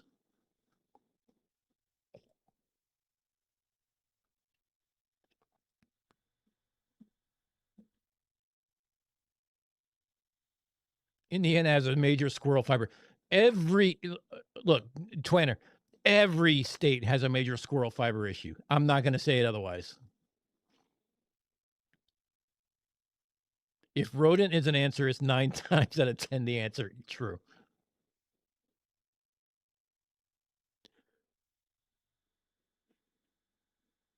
Oh, yes, we're doing quizzes now. Who was CK talking to? Aldebaran. Where's Aldebaran at? Your clone is in Max's channel. Okay. The 2 times my fiber went out was a snowplow. Oh. How the hell that happened? Did he take out a pole or what?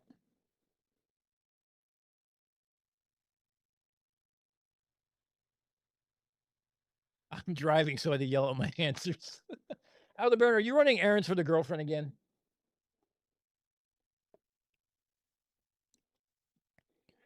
In the fiber tech lab.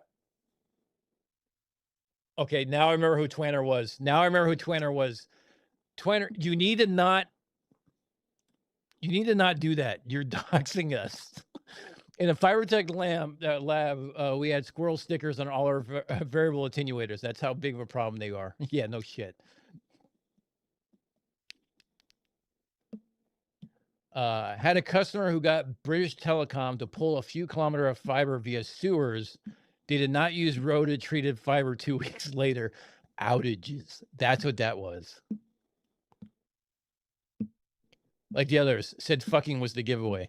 I thought dumbass was nice. I should have done it the first 2 and I didn't. But okay, here on out, every poll, the answer is going to start with the F word. That's just the way it is, because F bombs are how we roll in this channel. Twanner knows that because he's been on calls with me when I've been dropping F bombs.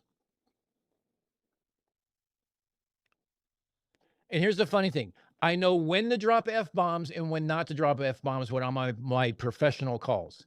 If it's Twanner and if it's me and Twanner, who goes by Sam, if it's me and Sam on a call, I can drop all the F bombs in the world because, well, that's just who we are.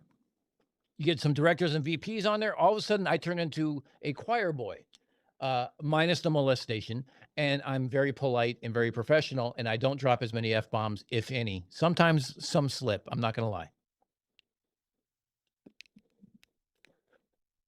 Yes, Sour Pounder. The cable is mostly made by Corning. Yes. Yes, Google's doing 2 major ones. Google is doing this one here. And they're also doing this. No, that's Subcom. What's the other one that Google's doing? Twanner, what's the other one Google's doing?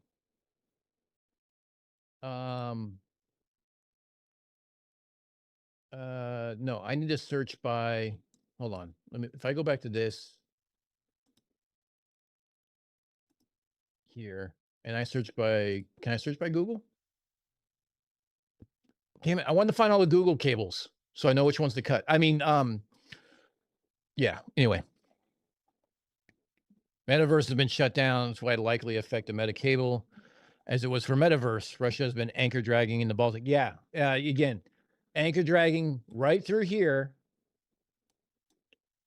and isolating basically, you know, Finland, Sweden, and Norway and stuff like that, but that way. Max, I was going to raid you, but by all means, go ahead and raid me. I'm cool with that. I can sit around. Let's see what chat wants to do. I'm cool with it. I'm not going anywhere.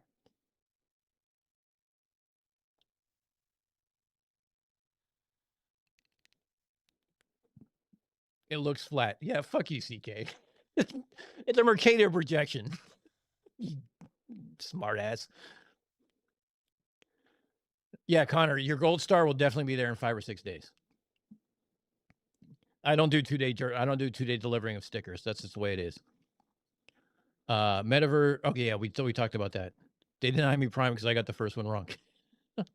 Leave us Hoosiers alone. Hey, look, CK, you Hoosiers won. You had a nice new design on a fucking state flag, and you guys screwed the pooch and said, no, let's go back to the old ugly one. Okay, that's problem 1. 2, get your squirrels under control. Well, actually, no, don't, because we need the OT. I don't because I'm salary, but whatever.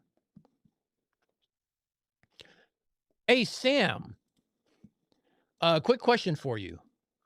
You and I gotta have a call later on because I have some ideas and I need to run them by somebody I trust. So I'll have a call. You free tomorrow? I hope, because I need to have some one-on-one conversations about what I'm planning here, and I need some buy-in from your group. Plows take out the peds. Oh, the pedestals? Yeah. Plows are notorious for taking out those little green boxes on the side of the road. You'd think that, you know, the problem with the Northeast is that there's too much snow, and they kind of bury the. You'd think somewhere along the line that plows would know how wide the road is, but for some reason they don't.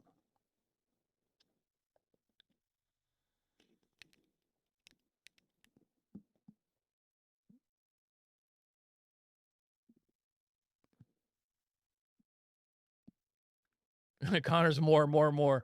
America, India is the other one. Oh, wait, hold up.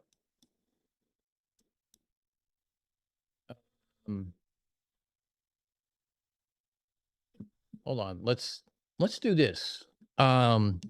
New Google undersea cables. Let's see what AI has to say. The Soul cable.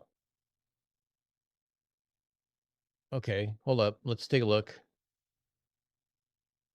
And here's the funny thing. If I was wrong, Twanner, who's here, who would have corrected me right off the get-go, because he's actually like more technical than I am. He's the guy I go to when I have harebrained ideas.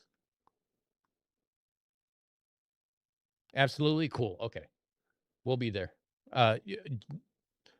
Do me a favor, shoot me a Teams message when you're free. I don't know what your schedule's like, but I don't even know what mine's like, to be perfectly honest.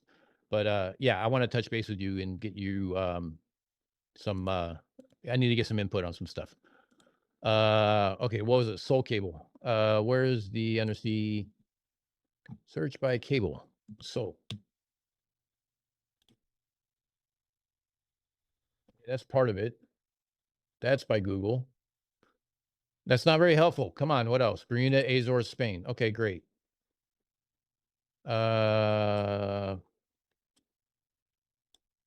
US, India, undersea cable project. Oh, Google. Okay, Meta's. Oh, hold up. Okay, that's the Waterworth. I think that's the one that we pulled up was Waterworth, right? Where was that at? Was it here? Yeah, that's Project Waterworth. Okay. And what was the other one? Yeah. $15 billion investment. Oh, AI. India to Singapore, India to South Africa, India to Australia. Okay, I already knew about this one.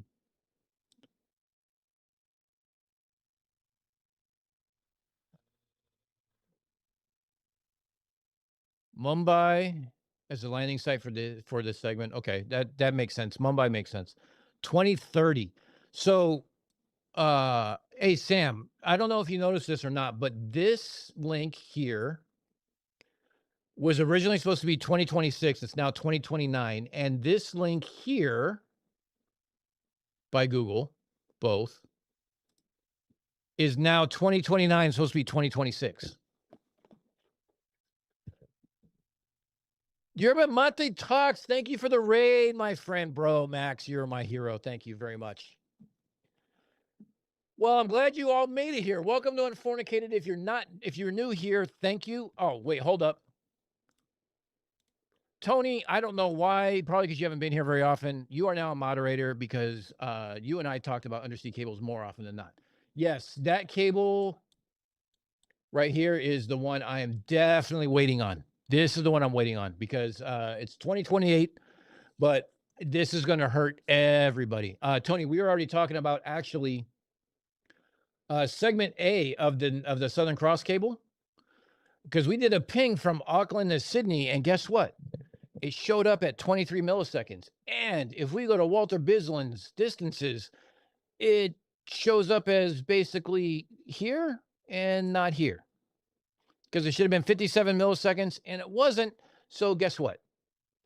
Earth's a globe. Merry Christmas. Yes, Humboldt, yes. I'm the only person from the Max stream that will super chat. The rest are cheap bastards and make me a mod. Basil, if you know what, you behaved well earlier. You're back here. Max, how did Basil behave on your channel? If Max, are you still here?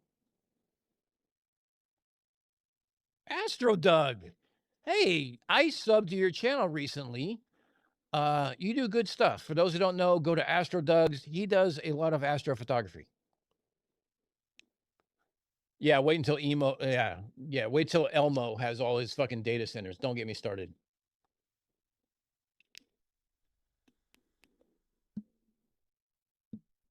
He doesn't deserve it. Or hey, look, people are calling out. People don't deserve it. So for those who don't know, PhD Tony had undersea cables under his with his railroad lines and a couple other things.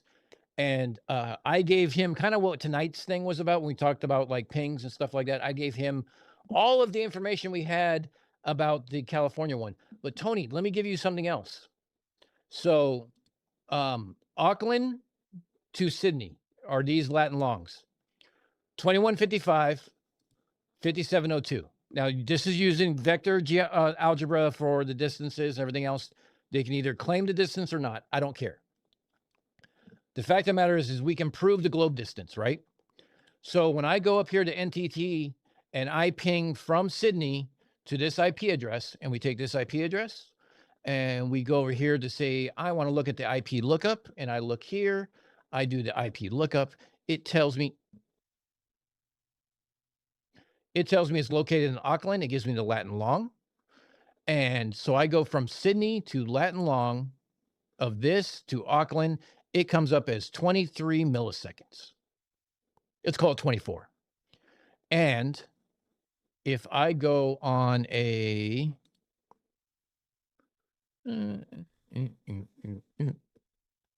hold on.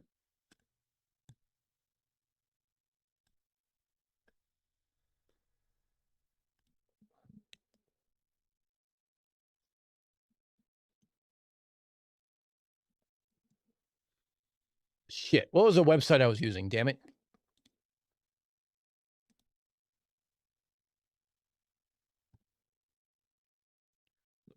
Looking glass, power cables. No, that's not. That's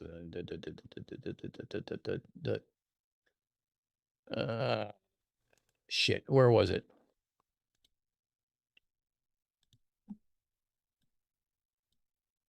That. No, that's the chat. Nope, it's not that. Oh, here we go.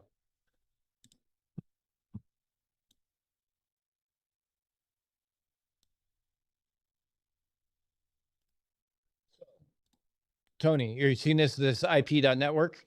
So the distance is basically 1 millisecond per 100 kilometers. Okay, so if it's on a flat Earth, it should be 57 milliseconds.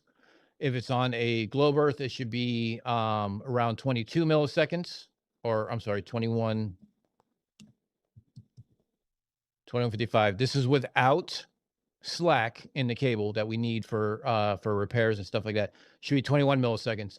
And when I go through and do a ping from Sydney to Auckland, I get 23 milliseconds. Globe confirmed. Merry Christmas. Yes, it goes direct. It goes right across the abyssal plain between Auckland to Sydney.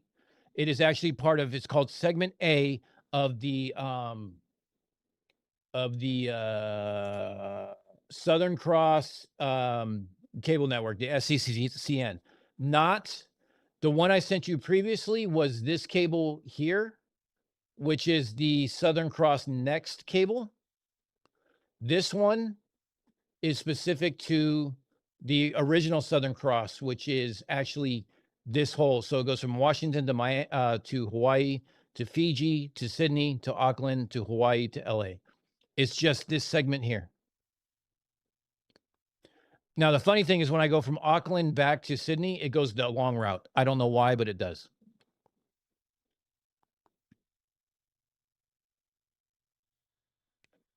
Yes, he is a very generous super chatter, and he does bring up some questions that I don't mind answering. He asked about FTFE, about whether or not he would understand navigation. If he was an officer, he'd stand OOD. If it's not, he was also, he took his dolphins, which means he had to stand watches at all these other different watch stations to be able to earn his pin, which includes navigation. So he brings up valid questions. I do admit to that. And it's why he's not, look, we had a little connection over the Navy because he spent time on the Nimitz. I spent time on the Kitty Hawk. We were able to do things. Basil, did you cross the equator on the Nimitz or no?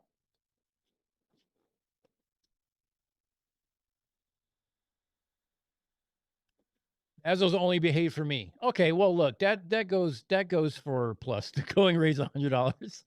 Look at Max making sure I get my pockets padded. Look at that. I was fine. He was fine. I'm used to him. We have a real relationship, but he does support the channel. Yes, he does.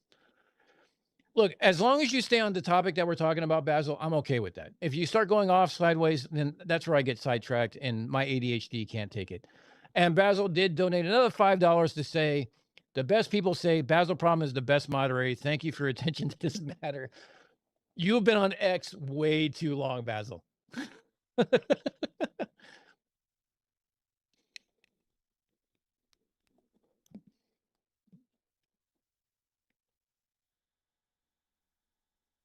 So Tony, here's the thing though.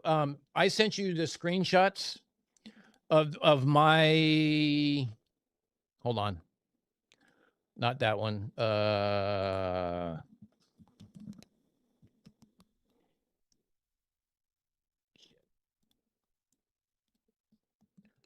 So I sent you, I can't fucking spell today. God, this is what happens when you have too much rum.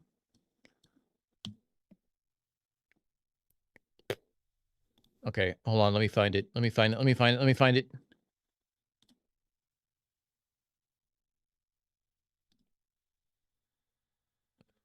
Stop. Here we go. So I sent you, Tony, I sent you my screenshot from Telstra. Telstra has actually changed their interface recently. I don't know why, but they no longer have all the pops listed that you can do. So I use NTT, which is a looking glass, and I use HE, Hurricane Electric. But just use the ones I told you. I mean, other people can use it. They can use other looking glasses. They can find the information for you. So same applies. They still can't answer why the latency is less than what it should be. So you did cross the equator near Singapore. Okay. That's right. Yeah, we were talking about some of the, oh, wait. I have actually a shellback shirt, and I still have my, I have my, my certificate somewhere. I think it's in my closet or the garage. I'd have to go look for it, but yes, I still have my My shellback. Yes, Tony, I was a cryptologic technician. I specialized in radio and satellite communications for signals intelligence. That was my background.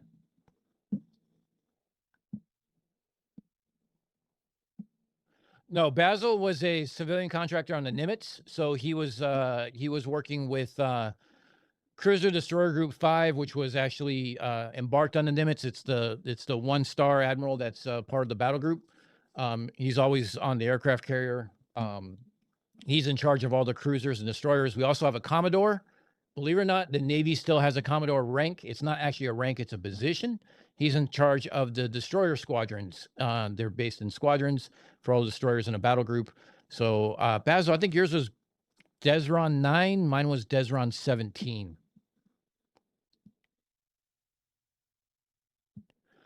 Tony, if you want to get together on Discord sometime to redo that, I'm happy to spend some time with you and go over it. Just let me know. I'll make time for you, whether it's early morning, early night. It doesn't matter. I want to make sure you have your stuff right the right way, because you actually go against these idiots on Discord. I don't have the patience for them. Anyone who's watched me on Whatcast know that I start losing my patience quick. And no one wants to debate me anyway. They can come here. I don't mute shit. We can have a conversation. Nobody wants to come over here. I don't get any flirts, which is fine. I don't give a shit. Because you can't deny the fact that radio proves on Earth, satellite communications mean being able to talk from a satellite that's geosynchronous from the Indian Ocean AOR to San Diego, and use a Stu 3 phone call or use a handset for a radio on SHF. How does that work on a flat Earth? And I can't not, and why BBC in Melbourne, I think, puts out at 55 kilowatts and cannot be heard in LA with a clear line of sight, because the free space path law shows that it should be well within the receive levels of anybody with a radio. Yeah, I know. You and my patients both. You thought we got a bucket of seawater poured over you for your first crossing. You wished, we wished that's all it was. Hold on. Wait. Let me go find my cruise book. Hold on.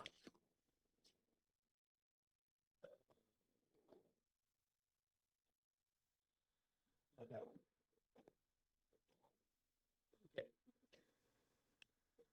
For those who went to high school, in the Navy, we have these things called cruise books. Cruise books are like a yearbook for a deployment. It's 6 months of hell that you spend with 5,000 of your closest friends. And it has pictures of like the ports we went to. It has pictures of our CO. It has pictures of all 5,000 people on the ship, and everything else. So, I was on the Kitty Hawk. That's this big. That's this big boat here. No, whatever. I give up. So this is from 1998. Here's the squadrons we had on board. Let's do it this way. Here we go. Westpac. New arrivals, homecoming. Where is... I'm trying to see. I think there's a section for when we actually cross the equator. I got the advantage actually as a 18-year-old kid, 19-year-old kid. I got to meet Margaret Thatcher. She came to the ship once. I got to go to some really cool places like Singapore, Hong Kong, places in the Persian Gulf, Australia, Japan, doing everything along the Westpac area. Sorry, I'm just flipping pages. I'm trying to find the crossing the line ceremony. Oh, Marine Corps birthday. That's always fun. Let's see. Is this Tasmania? For the Aussies that are in the chat, my favorite stop was actually Hobart, Tasmania. You can hate me later. My only other stop was Darwin and Perth. So you can imagine why Hobart was my favorite. It really is a big 60 boat. You want to know how we test jet engines on an airplane or on a boat? You do things like this.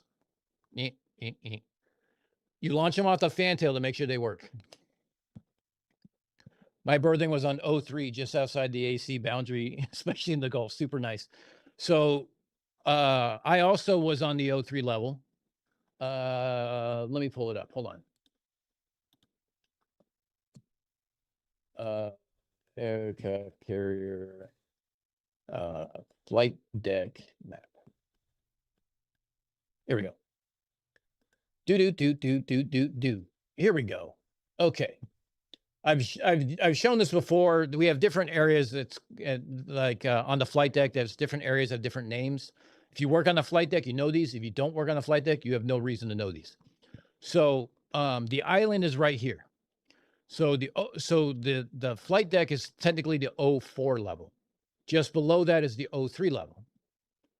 So the 03 level is just below the flight deck. My office was right around here. My berthing was right here underneath the water break from I was under catapult 1. I was over here. Wait. I was on the left. So no, I was under catapult 2. I was under here. So my berthing was right around this little red mark here. My office was right around the start of the crotch. There's a little sponson right here. That's where my office was right here. You walk out of my office, you walk out the door, and you go on the gangway. And actually, hold on, let me show you a picture. I'll show you the exact same place it is.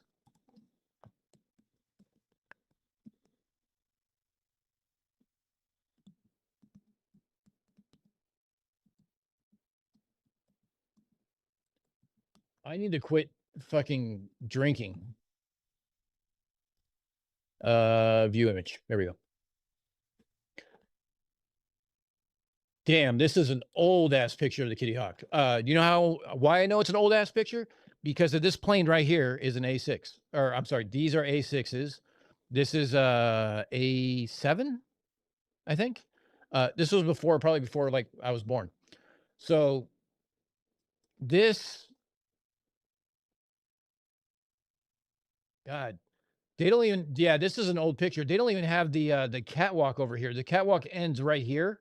The catwalk actually extends here. They don't even have the, oh man.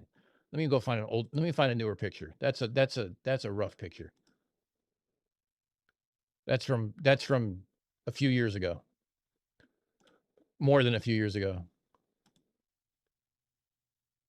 All right, that's more. So you saw that first picture. We have this little nipple on the front. Yes, it's called a nipple. This is for training aircraft. We actually had 2 of them after a while. And then after I left, they got rid of both of them and they had none of them. No, it's the same picture. We don't want that one. God, same picture. What the fuck? Oh, this has got F-14s. All right, here we go. View image. So my berthing was like right here, right at the bottom of the 6. And my office was right outside this sponson, right at this door right here.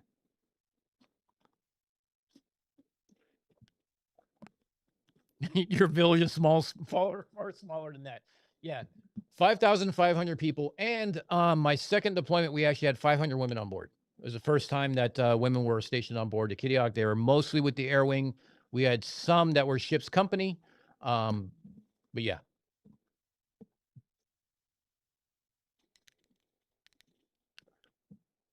Mr. E-Man, thank you, my friend. You're actually right. If a flat earther come here, they might actually learn something. They're not interested in learning. That's probably why they don't come to my channel.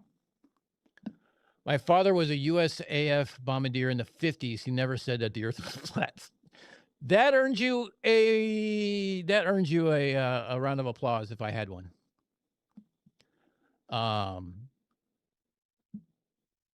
earthers would avoid channels. They know what they're talking about. Yeah, probably. Aircraft carrier has about the amount of people who live in the town near me. Wow. Yeah, 5,500-ish. It fluctuates.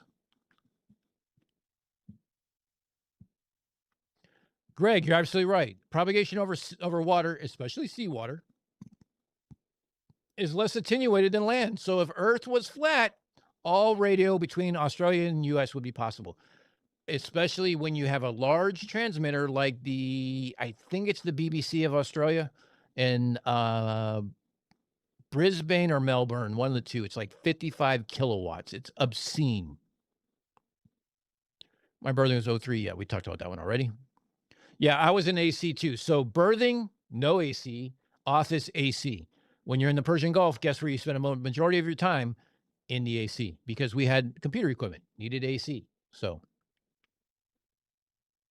I know the crotch for different reasons. So actually we can, if you guys want to hear some stories, we can do some stories. The A6 was a fine aircraft, 30 years of service. Abso-fucking-lutely. I actually loaded crypto in the EA6B Prowler because they were part of the SIGINT and electronic warfare. I did not really interact with the A6 too much, but I do remember seeing when I was in the Persian Gulf, right after it was during Operation Southern Watch, after the Persian Gulf War technically ended. We had an A6 loaded with so much ordnance that the wings looked like they were bent downwards. They were up to go drop some kinetic sanctions on some targets of Saddam Hussein at the time.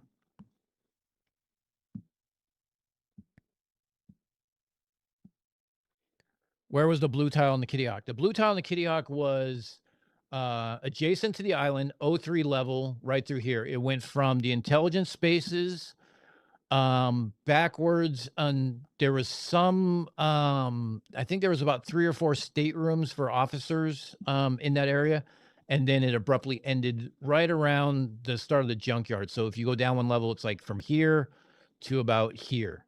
Now the funny thing is my office is way the fuck up here, but we had one P-way, one passageway in the blue tile area, which is it's where the captain is. It's where the captain goes to the island. The CAG who's he's in charge of the entire air wing and air ops, the air boss and stuff like that. They're all in the island, and their staterooms are underneath the island, and the area right around there is all blue tile, and you had to make it look nice and shiny and bright, and all the knee knockers had to be sanded, spotless, because it's the CO. But it was a small area, and that's where the admiral was. That's where everything had to be spick and span. It was a fucking nightmare. So we had to go from all the way up here, and you had to go like walk down, walk across, walk down, go by the escalator that was right around here into the blue area. We were really good friends with the ISs, or the intelligence specialists, and the intel spaces, so we'd borrow their buffer. Otherwise, we had to take our buffer from all the way up here, all the way down there. It sucked.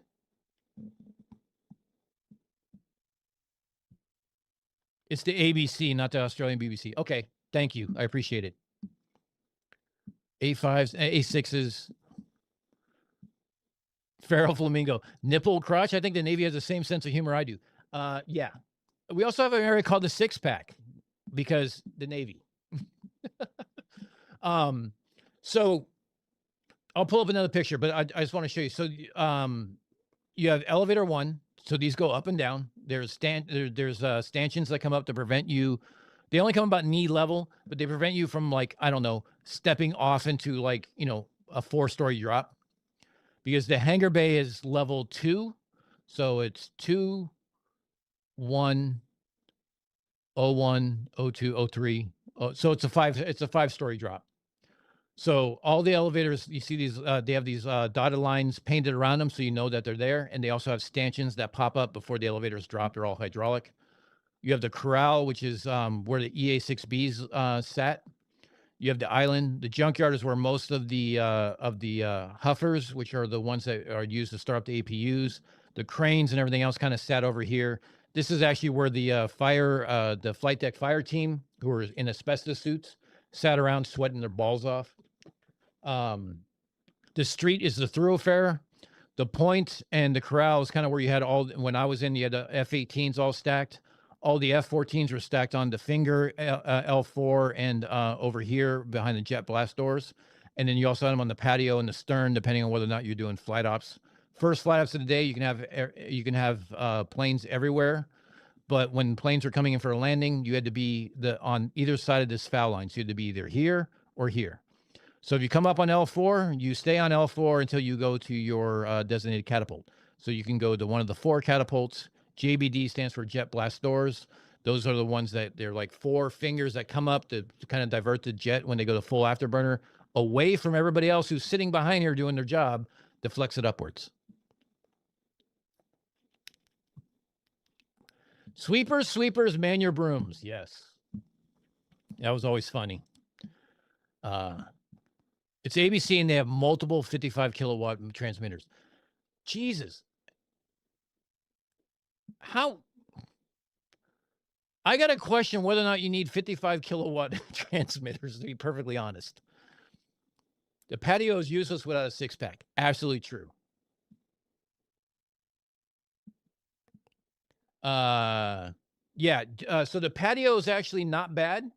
The problem is you have to enjoy the taste of JP5, which is the jet fuel that we use, and it gets everywhere. You have an oil taste in your mouth for about 6 months because you don't get it for the first month that you're there, and it lasts a month after you get home. Everything tastes like JP5. It's just, that's the way it is.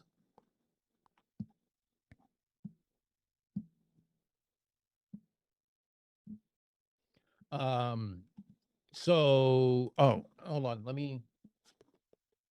I want to go back here real quick.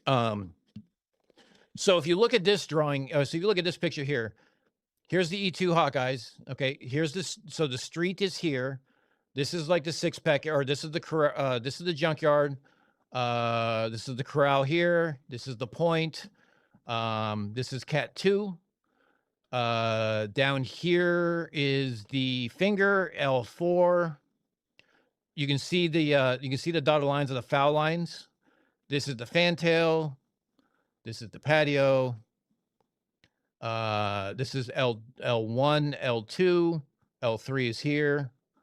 Here's your jet blast doors here, here, and here. And here, God, this is a shitty picture. So this is wire 1. No. Wire 1, wire 2, wire 3, and wire 4, this thing is under here.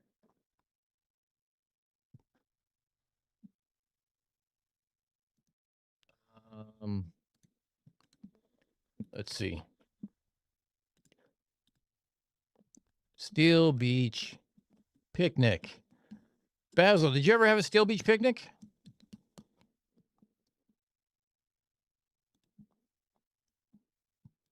This is a Steel Beach picnic. Let's see. Fun and games. This looks like a crossing the line. Let's see. All the food is brought up. We actually had a basketball hoop on wheels that we stored in the junkyard. It's stored way back here. We would wheel it out on Steel Beach picnics and we'd play half court basketball. We played football on non-skid. You don't want to fall. It hurts. These are lineups for food. We'd bring food out. We'd also put up toolboxes with a tarp for little kiddie pools.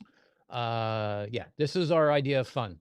Did not do a lot of swimming in the Gulf. They don't necessarily throw cargo nets over the elevators anymore. They used to do it like in the World War II through the 70s. But, you know, the problem is you have to have people on the elevator that's lowered and on the flight deck with, well, rifles because sharks are a thing. But yeah, that's Steel Beach picnic. Tomcats is interesting in that picture. Let's go back to the picture.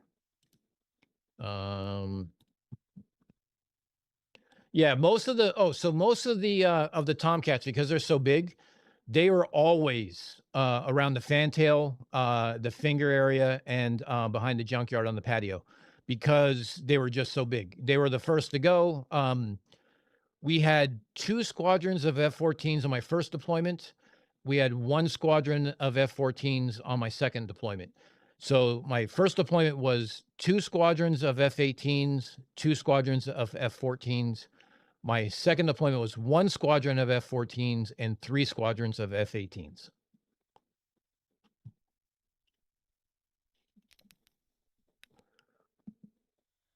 I eat napalm in the morning and jet fuel for dinner. Good morning, Tori.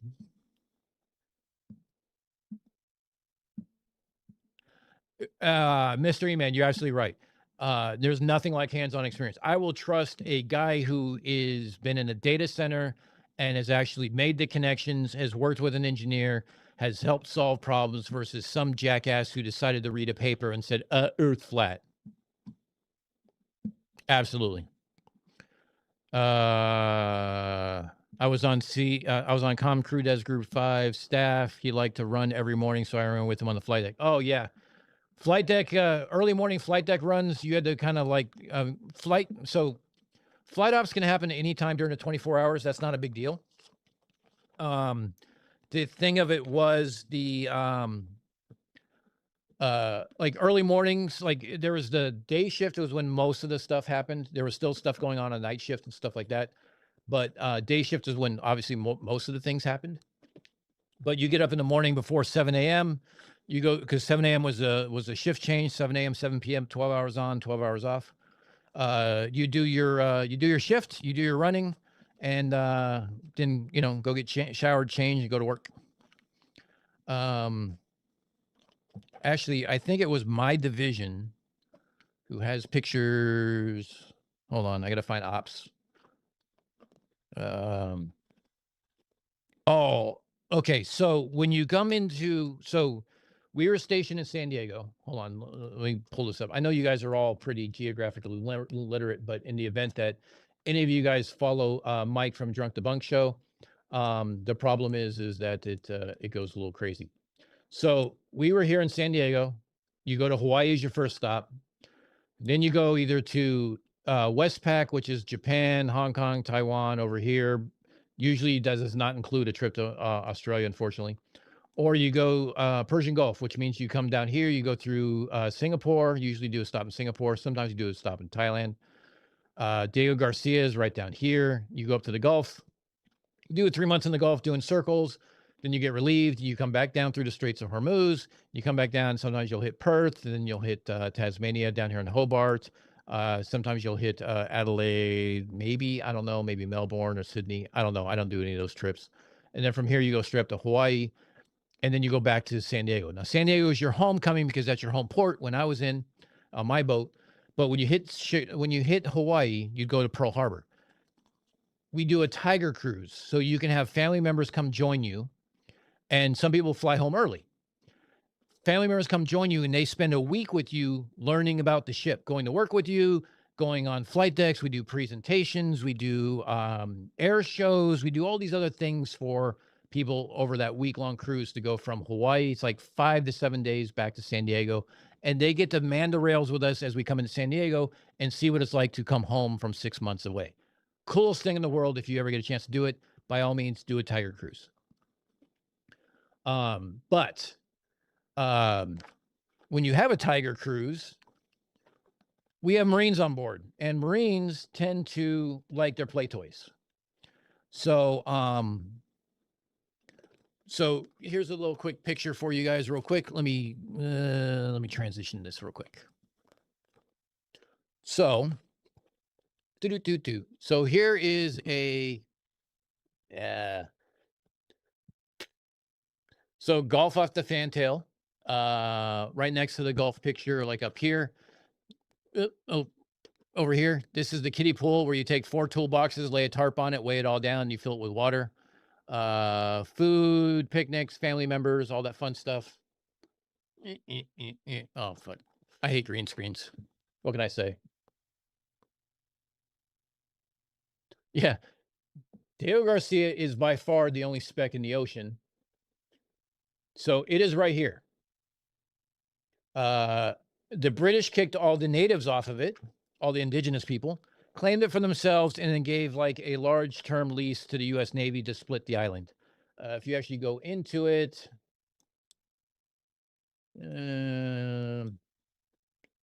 where is it? This one? Let's just do this. Here we go. Oh, I wasn't that far off. It's right over here. So here's Diego Garcia. Here's the airport. Here's base. It's open over here. There's a big ass port here. If you go over here, let's see. This giant circle you see right here with this little white dot in the middle. Oh, wait, shit. Sorry. Hold on. I was getting there. The toolbox kiddie pool in the 40s. Yeah, that makes sense. It really does. Oh, Chris Croft coming in with the 50 kilowatt transmissions. Oh God, this is gonna be home. These are gonna be huge. Hold on. All right. I'm not even gonna try to pronounce these sounds. Southern Regional, New South Wales, 255 kilometers west of Sydney. Bald Hills in Brisbane. Ayr in North Queensland. Mount Doe, Northern Regional, NSW, 420 miles northwest of Sydney. Holy shit. That is a lot of things. Okay. So here's Diego Garcia. It is basically a giant horseshoe. Here's the big ass airport. It's military and civilian, but it's only military bases there. So civilian aircraft are usually contracted by the military. Merry Christmas. There's no reason for you to go here unless you're military. Fun thing is, if you're stationed in Diego Garcia, you get to wear shorts as part of your uniform, but I digress. Only during the summer. Do you see this giant circle right here? It looks like plowed grassland with this white building in the middle. This right here was the old HFDF high frequency direction finding elephant cage that was right here. Whoops. And this was the building. This thing is absolutely huge. Now they don't do this HFDF elephant cage anymore. Now they use interferometry to basically do the same thing in a lot smaller footprint. Basil for $5 says, I had my brother come out for the Tiger Cruise. He thought it was awesome, but was glad to disembark after a week. Yeah. A week, you get a good taste of what life is like when you hear all the bells, all the announcements, all the drills, the calls to eat, the calls to church, when smoking is available on the fantail or on the sponsons, when the smoking lamp is lit, when the smoking lamp is out. When you had dog zebra, which is when all the red lights are on and you have to practice light discipline, they get a taste of everything in that week. And usually, if you thought about enlisting after that week, if you were on the fence, you would not enlist afterwards. Some people liked it. Some people didn't. It was actually really cool. Can I go there with my old military ID from the 90s? No, Stanley, you can't, unfortunately. I don't know. You might be able to talk to the Brits and let you in. I don't know. Man overboard drills. Yeah. Crop circle aliens. You're not lying. Yeah. So basically it was two different antennas. There was the big one that was on the outside. And there was an interior ring that you can see right here. So basically what this allowed them to do is they would receive HF signals and they can tell by where it was coming in on the circle what its bearing was. So it would give a line. So because of where it's located, it would give a nice line of bearing of saying Iran, right? Of saying where let's say we were looking at Iran, we were trying to figure out where some of their HF transmissions coming to, whether it's command and control, whether it's over the horizon radar, whether it's anything. They could give us a bearing to Iran. And then in Suda Bay, Crete,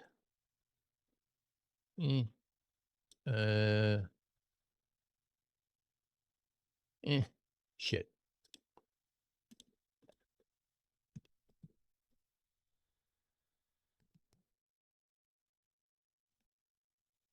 It's right there.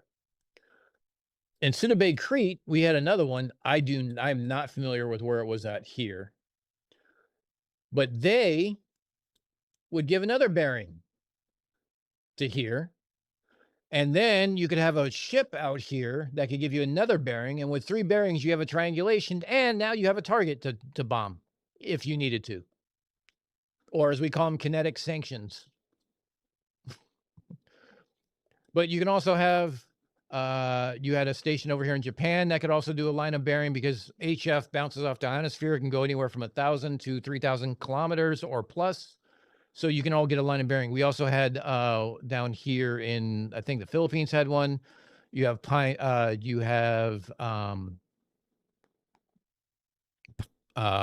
Gap down here in Alice Springs. Ships all through here. You have Rota, Spain. That could also give you a line of bearing. You also had one in Italy to give you a line of bearing.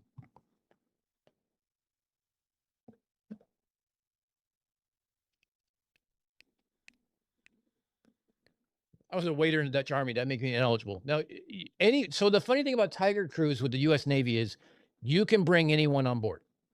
Generally, they like to keep it to family members so they get an idea about what you're doing and stuff like that. But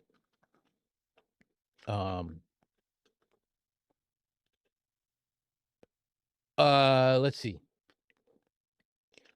You guys want to see pictures of homecoming, or do you want to see pictures of crossing the line? I'm trying to find me on crossing the line. CEOD, weapons, training, supply.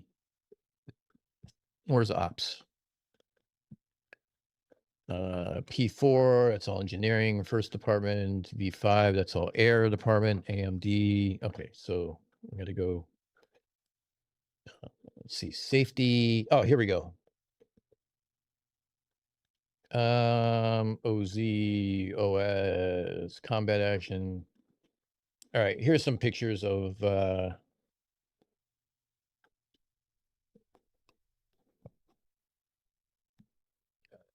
see, I'm gonna cover up some names. If you guys, here we go. Let's transition back across. I'll show you a couple pictures of crossing the line. Yeah, Neptune's belly. No, we did not have Neptune's belly. So there's one picture across the line. It's gonna be this one right here. Nope, didn't like it. Here you go. Oh, it's still not gonna like it. Man, my webcam does not like things from too close. Here you go.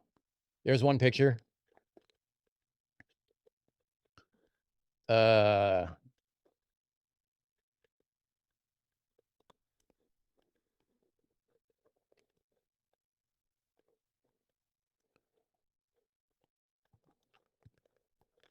Here's another picture right there.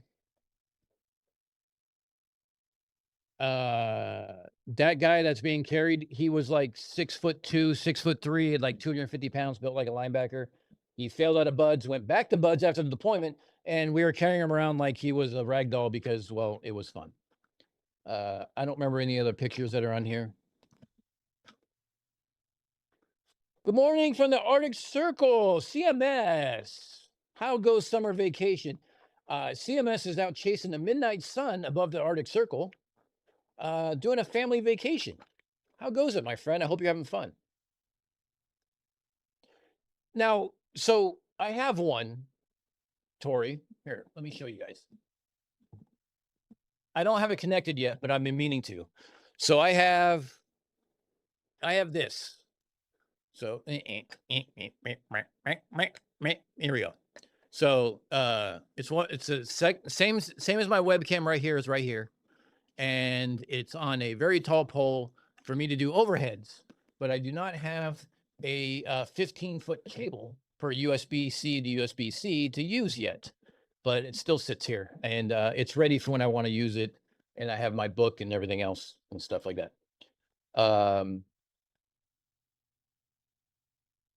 You guys want to see a homecoming?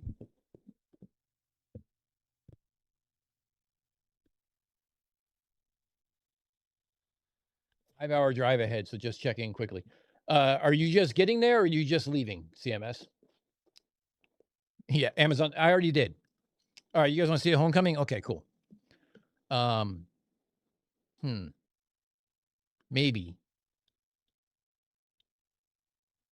We're gonna do something a little special here.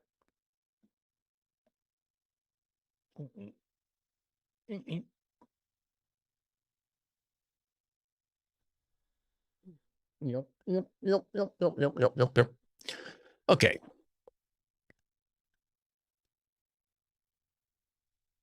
Let's do this. Let's do that. Here we go. This is what homecoming is like in San Diego.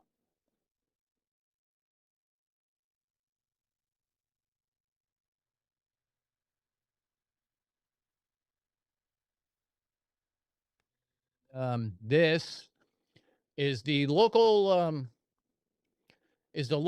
strip club who decides to come out every time we come home to be the first to welcome us. It is a tradition in San Diego like no other. Here is another. Here's another picture of what it's like. This is what we see from. It decided to turn it upside down. Nope. Sorry. There you go. This is what we see from the flight deck, and you have to try to find your family in that mess. It's not Cheetahs, Basil. No, it's Deja Vu. Cheetahs is another one that comes out there. Yes. Here's just some overhead pictures of what it's like when you see family. You know, and then this is like our entire deployment. You know what? Let's. Holy crap! It's flipping. There we go.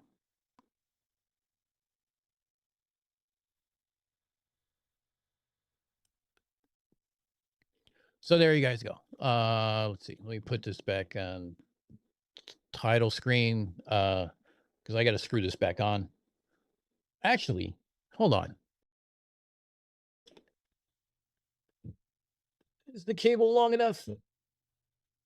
Maybe. All right, hold on. Please run camera hub. No, I don't want to use camera hub. Hold on a second. Webcam. Actually, let's just.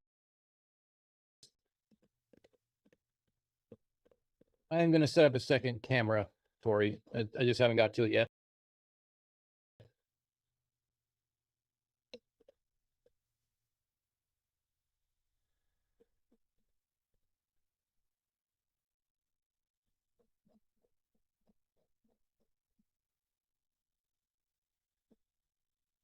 Okay. Bear with me for a second here. I have to.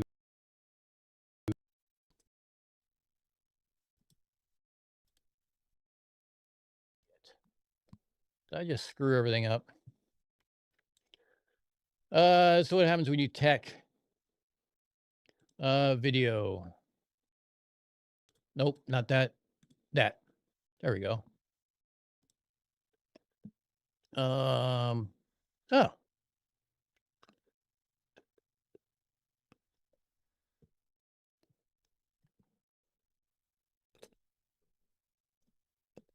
Hold on, I'm gonna move things around here a little bit. Let's just do this. Let's do that. Let's do that. There we go. Function. Now, we'll pull this up and do.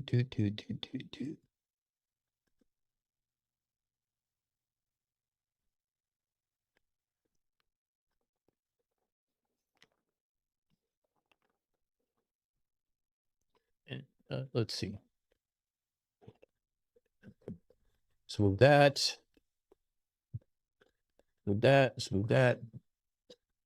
There we go.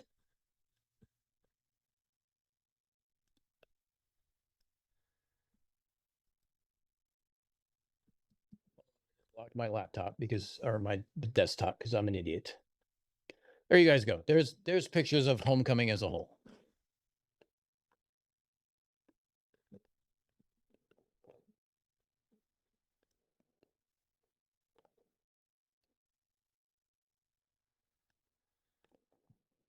I'm gonna have to change up this, like the orientation and stuff like that. But I do have an overhead camera now. See? Hi.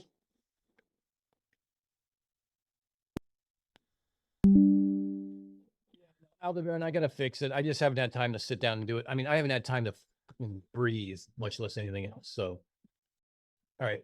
Let's see. I'm gonna do. Bear with me. Yeah, I know.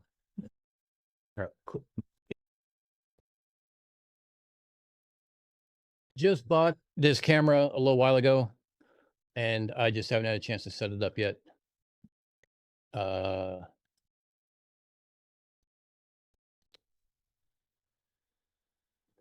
you not do that today? There we go.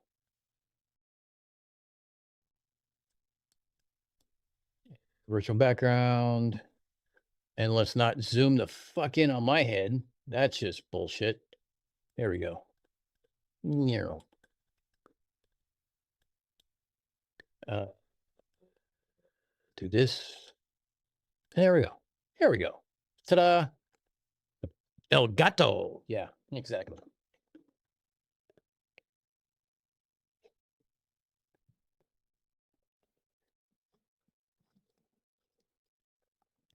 Do I agree with other countries have Mickey Mouse navies, including the UK and Australia? I will say this. I have worked with the UK and Australia, and they are just as professional as the Americans, if not more so, because they get beer, and we don't. I have gone up against the well, when I say me, I mean my battle group. My battle group has gone up against Tu-95s who are out doing recon patrols in the Western Pacific. So Russian bombers. We've gone up against Iranian go fast boats. Not really their navy per se, more like their version of PT boats. I've gone against the Iranian Air Force, IL-38s doing recons and stuff like that. We have gone up against others. Since I was in signals intelligence, I wasn't necessarily involved in those. I just hadn't been on flight deck when they overflew and they were around. But I will say, without a doubt, and I may be biased, that the American Navy is one of the best in the world. However, I also understand that we are by far. Whoops, I'm just moving myself all over the place today. We are not the only ones in the ocean. So, like I said, I've worked with the Australians. I've worked with the UK at length, especially on like RIMPAC and other joint endeavors, Operation Southern Watch, and I've always been impressed with their professionalism and capabilities. So I wouldn't necessarily call them Mickey Mouse Navy by any means. They're a lot smaller than our Navy, but yet they don't have $1 trillion to spend like we do. And I would be one to suggest that we don't exactly have $1 trillion to spend on military on an annual basis. But I digress. Create less trouble, you need less Navy. Yeah, that goes without saying. Yeah, teching on the fly is definitely not a word I would use. It's more like just moving shit around. Someone should invent wireless shit. Yeah, I know. Go figure, right? I mean, my webcams unfortunately aren't Wi-Fi, and it'd probably create some kind of lag and stuff like that I would hate. I need the real life soon and finish cleaning up work area is a mess. Quad oscilloscope, multiple power supplies, solder stations, hot air rework. 10-inch magnifier. I moved some stuff and now a tangled mess. Greg, you sound like my kind of guy. If you haven't been around often, you need to hang around more often because I might have some stuff for you to help me with if you don't mind helping out on some stuff. My MP just resigned as defense minister, so I have to say the UK military is definitely on its way to being in the pan. Thanks, Michaela. I'm glad to have an insider point of view. 1.5 trillion now. Yeah, I realize it keeps going up. RIMPAC sounds slightly dirty. It kind of is. RIMPAC is I think it's every 2 years, or is it like the Olympics every 4 years? I think it's 2 years. It might be 4 years. They may have changed it since the 90s when I was been in. Basically, it's you get Japanese, South Korean, Kiwis, Aussies, and every once in a while an occasional other Navy who joins in for joint war games, for sake of another term, around Hawaii. So since Hawaii is 3,000 miles from everybody can go there. So it makes it kind of interesting. The South African Navy has submarines for sharks, but that aside, have active patrols to Antarctica. Yes. To be honest, I mean, the U.S. is one of the best makers of submarine technology. I mean, they have the Seawolf class, the Virginia class. They are second to none. However, that being said, there are some countries that are making some very good submarines. I think the Aussies have a native submarine that's really good. One thing Aussies have been doing really, really good at of late has been underwater drones and aerial drones. So much so that the U.S. Department of Defense has been looking at them instead of doing some homemade stuff. So I think Sweden has some really good diesel boats. I think it's Sweden. I'm a little rusty on the submarine life. I'll be honest. I was on top of the water. I was not on the boat designed to sink. So for us on an aircraft carrier, submarines are nothing but speed bumps on the way to Hawaii. Do I believe FTFE was a sub nuke? I have no reason not to. I think it's 4. We don't have to project power much. We just need to keep an eye on our shores. That's why we don't have a big Navy. Yeah, exactly. No one goes into policing the world quite like the U.S. does, besides maybe Russia. It's in China in their new realm of we want to take over the entire South China Sea. If you're not a superpower and you're more concerned with local, you don't need a big Navy. Pure and simple. You don't need a big army. A standing Navy and a standing army costs money, and lots of it. I believe the U.S. should scale back some of its things and not spend $1.5 trillion that we don't have on new play toys. But at the same right, I think keeping a technological edge is what makes you a superpower too. So it's kind of a give or take. I mean, we're kind of getting into politics, which is something I don't usually do on this conversation, especially on this channel. But with enough rum, I guess I could be coaxed into it.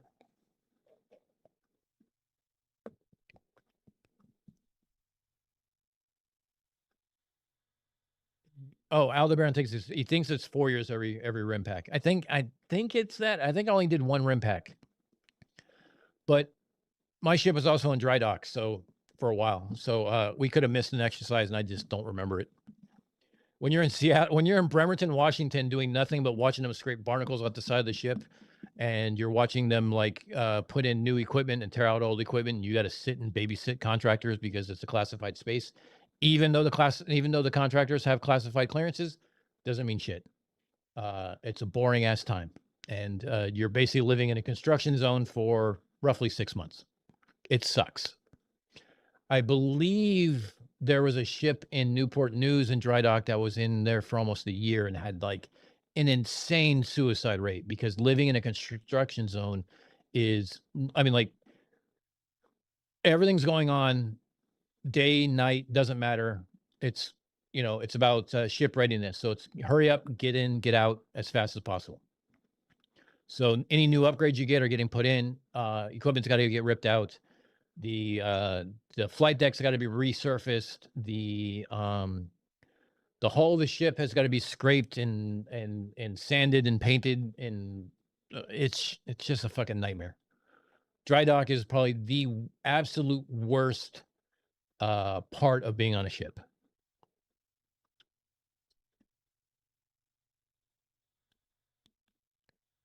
Kui says we have 3 subs. And ordered 4 more from France. Yeah, France actually, that's the other country I was thinking. France actually has some pretty decent submarines. And I think France was supposed to provide submarines to the Aussies, but they decided to go with after they signed the contract with the French, I think it was the French, decided to go back with the Aussies because they got strong-armed into it because of Five Eyes and a few other things. But I digress. Again, politics.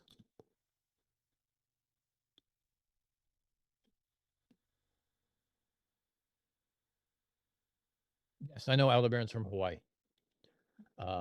Hawaii was actually one of my favorite trips to do. As part of the military, you are not allowed to rent scooters and drive around the island of Oahu. It is very much against all rules and regulations. You should never do it. And I may or may not have done that during our week off in Hawaii. With what you know about me and rules, you can infer what you want from that statement. Let's put it that way. By the way, North Shore is really cool. How much of a normal crew is retained during dry dock? Okay, that's a very good question, Dougal. So, let me hold on. Let me look up. I got to look up something real quick here. Because I don't want to give you the wrong number. I can give you what I think the number is, but I don't want to be wrong.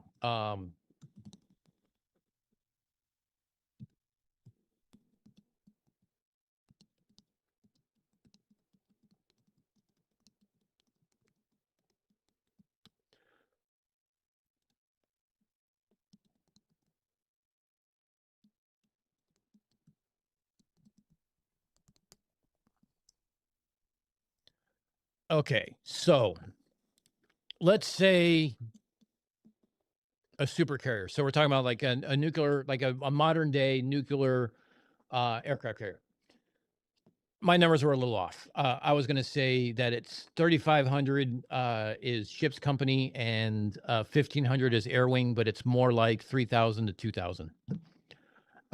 So if you want to kind of consider it, let's say it's 3,000 that ship's air crew and 2,500 is air wing.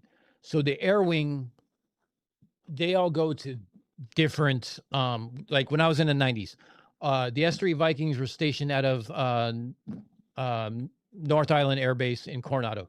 So all the S3s flew off the Kitty Hawk and went to North Island. All the EA-6Bs went up to Whidbey Island. All the F-18s went to was it Lenore Air Naval Station Lenore, or up in the Bay Area. Well, we had F-14s. They would go cross country to, I forgot, I think it was like Jacksonville or something like that. I forgot where they were all stationed, but wherever that squadron was stationed, they would fly off with the planes, all the pilots, and then all the equipment would be removed, and they would all fly back to their home bases for their squadron, wherever there was. They did not stay on a ship. So when a ship was in port, it was only ship's crew, or ship's company is what we called it. So of ship's company, let's just use round numbers. Let's say it's 3,000 people. So 2,500 people would fly off, would all take off and fuck all to their, to their bases and go home or whatever. And then of the 3,500, you would have basically different duty days spaced on, like, let's say 5-day duty stations. So you would have 5 watches where you had 24-hour duty every 5 days. And then you would have normal work days during the day, 7 a.m. to like 3 or 4 p.m. And then you could go screw off and catch the ferry to Seattle and go screw off in Bremerton for a few hours. But you had to make sure that you got the last ferry back from Seattle to Bremerton. Otherwise, the only way you could get home, meaning to the ship, in time for morning muster, which was at 7 a.m., was if you went from, that's Vancouver. Where the hell's Seattle? If you're here in Seattle and you missed the ferry to Bremerton, which is right here, there's a ferry that went through here. If you missed the last one and you had to make morning, you had to take all the way to Tacoma and all the way back up to Bremerton. And that was a very costly cab ride. Where did I live in San Diego? I lived on the ship in Coronado on North Island. Here, I'll show you where that was. So San Diego is an interesting type bay. It's a horseshoe shape. Over here is 32nd Street. North Island is right here. This is the whole airport here. Coronado, this is the civilian side. Everything from here over is nothing but military. And when you get down here, all this is military too. So Coronado is a very affluent place. Traffic sucks on the bridge. You have 1, 2, 3 carriers that can be stationed here. Also over here, you have Third Fleet. Over here is all the Navy base of 32nd Street. This is all this Naval Base San Diego. We just refer to it as 32nd Street. Down here in Coronado, you have this is where amphibious base. This is where Bud's training is down over here. This is Silver Strand is what it's called. There's actually explosions there. So in case anybody ever blocks this from allowing ships out, they blow this up and they can allow ships to go out from here this way. Over here you have Point Loma, which is submarines and some tenders and stuff like that. And so where I lived, when I lived in San Diego itself, and I earned enough of a rank to be able to afford housing, I had for 6 months, I had a studio here in Gaslamp District. Let me find it. I had one down here in Gaslamp District. This is where all the party places are. I had it for about 6 months before we went to dry dock, and then I left and said fuck all and moved back home because I couldn't afford it. And prior to that, I lived actually way up here in a place called Carlsbad. The Marine base is up here in Oceanside. I lived here in Carlsbad. There is let's see, here's the mall. There is a apartment complex that is,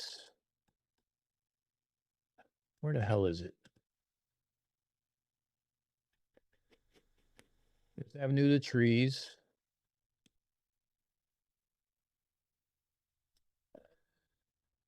In here, there's like an apartment complex somewhere around this area. I don't remember where it was.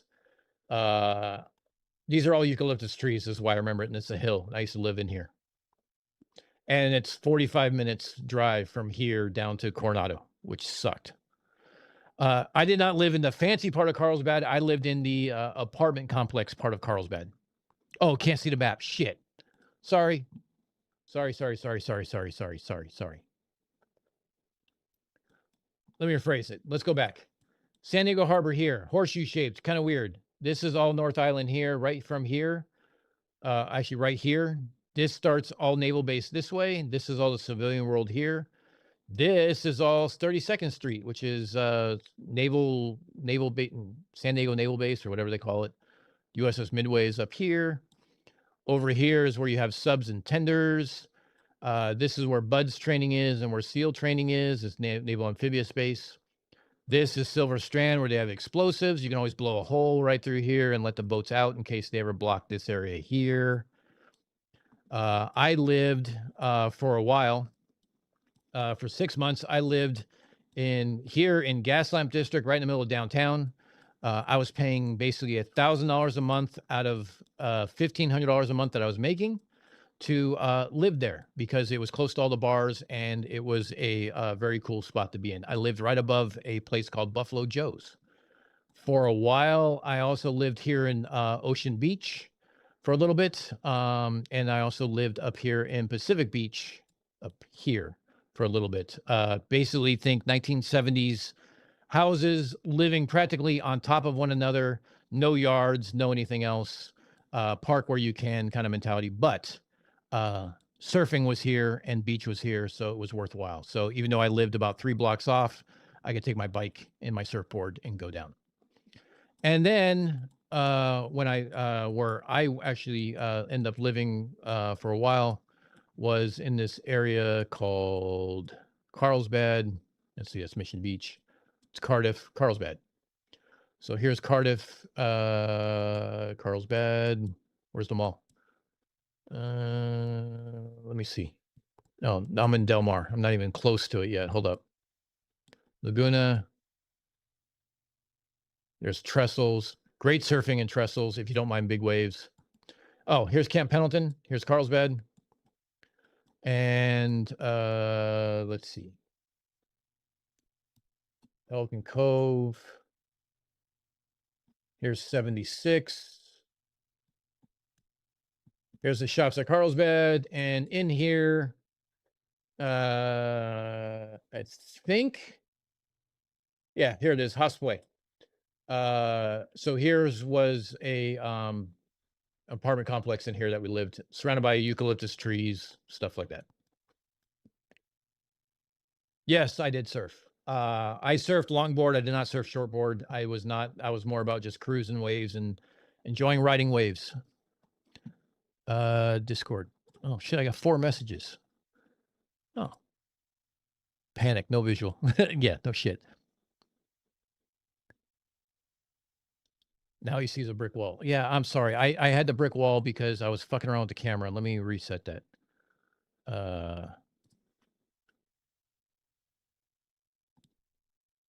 Sorry, you guys didn't see the map, right? Because I'm a dumbass.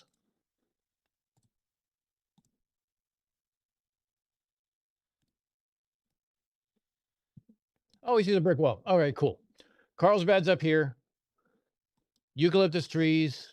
This is where my apartment complex was. This is where the mall was. Coincidentally, I actually graduated from a high school here in Carlsbad. It was 40 minutes from Carlsbad up here by where Legoland is, all the way.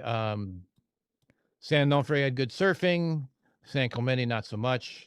There is Trestles Beach in here, which is known for an epic big wave surfing.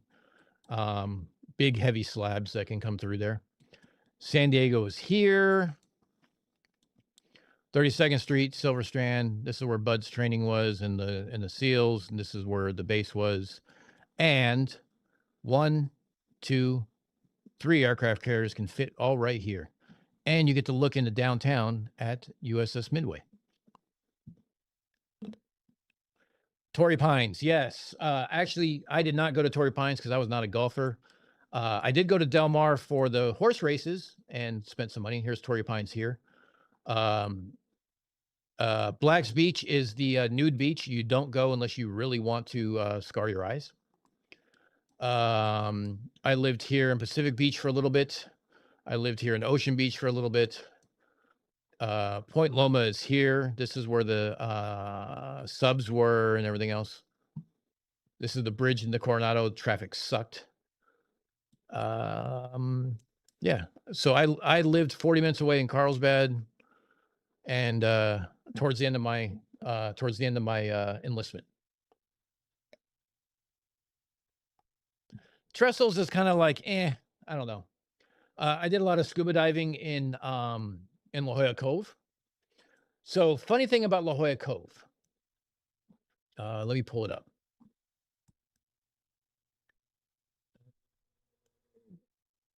Here we go. Nope, that's not it. Where's the parking area?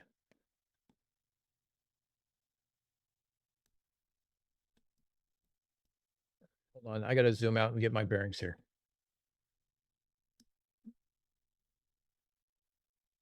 It's not it.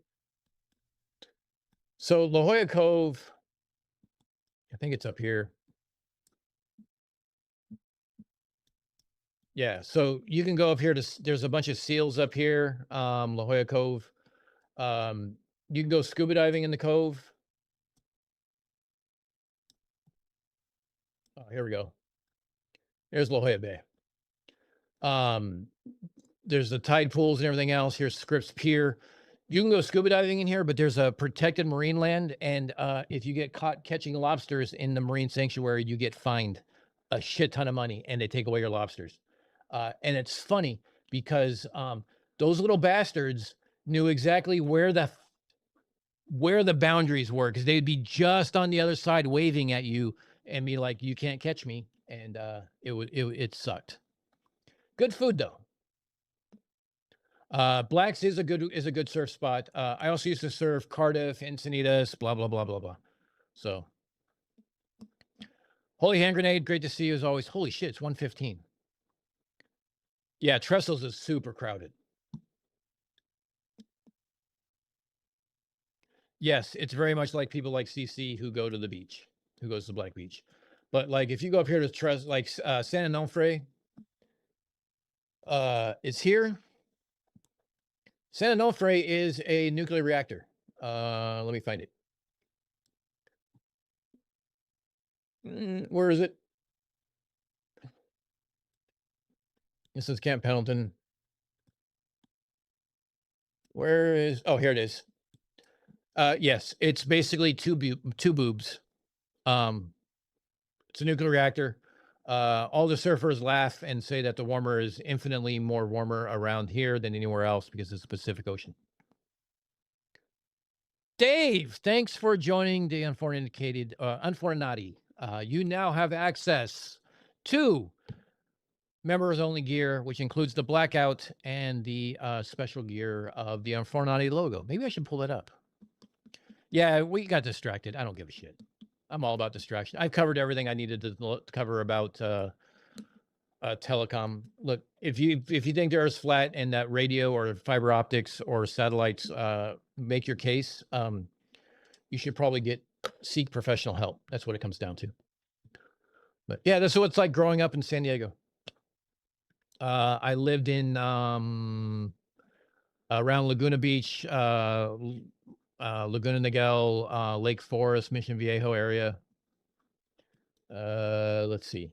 Been to Tijuana quite a bit, more than I care to admit. Imperial Beach was another one of those HFDF sites. Let me see if I can find the base real quick.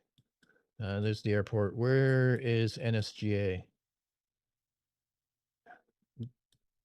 Yeah, here it is. This was the NSGA antenna. It literally sat on the beach. Like it was this round area was the antenna, and you can actually still see the internal antenna right here. You see the shadows. But yeah, now it's the looks like it's a commissary now. It went the way of the dinosaur. They no longer use those huge elephant cages. Hold on.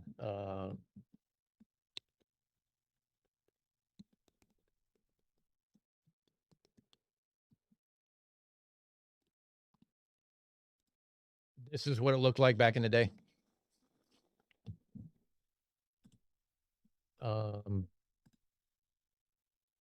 This is down at Misawa Air Base. I mean, it's huge. It's the reason why we call it an elephant cage. Astro Dog, good night. See you later. Yes, Dragon's World. We said boobs.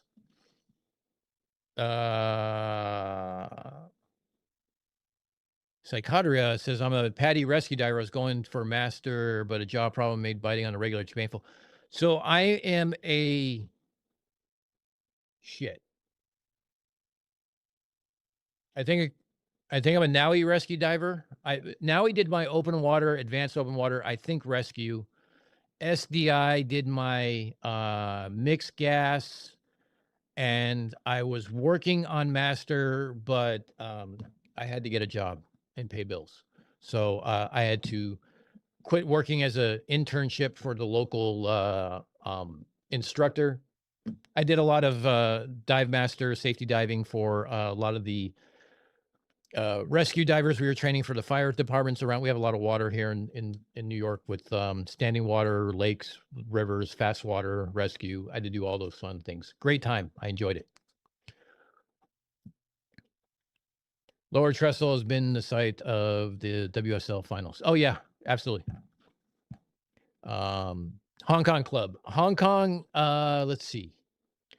Hong Kong, I was in Lai Kwang Fong. My favorite clubs were the Yeltsin because it had a hammer and sickle shirt that I bought to wear. It's a long sleeve shirt I got to wear for general quarters just to piss off my division officer. He didn't find it funny. And Mad Dogs for Guinness in a pitcher and Grolsch's by the bottle. Yes, doing a Google Earth tour of San Diego County. Bellows Beach is definitely a nice place. No, it's not a UFO. It's just an antenna.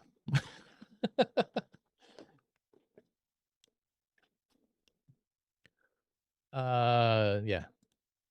I don't know. What else do you guys want to talk about tonight? We did Steel Beaches. We did Navy shit. We did Telecom.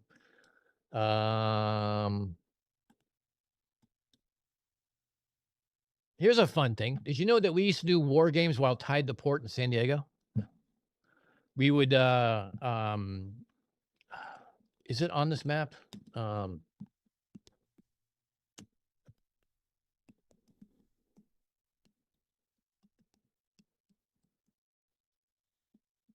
Yes. Oh, the base that's out here, damn it. Is it Lenore?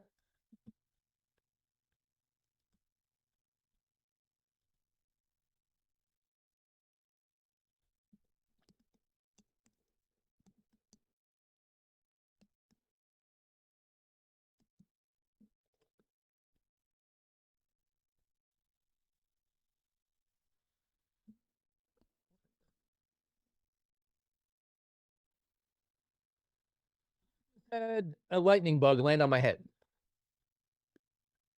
Well, that's a new one for the day. Hold on. Let me mute you guys for 1 second.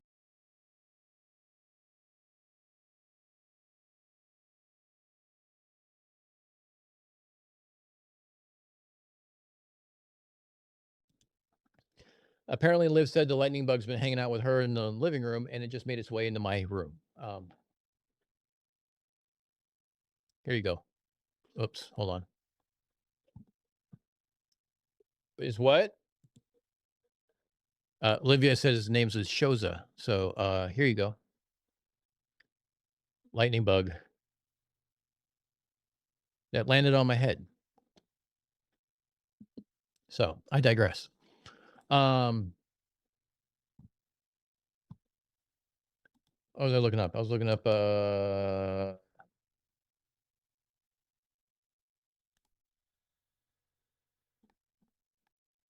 north, right? Yeah, that's up by Monterey. Yeah,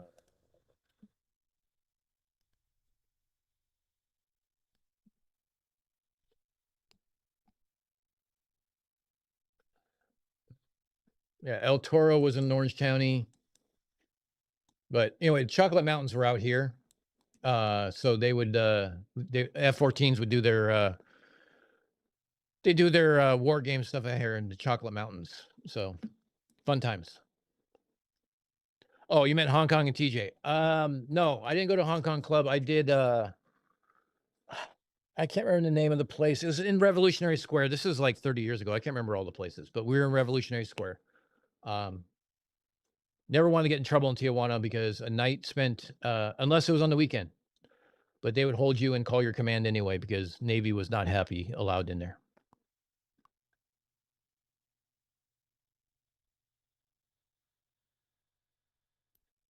Honey, you were in Pendleton, were you not? Or no?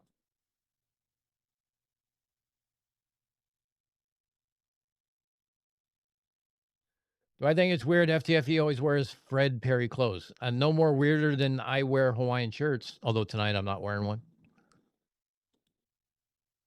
Thank you for the $5. Oh, did you go to boot camp in San Diego?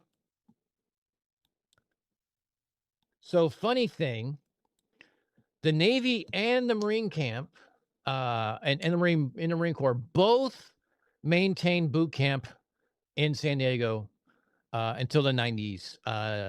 San Diego closed in the Navy, and they only had 2 boot camps when I went in. That was Mistake by the Lake or Great Lakes up by Chicago or Orlando. Luckily, I got Orlando because I would have froze my balls off up in Great Mistakes. No thanks.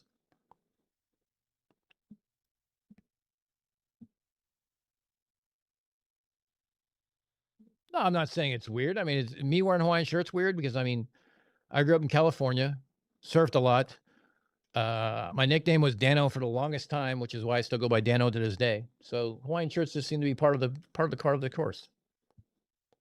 Liberty Station, yes, great place. That's right outside it now. They used to be. Oh, here it is, Liberty Park. Here we go. Liberty Public Market, right off of the MCRD. They turned the boot camp that was here into like industrial sites, and they're all mission style buildings. And now you can go in there with coffee shops and museums and art galleries and stores, and you can buy anything there. It's pretty cool. Pretty nice place.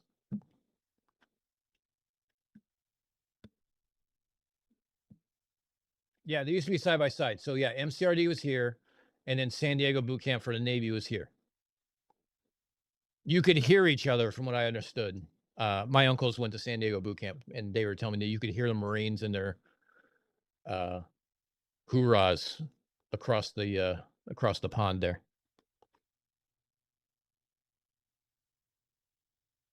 Back alleys at Tijuana story time.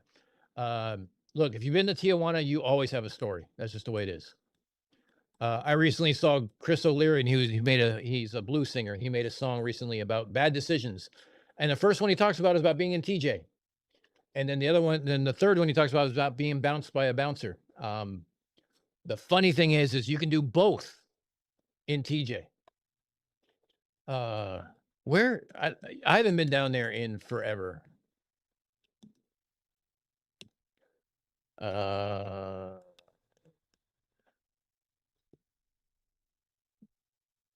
Still called Revolutionary Square in Tijuana?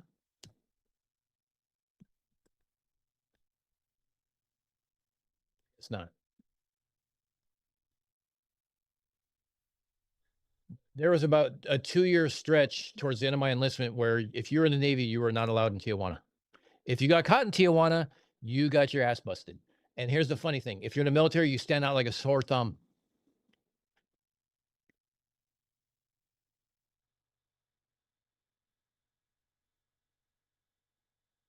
Yep. Yep, psychotoria, that's exactly it. We did the same thing in Acapulco. Found the guy, said, how much for the day? Ours was $100. And he literally drove us anywhere we wanted to go. It was great.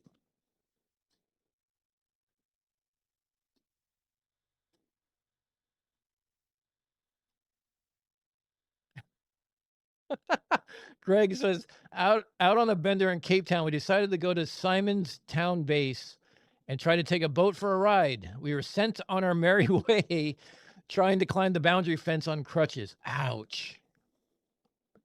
Went to boot camp in 92. I went in 94. NTC was still training sailors at the time. When did NTC close? Maybe they still had San Diego. I don't think so. Maybe, I don't. I figure I would have went if it was in San Diego.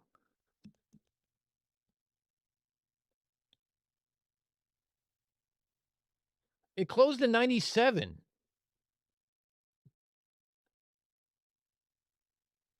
Oh, okay. So I went in March of 94, and RTC was decommissioned in March of 94. That's why I went to Orlando. Also, my A school was in Pensacola, so it was better for me to go to Orlando, I guess. Holy shit. I didn't realize it was that late. I thought it was earlier than that. Huh. Go figure.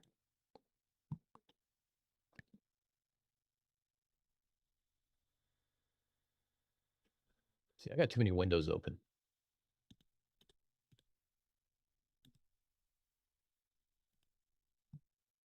What else you guys want to talk about? Anything else? Anything else you guys want to shoot the shit on? We've been going for God knows how many long. I haven't even checked the time frame of how long I've been streaming. What, I started at 8, so we've been at 5.5 hours roughly. Cool. I got enough for one more drink. Who wants one more round? It's closing time. Last call for alcohol. Pour them if you got it.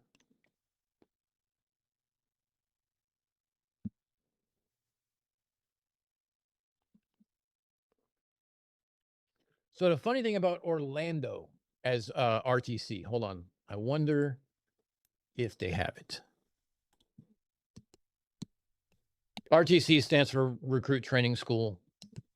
It's boot camp. I know they closed Orlando too. Here we go. Here we go. Let's do this. No. Okay. Here's a big picture of Orlando training. This is the parade ground, or what they call the grinder. This is the green grass that you're not allowed to step on. These are your barracks. Each one of these wings, each floor in each wing was one company. So you had 80 people in each floor. So you had 3 floors and 4 wings. It's in Orlando near Disney World. This water tower right here is the biggest, your first introduction to Navy sense of humor.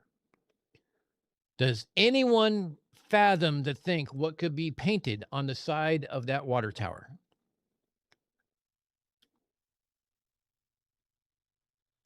Yes, everyone goes to Great Lakes.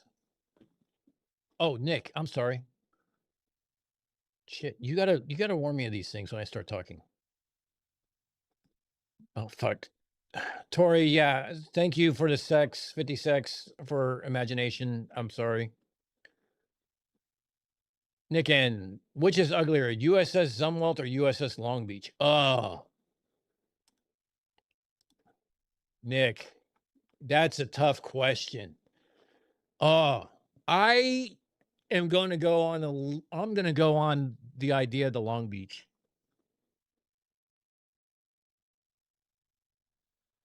And actually, I'd probably go so far as to say the cruiser to USS California is worse. Wait, which Long Beach are you talking about, though? Are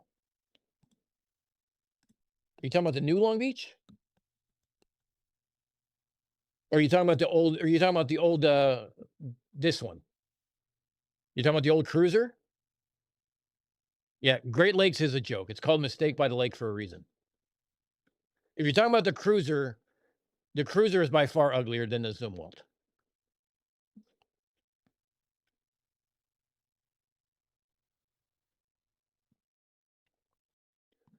This is the ugliest, one of the ugliest cruisers ever. Hold on.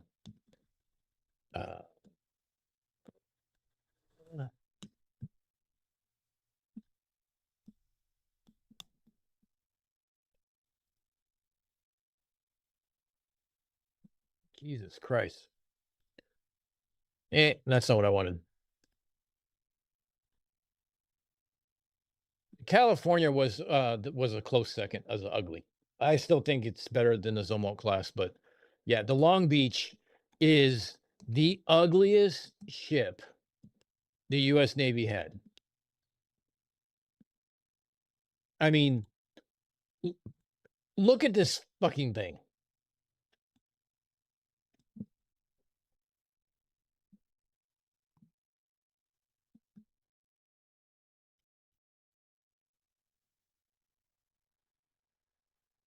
It looks like it should tip over from wearing a top hat.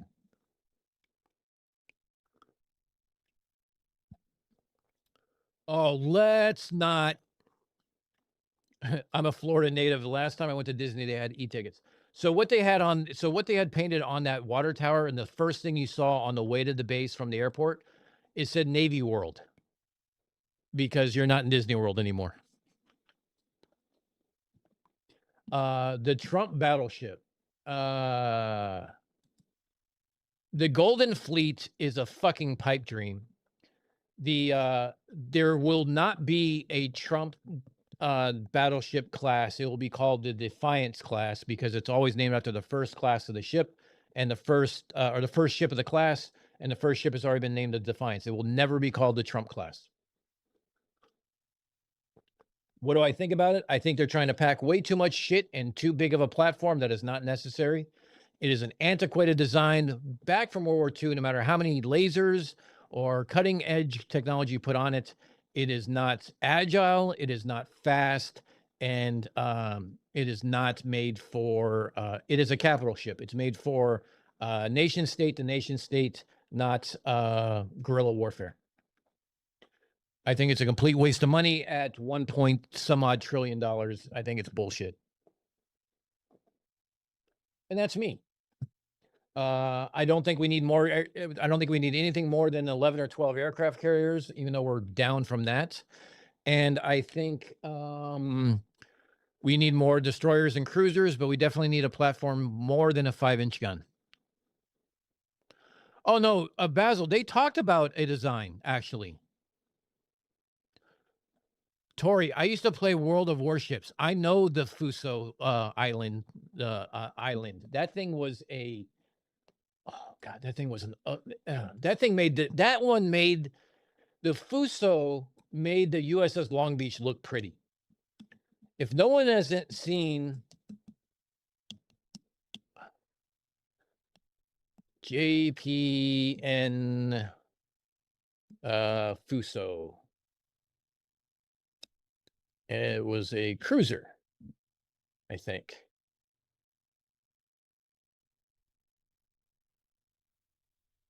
Here we go. Hold on.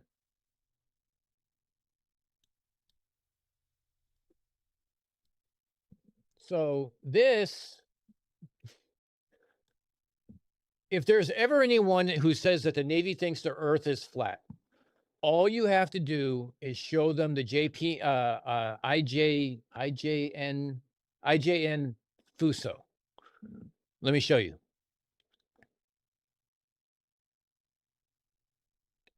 This is the Fuso.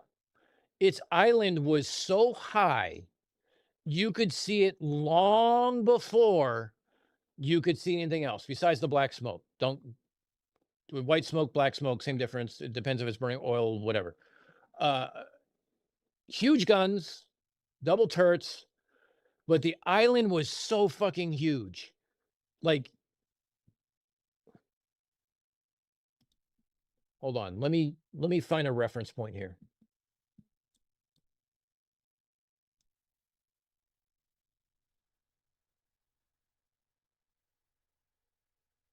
Find a reference point of like a hatch, a doorway, a person. Okay, let's assume these are people here. So 1, 2, 3, 4, 5, 6, 7, 8, 9, 10. It's like an 11-story building sitting on top of a cruiser hull. But it did have 10 barrels of rather large guns. It had 4 in the front, 6 in the back.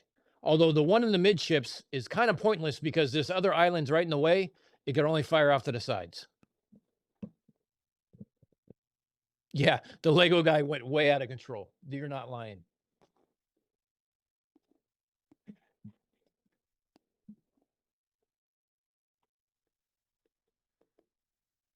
Nature break soon.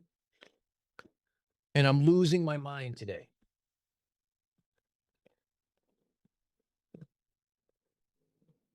Well, it's last call for alcohol anyway, so it doesn't really matter what I'm losing today, tomorrow, anytime else.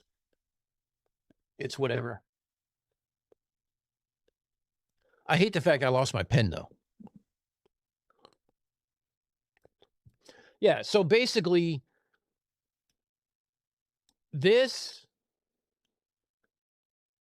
would reach above the flight deck of an aircraft carrier. It's ungodly. 6x2? Oh, yeah, there is one here in the midships. You're right. It is 6. I forgot this one. But these two were absolutely useless unless it was for broadsides.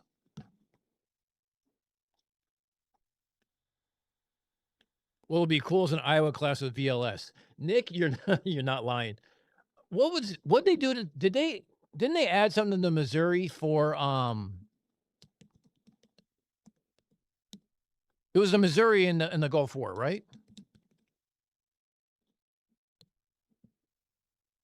Okay. What were the upgrades that they did for the Gulf War?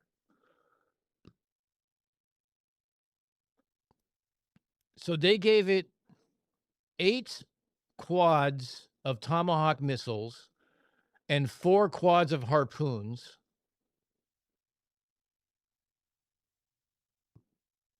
Did they get rid of the guns?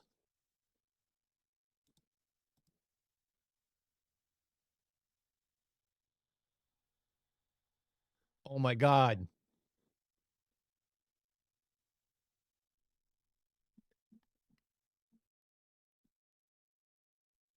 No.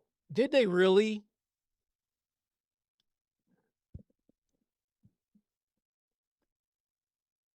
But yeah, doing a vertical launch on an Iowa class, especially like off the fantail, that would have been cool.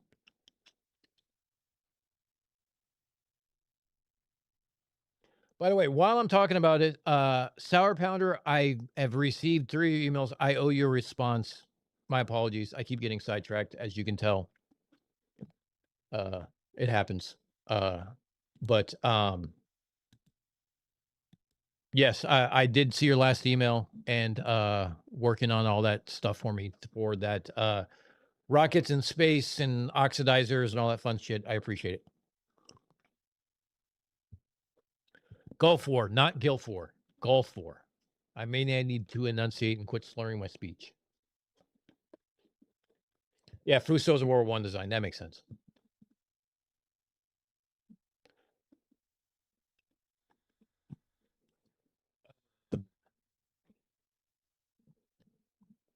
Ow.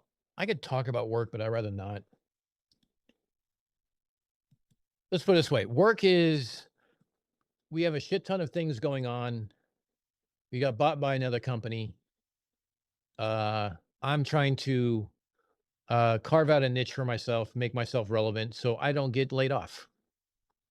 And at the same time, try to advance myself to a new level. Hopefully one in a bit of a higher leadership position than what I currently have now. So.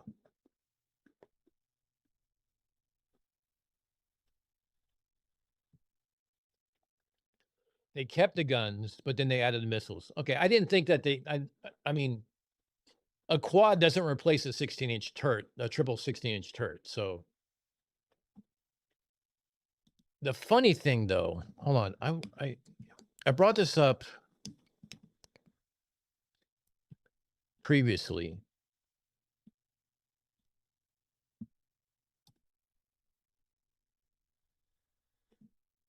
Okay, let's.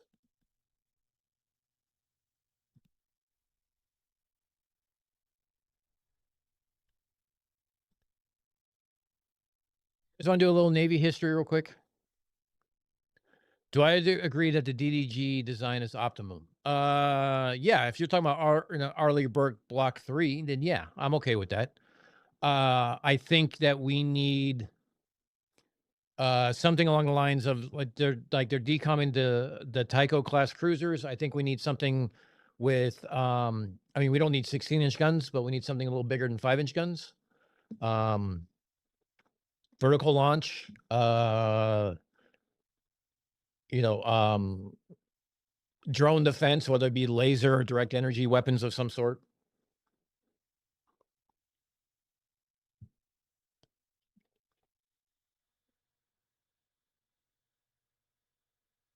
Fun times. I have clowns trying to use keylog replay to break in. I'm collecting 2 mil remote presses a day to try to real-time track these events. Really? They're using keylog replay. Okay.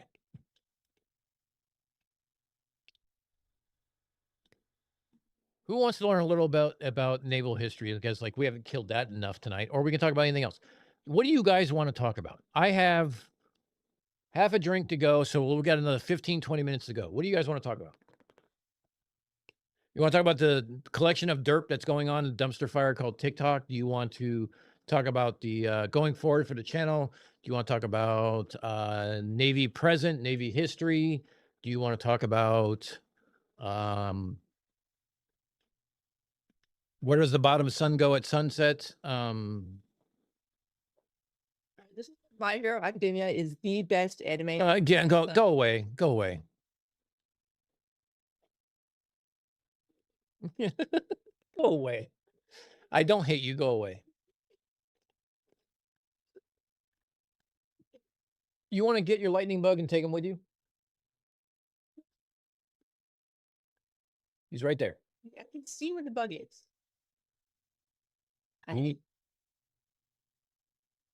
His butt is straight up glowing.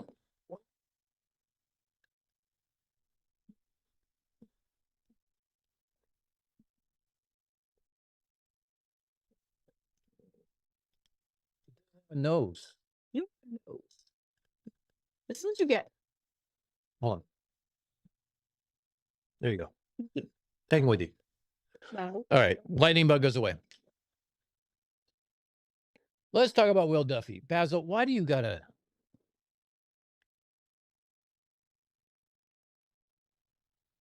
That's your meal ticket. Tell him to go away. Be nice. Yeah, I am being nice. I've been nice all weekend. And yes, her being a lawyer is my new retirement program. Hey, Liv. Nikki Louder says everybody knows it's One Piece because pirates rock. Nikki, Nikki, she said One Piece sucks. Oh, hold on. About the art style for the woman in that show, because it is absolutely extremely very non-feminist, and yeah, the way he draws women is very misogynistic. And Okay. Your favorite one, My Hero Academia, has a female teacher who is drawn very provocatively and keeps looking at the students that are 15 years old. yeah, it's a key part of the show that she's a weirdo. Okay. It's not the actual art style, because he's the artist is too busy trying to draw like women as. Do you guys care about any of this shit? I can take this offline. With the women, it's absolutely not acceptable. Nikki says, what cartoon doesn't have big boobs? Valid point, because your cartoon has big boobs. Because it's a natural biological part of what women like. Okay, that's fair. Some women have big boobs. That's just the way it is. FHA is the best. Key lock is used by many fob keys. We actually I found out key lock is used by my fob key because here's my keys real quick. Because my apartment doesn't have a regular key, like you know how like some people have like keys. No, I have to use this to get into my apartment, into my lobby, and to get into the clubhouse. I don't have a real key. I have this key lock. I respect your opinion, but no. Nikki, she respects your opinion, but no, is what she says. Oh no, also for Dragon Ball Z. Wait, where's Dragon Ball Z? Oh, Connor says Dragon Ball Z is still supreme. Oh, okay. Connor, she respects your opinion, but no. Let's hear more about Duffy. I mean, I could talk about Duffy if you want. I can't think of any anime without them, Nikki. Look, Connor's bringing up a valid point. So then why are you disagreeing? I mean, you can't even talk about Ghost in the Shell or Akira because, I mean, they're basically like bare boobs in those ones. Don't worry, that was before you were born. Long before you were born. Yeah, hackable AF. Yeah. But here's the good news. I don't have to worry about any flurf like stalking me, even if they found out where I live, because they couldn't figure this shit out because it's tech. Just ask Roger.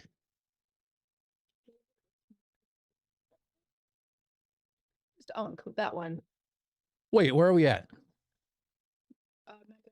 Transformers. Hold on, wait. Hold on, I'm getting caught up. My wife only interested me a minute before my OTE option trades expire. Sarah Bellum had big boobs. Hackable AF. Boob talk. Icy Spin will be here shortly. Facts. Haven't seen much anime in a long time. My favorite was Mecha, like Transformers. Yeah. Okay. CSA is, yeah, he is Unk, but you don't have to be like dropping that like that. That's not respectful. She apologized. Akira, yes. Ninja Scroll, no. Nick N, boobs, yes. You can make me a mod, I'll accept it. Keep going. Sailor Moon, I've watched some episodes. No, not Sailor Moon. Studio Ghibli, yes. Yes. So we're talking about, so hold on, help me out here. So that's Ponyo? I know. No, help me out. Help me out. I got to remember them. Castle in the Sky. But yeah. Yeah, Castle in the Sky. Same thing, right? No. Okay. What was the one with the face? The Scared away. Spirit Away. Thank you. No. My entire heart, definitely the best, but I was thinking more anime shows. Okay, she's talking about more anime shows, not movies per se. So, but Dougal, she's right up there with you. She agrees 100%. Flirt. Oh, who is your favorite flirf? Can I say it, please? Can I say it? Can I say it? If you say to Ginger Jesus, you gotta leave. No, okay, sure. Bullshit. Hold on. Who's your favorite flirf? Bullshit. The bullshit guy. There you go. There's your answer. I may have been your neighbor in San Diego. Basil, you may have been. Who knows? The problem is I left San Diego in 99. I left I left San Diego in 99, moved to Boston. Connor, why are you saying Bleach? Bleach the anime? What's Bleach? No, not be serious. That's rage bait. Absolutely not. Oh, Connor, she's saying you're rage bait now. Grave of the Fireflies. Oh, Aldebaran. I forgot about that. That's how she go. No. Bleach is no. Bleach is no. Bleach is no. Yeah, Mikey's stream is just look, Terrence there and a bunch of other stupid fucks. I can't stand Mikey and his arrogance for being like he literally thinks he's the GOAT. Like it's annoying. What? No, that's CC. I know, but like I was reading the. Oh, I'm sorry. I like the Flurf experiment with the laser to prove the Earth is flat. No. I like the Flurf experiment where they pointed an infrared thermometer at the sun. That's what I liked. Quee just said I understood Butch. Boobs. Which one? What, Sour Pounder? Help me out. It's all bullshit, yeah. CC. Yes, CC is her favorite. Need to be more specific. That one scene near the end with the little girl montage, you have to be dead, not start crying. Yeah, okay. Foul. I may have been your neighbor in Boston. I don't know. I lived in Somerville outside Sullivan Square. Take your pick.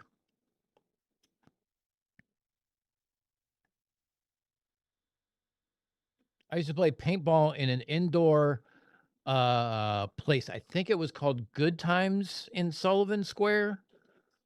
It had okay, so picture a big square or picture a rectangle. Half of the rectangle was a U shape of arcade games. In the middle was a bar, and the other square was an indoor paintball with inflatable obstacles or cover or wherever you want to take. I spent many weekends there.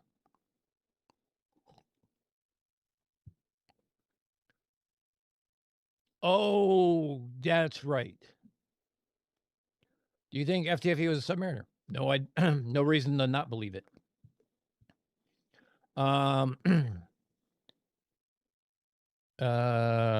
Build up to it. It's so heartbreaking. Wait, Connor, what are you talking about? Bleach is amazing. That's why. Have you seen Bleach? No, but I don't want to because Bleach. No. You don't want to because it's heartbreaking? No, because it's no. I'm responding to somebody else. Oh no, he's talking about Aldebaran. Okay, you know what? I'm getting lost in all the conversations. Fuck it.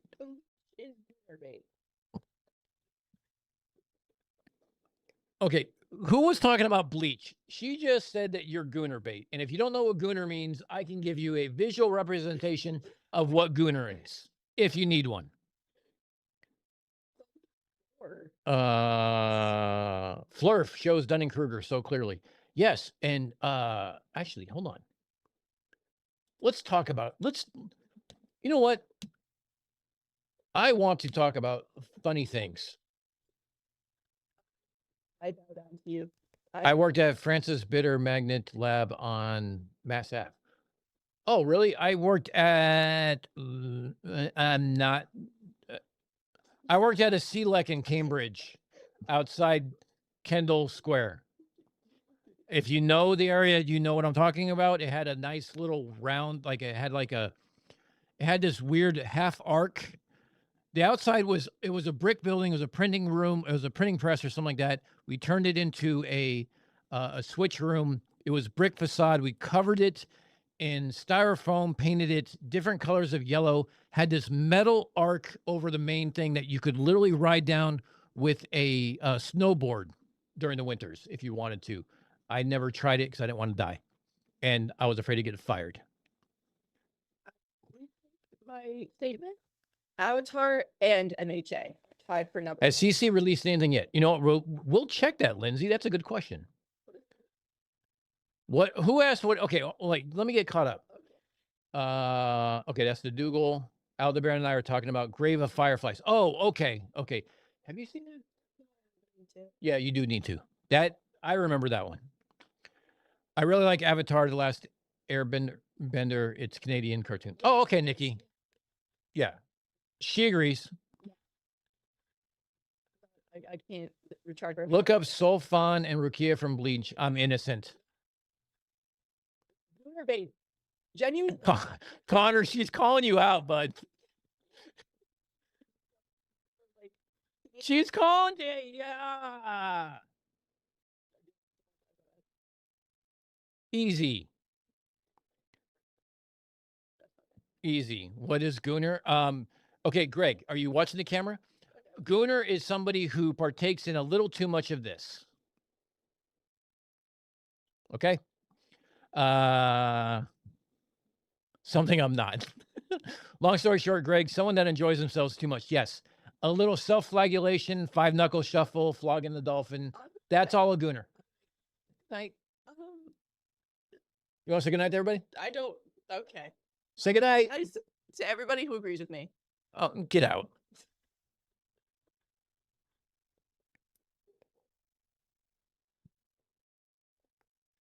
What about old Astro Boy? Now that's look. I grew up on Akira or Akira, excuse me, not Akira, Akira. All right, so we're gonna do a little self promotion because I'm getting close to the end of my drink and because I want to. Do. Hold on, give me 1 second. Bear with me. Nope, that's not what I wanted.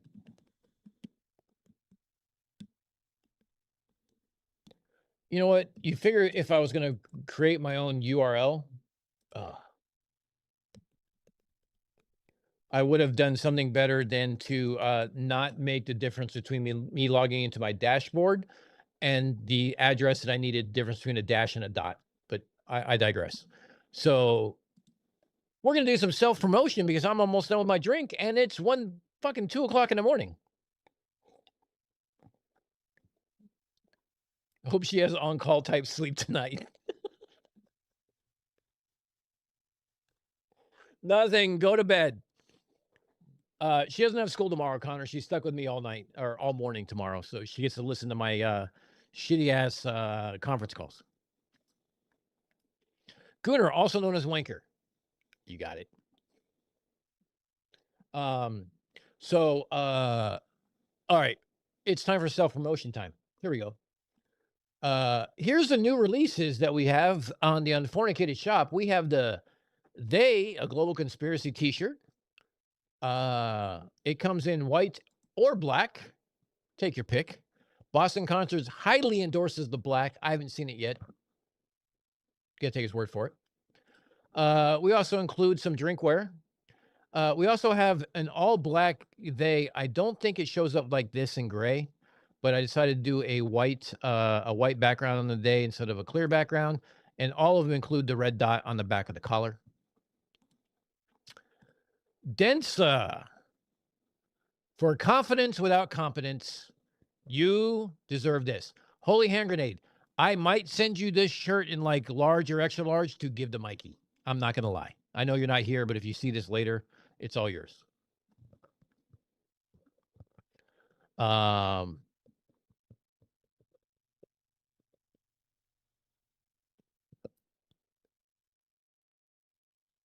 Let's see. Space Battleship Yamato was a great anime series. They made the Yamato a space version for World of Warships during one of their weird promos.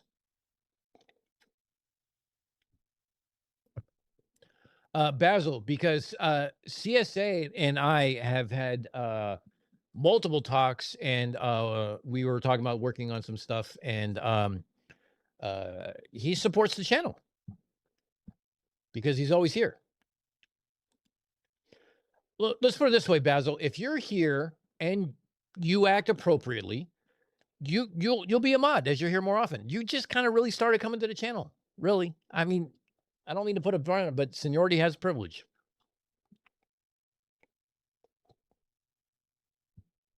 It would be nice if they actually wore uniforms, but they do. You just don't know it yet. We also have drinkware, if you prefer drinkware. We have a travel mug of like, I don't know, it's like 32 or 40 ounces, some ungodly number. We also have water bottles, for they. These will all be in Lowell, by the way, with me, because I'm going to be promoting the hell out of they, because it's part of my shield check. So those are the new releases. Let's see, what else do we got? We have the Unfornicated files. I really haven't done one of these outside of the USS Liberty. I want to do one on the USS Vincennes. And I also want to do one on 1983 radar problems and how we almost started a nuclear war because of them. That's always fun. I believe the moon came up over Greenland. I got to check my notes. But it fucked with some radar that we had, and all of a sudden they thought it was a launch. The Russian system thought it was a launch that we launched during our Operation Archer, which was a war games done in Europe to simulate a nuclear launch. And 1983 was a bad year. If you were alive in 1983 and you don't know it, you came this close to thermonuclear war, like war games.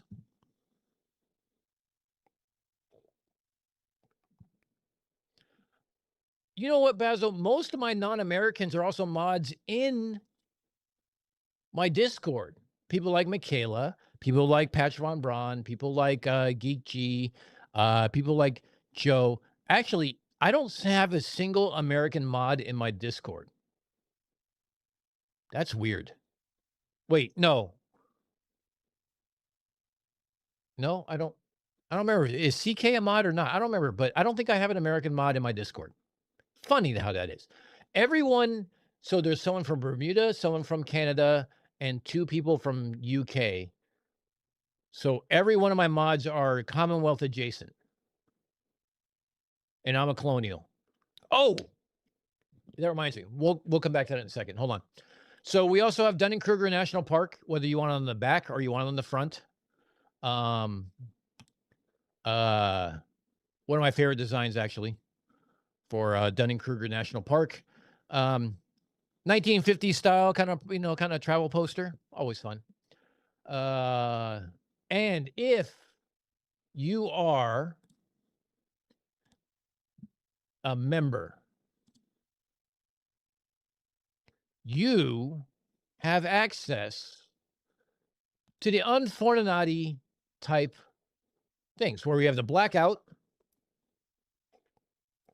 We have our tagline of uncensored, unapologetic, unfornicated with the red eye, complete with the Unforninati logo in the back.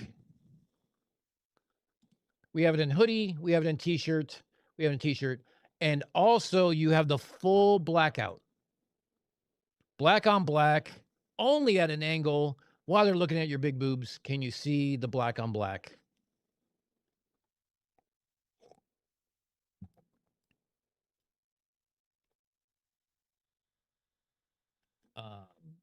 Let's see. What else do we have? The Lives version, which was styled by Michaela, of the Zoo Crew t-shirt, because if you are here, you are still a member of the Zoo Crew. So very feminine style, fairy-esque. Again, members only. Unforninati designs, including desk mat and rum glass, because what else could you ask for? So Even the white bits are black. Yeah. These are straight blackouts. Yeah. It's black on black.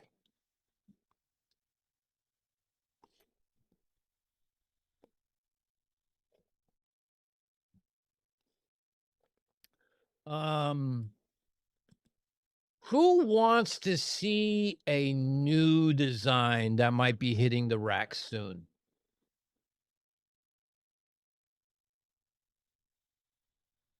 Anybody? Who wants to see a sneak peek? Oh, Connor's like all me. Okay. All I need is one. I present to you Schrodinger's evidence. Can I zoom in? Fuck. No, I cannot. All right, let's go to this. All right, here we go. Can you see that? Okay.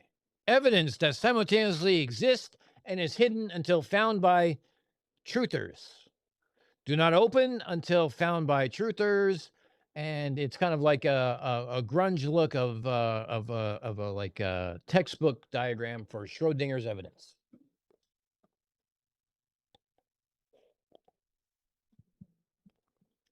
This is the new design that's coming out, as well as the weapon of choice F-bomb will be coming out probably soon. You're right. No cats were harmed in the design of this artwork. I have a few other designs in mind. I'll probably be retiring some of these designs. I'll probably keep that. Tori Hanzo is probably my biggest supporter for merch styles. I believe, Tori, help me out. You have a conspiracy bait. Which hoodies do you have? You have like 4 hoodies. I don't want to pull up your order because it'll show your address and all that other fun stuff. But you got conspiracy bait, I think Occam's razor, and one of the Unfornicated files, I think.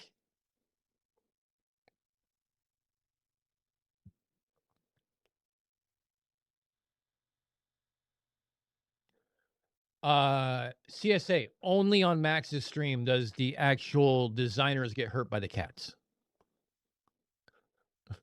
Now Tori's got to go check his closet. Hold on, he'll get back to me. He's got like 4 hoodies. Actually, hold on. Let me pull this back across. Let me transition this across so that way you guys aren't looking at nothing. And oh, I got to add the Globe Labs to this fungal. Hold on. Orders.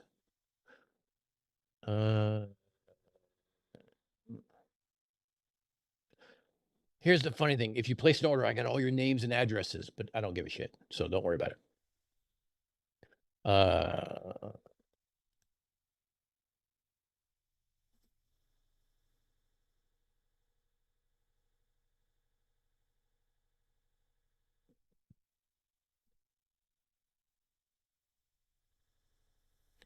Okay, so Tori's got the unfornicated files declassified, the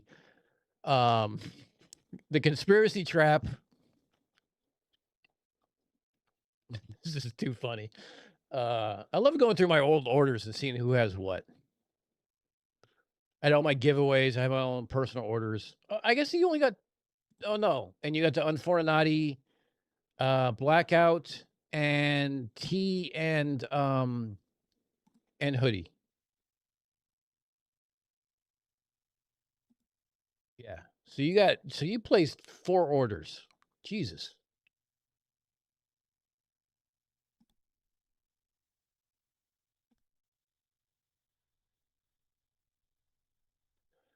That's Boston Conscious. Okay. Nope. That's not what I'm trying to do. I'm glad I'm not showing this on screen because I actually have access to people's actual address. I mean, I can't always like put names to individuals, but I can actually enough to figure it out. But I might place more soon. Yes, yeah. Tori's got swag. Tori's been buying swag since like I first put up the store.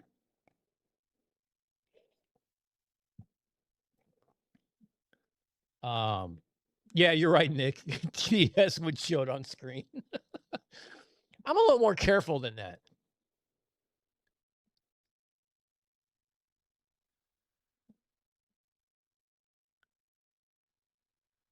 Hey, Tori, I just saw your DM in Discord. You and I might have a talk later. Um.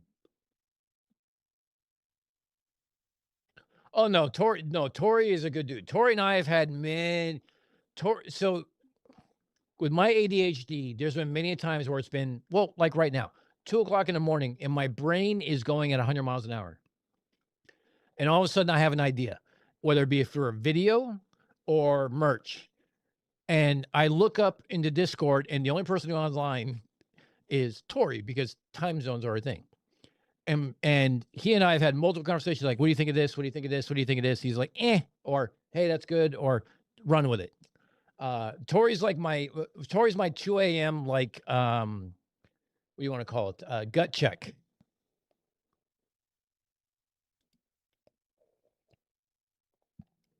Oh, I know what we're going to do. We are going to stop and we're going to see if our Jesus, I've been talking for too long. Has our favorite Flurf posted?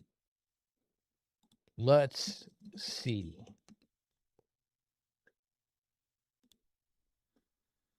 Shall we see? Let's take a look.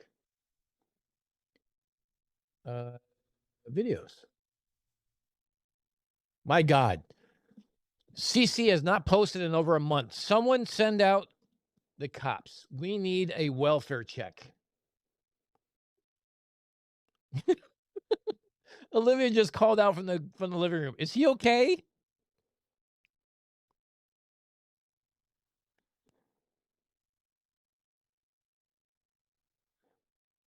Oh my God. Hey, Michaela. You're available to message me on. You can direct message me on YouTube now. Holy shit.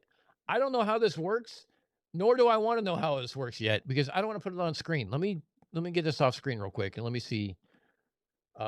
You can do DMs now on YouTube. Holy crap.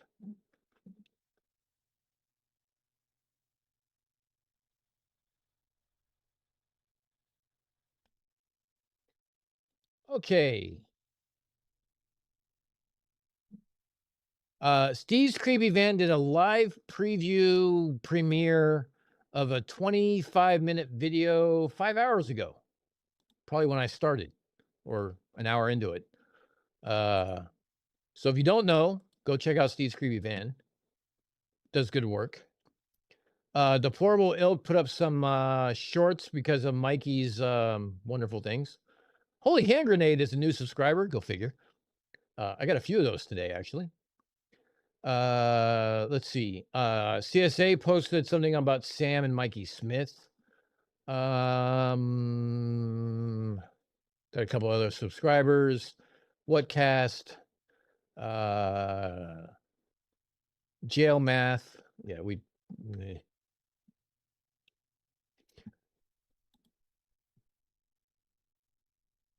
I have not been doing a lot of my normal putting out of videos, but I've been replying on other people's videos. So go figure.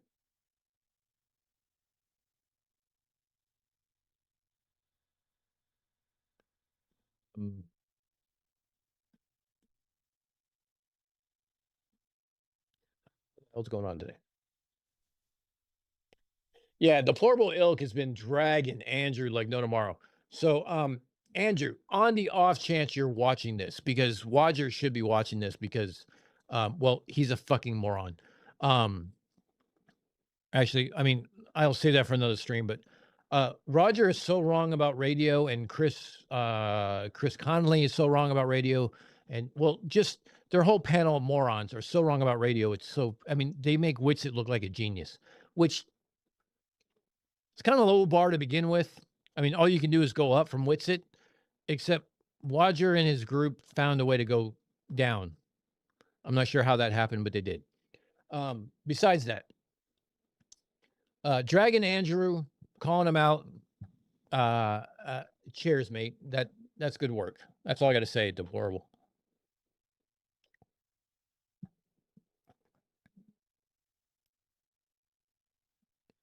Not an Oz sad face. Have you seen that Flurf? Yeah, that's a good question. I maybe I have to go down to Westchester County and start driving around. Steve's new preview is about some weird ass game streamer. I don't know. Yeah, go weird. Look, I can see straight through the moon. Yeah, no, Dougal. I doxed myself. My house is somewhere in this picture.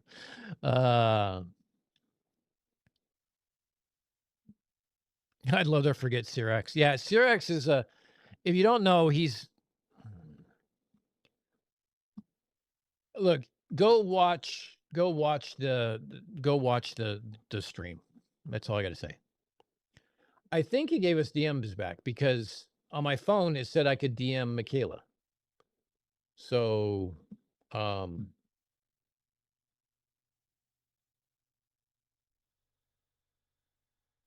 and they allow you whether or not you can allow DMs with a person.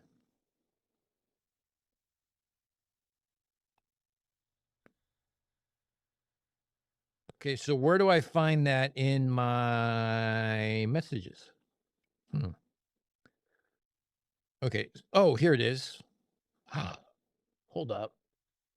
Can you not do it on desktop?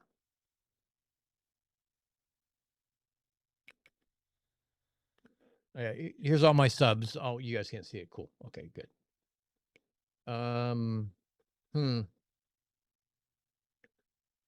I guess you can't see it on desktop, but I can see it on mobile.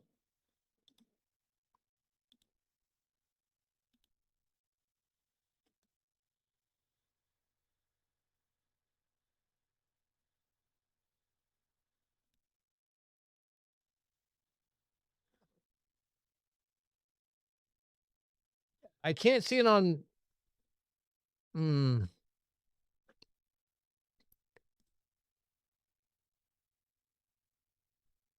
Cannot see it on mobile. Or I can see it on mobile, but I can't see it on desktop. That's a little weird.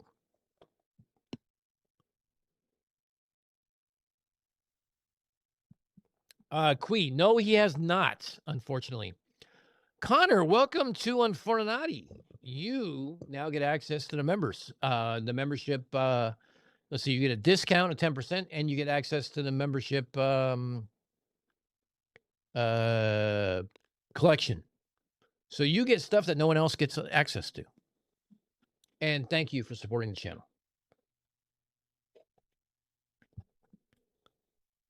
Wadger is wive now. Oh, whoa, fuck. Is he really?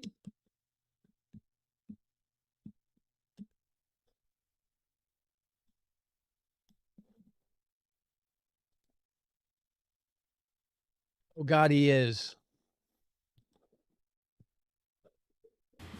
Okay. Let's go slide on the glacier for a minute. Let's see. All right, if there's slide on the anything glacier, else. That was an ice crack. Got Carrasses and Someone tell Roger to come on over. Let's have a conversation about radar and radio communications because he doesn't have a fucking clue. I won't make you guys watch that or listen to that shit.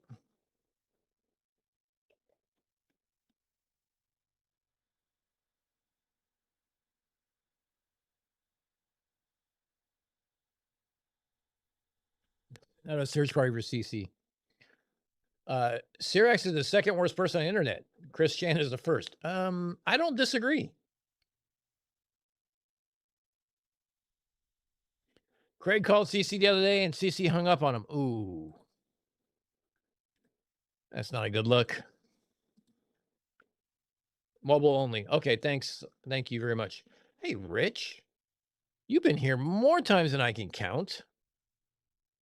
And I already made you a moderator. Okay, cool.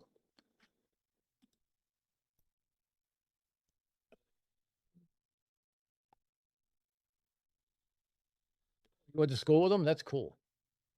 Yeah, you get the goods. Absolutely.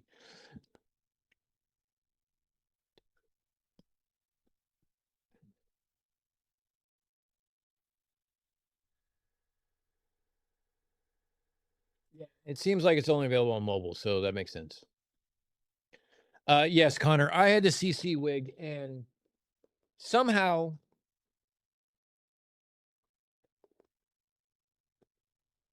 my chair just broke. Somehow or another, in my various cleaning up of my room in my office area, I cannot find it. So I'm going to have to spend tomorrow during my workday. I'm sorry, boss, finding my CC wig. Oh, Quee, you're absolutely right. Hold on. Let's show exactly. This is Wankzoid's idea of a radar horizon. There's one transmitter that points at the ground, one points at the sky, and this gap right here is the radar horizon. As opposed to, God, I don't know. What the fuck is it called again? Oh, yeah, curvature. Definitely winner of best artwork for 2026. Why do Flurs have zero sense of humor? I don't know, because they're too dumb to take a joke. They don't know it's a joke. I don't know. I wish I knew that. CC is going through a rough spot. You know, when all your videos have to be made from your car, it's definitely a rough spot.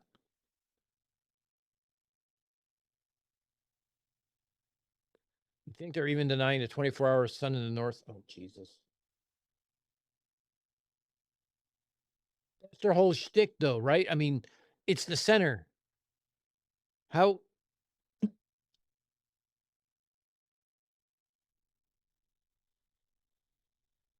don't know what map they're going to next. I really don't. No, caller. They didn't go to They didn't go to school with CC. CSA and another content creator both went to school, not CC.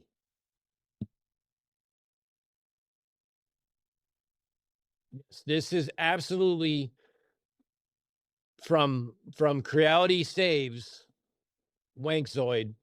This is what he thinks a radio horizon is. It's flat, and this MS Paint is one pointed down that just so happens to match where the radar horizon is, depending on the height of the transmitter, and one pointed up.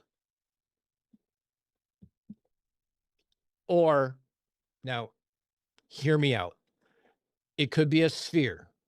There could be one transmitting antenna, and it has a certain cone of degrees where it's pointed down. You know, it's a very large cone that's pointed up at, like, say 11 degrees and down at, like, say -2 degrees. And that 13-degree cone creates just enough of a coverage that any plane flying directly above it would be in the whole of radar coverage, and you'd have to visually see it.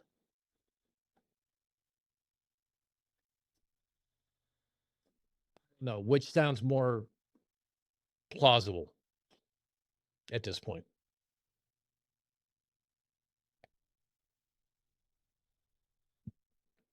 Sour Pounder, great to see you as always, my friend. Take it easy. Thanks for being here.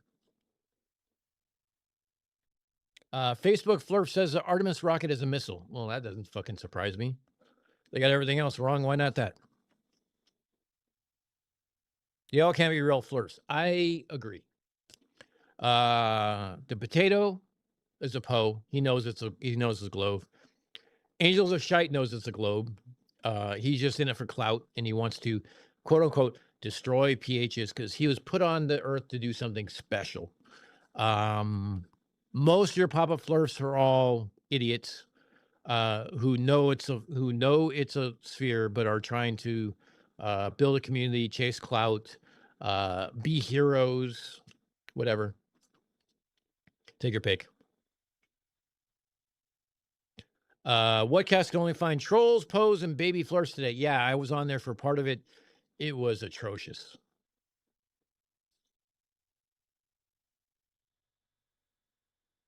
Radio don't work that way. Yeah, I know. That's why this This is the Mona Lisa of 2026. I mean, just look at it. It tells you everything you could possibly want to know. Or none of it. I don't know. I can't figure out which.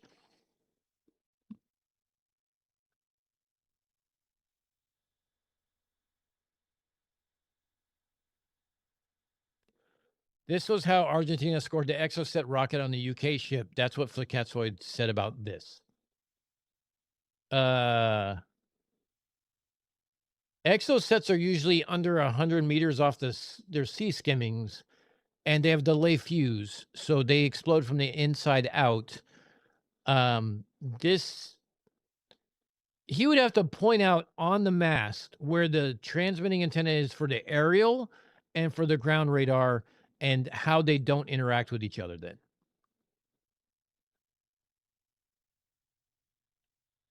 Oh, Mikey is absolutely trying to be a Papa Flurf, and he's trying to use Sam to do it, and Sam's using Mikey for, I don't know, self-pleasure. I don't know, but it's ridiculous. For those of you who are on X, I heard a name today on I heard a name today on TikTok I hadn't heard in a while. If you've been on X for any amount of years, who remembers Sacred? And if you didn't know, Sacred got destroyed on Ian Copeland podcast by who was that guy again? Oh yeah, me. About VHF distance records that we covered tonight. And he kind of got ran off of X because of crypto scams and stuff like that, supposedly, allegedly.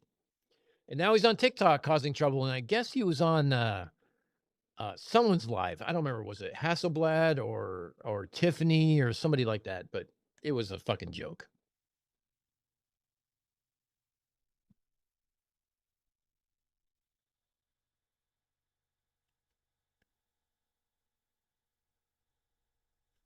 We need to get our shit together. Yeah, okay, Cygnus, you're not right. You're not wrong.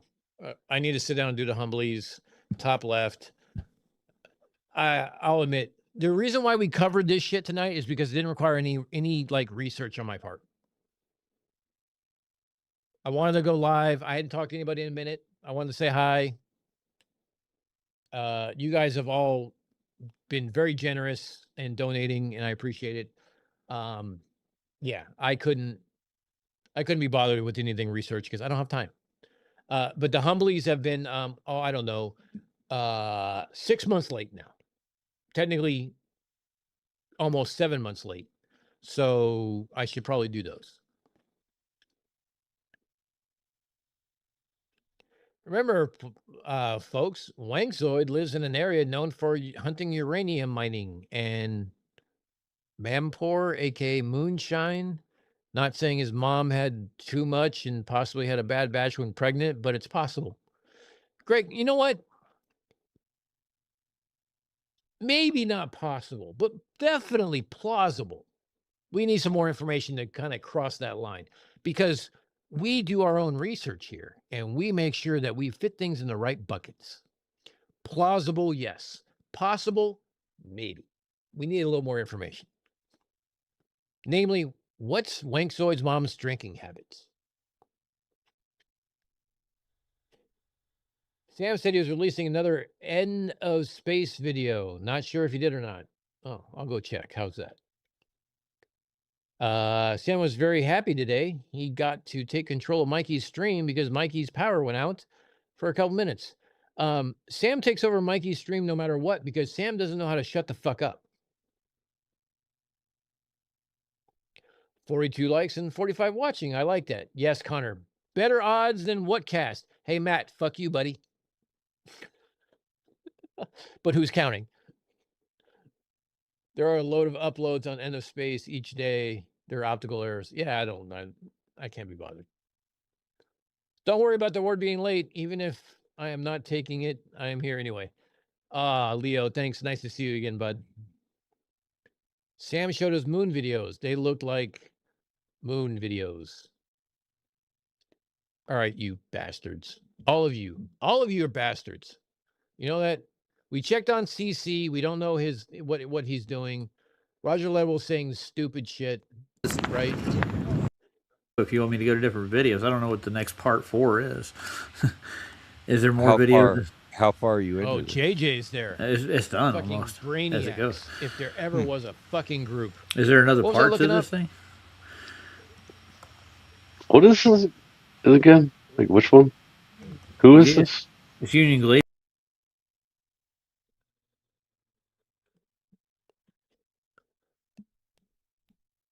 Oh, fuck.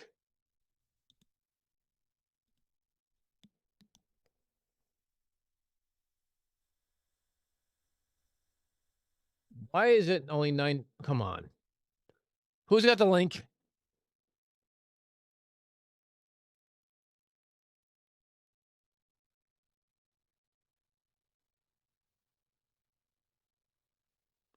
Do I know how Sam and Mikey found each other? No, I'm guessing through Vlad's stream. I doubt they know how to link other channels like I do. But on the off chance that they don't, no, of course not. They don't fucking know how to do that. End of space. Who's got the end of space link?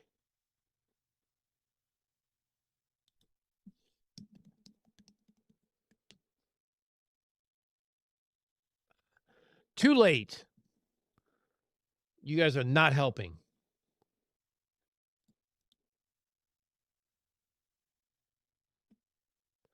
Yeah, I know, Dougal. He'll never get the Murdoch station. He doesn't even know the name of the fucking station he's applying to. Crescent Moon Strange Shadows. I'm willing to bet that they aren't Strange Shadows. I'm also willing to bet that these videos are all the same one. He's just calling them different stars. Call me a cynic.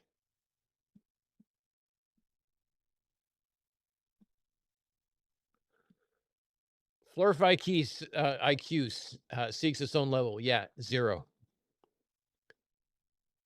Yeah, I'm sorry. Wajer will never make it down to Antarctica with his P gravimeter.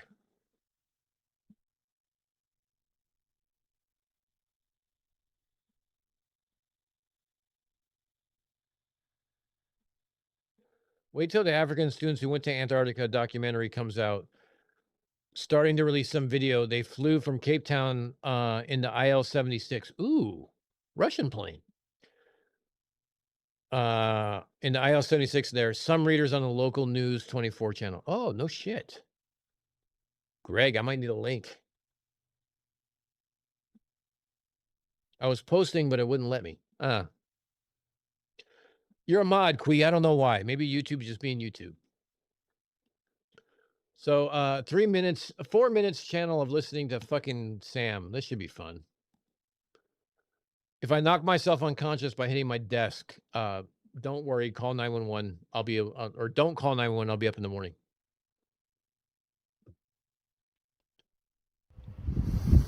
So this is the moon. 2 times magnification only. Whoa, that's a fucking wind.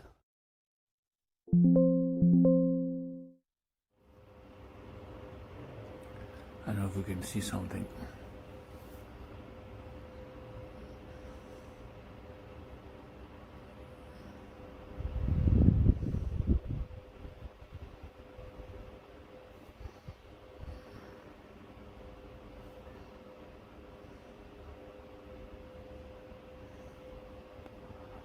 One-time magnification. So this is the moon.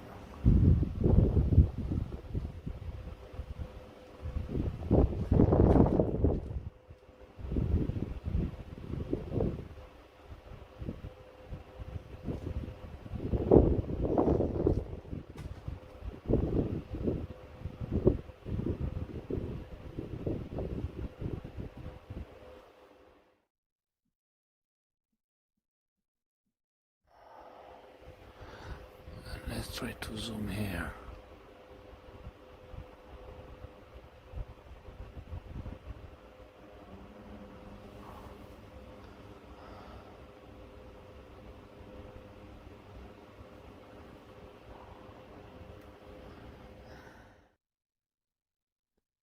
Anyone else feel like they're watching an episode of 24? Let's try to zoom here. Seasick. What the fuck?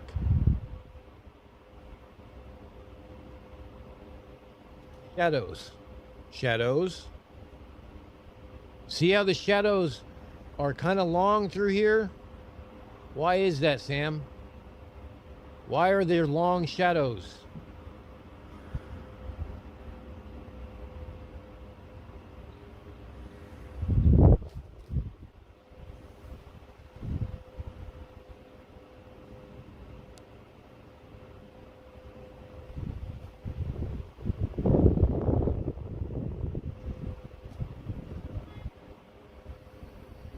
Is this going to end soon? Oh, a minute 10. Okay.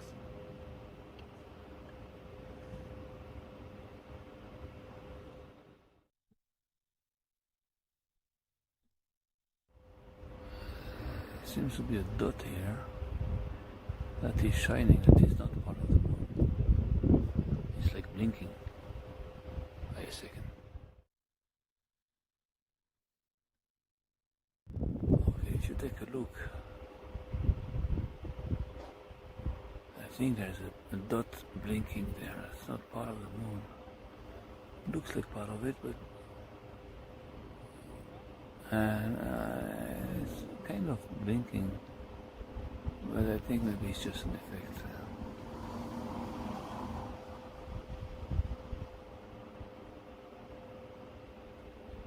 See that dot there on the right side?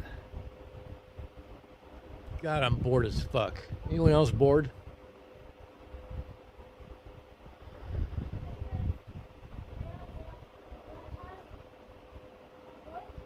Okay. Whoops. Sorry. Missed that one. Sorry, I'm not a professional streamer. I suck at this. What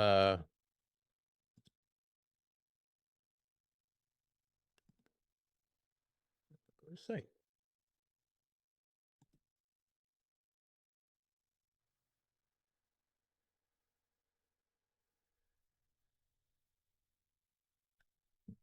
Hold on here.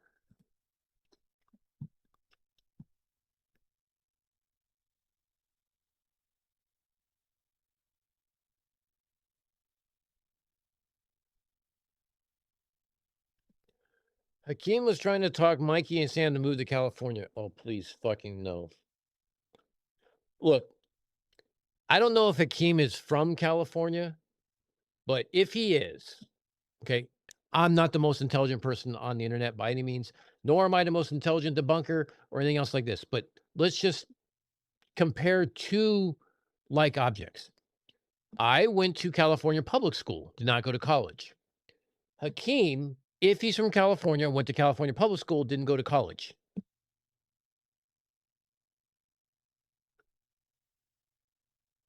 I don't know. Who do you trust?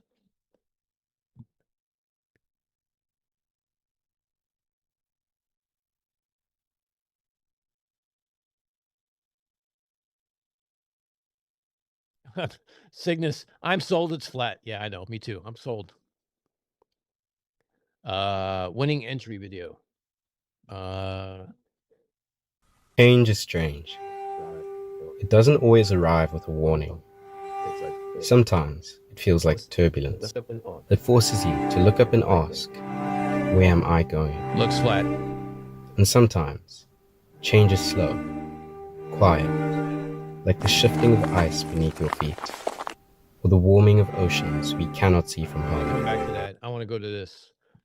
5 grade 11 pupils from across Africa will embark on a journey of a lifetime with Rainin Manser to explore the most environmentally isolated and unique continent on Earth, Antarctica.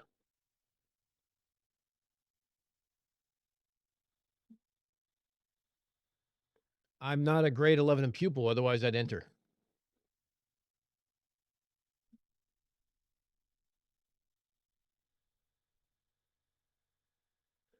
Hey, if you're in Africa and you're in grade 11 and have a passport and be available for a week in December 2025, I guess I'm a little out of date. Follow the prompts below. Okay.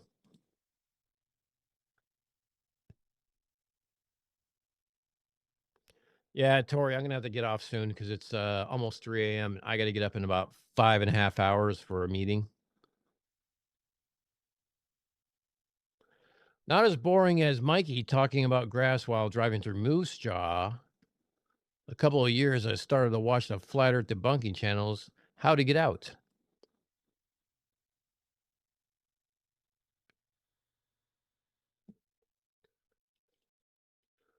A University of Ohio, or God, Ohio, fuck me. I don't even like Ohio. A University of, if you live in Ohio, my apologies. A University of Hawaii student went there earlier this year. That's a cold ice field trip for kids. No kidding. I'm sat having breakfast, mocking up a new Flurf t-shirt design. Dave, you need to run that by me first, damn it. I'm gonna steal my designs, or I got to get mine out. Hurry up and out quickly. I guess I'll work on the mine tomorrow for the new weapon of choice ones. All right, we've been doing this for almost 7 hours. Fuck. 4, 5, 6. Yeah, almost 7 hours. There's no need to do any more of this garbage. Witsit's an idiot. He doesn't understand radio. Fiber optics do carry 99% of the traffic, and they prove a flat Earth because we can ping them, and it doesn't make sense on a flat Earth. Or sorry, they prove a globe Earth. They falsify a flat Earth. You need to explain distances, the pings, or how we measure. Pure and simple. I don't know what else to tell you. The Earth's a globe until you prove otherwise. And I'm sorry, but falsification is not independent of replacement, because if you don't have a good enough answer, then I'm going to stick with what I know. That's all I got to say. Yeah, Donnie, it's dragging ass, and I'm Cygnus. Be nice to the nation's armpit. Hey, Cygnus, if Ohio is the right armpit, Jersey's the left one. That's all I got to say. That's right, Zoo Crew. Everyone back to your cages. Look, I appreciate all the super chats. I appreciate the fun. I appreciate you hanging out. I appreciate you spending time asking questions. Hopefully you learned something today. If you didn't, I'll try harder. As with always, let me just say, stay uncensored because we use F-bombs. Stay unapologetic because you shouldn't apologize for being right. And stay unfornicated. Love you all. Thank you all for being here. Thank you for supporting the channel. Thank you for supporting me. And thanks for the fun tonight, guys. I greatly appreciate it. We will catch you all on the flip side. I hope it's going to be sooner rather than later. Fingers crossed I get out from underneath this avalanche and I can... oh, I've been on the wrong screen the whole time. But who cares? I don't know. What do you guys think? You guys think you want to listen to Major Dumb one more time on the way out? Or or should we just sign off and say fuck it? I don't care. I'm not partial either way.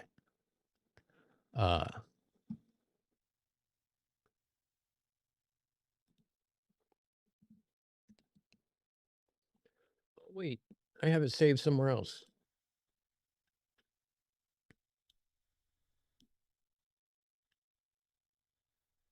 Thank you, Psycho. I'm glad you subbed and liked, and I'm glad you enjoyed the stream. We do a lot of different things here. I'm very much uncensored, unapologetic, and we're here to unfuck the stupidity that's the internet and social media. Yeah, Major Dumb is enjoyable. Cool. All right, let's go out with Major Dumb. Yeah, I'm Dragon's Word. I'm I'm gone. It's been a long day, and I've had enough. So, good night, all. I'll see you all later. Have a good night. Enjoy work tomorrow if you work. If you have the day off, you suck.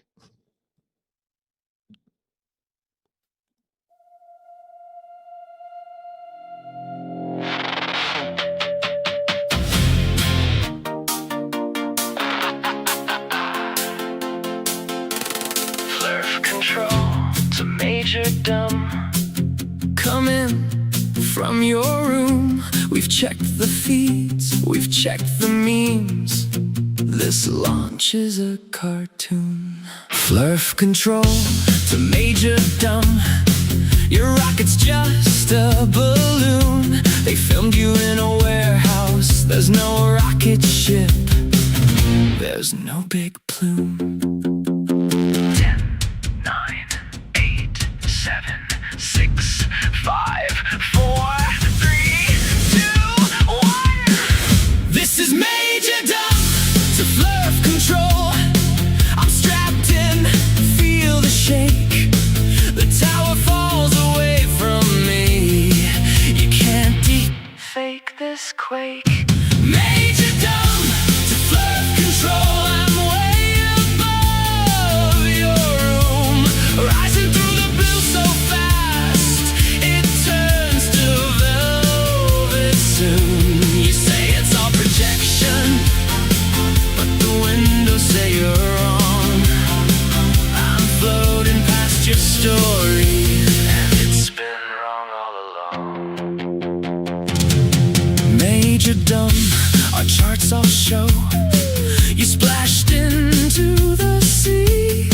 They dropped a capsule from a plane. You're still on Odyssey. Flurf control, I hate to break it, your script is out of date. The engines burned, the boosters turned, I watch the coastline fade. You talk about a snow globe sky, a ceiling painted cold, but I just watched horizons curve in every shade of gold. Major Dumb to Flurf control. The world's a swirling sphere. Clouds wrap round in lazy bands from pole to stratosphere. You say it's just a clever CGI veneer, but your world's become an island, and it's really, really small from here. You said there is a crystal shell, a cover hard and bright.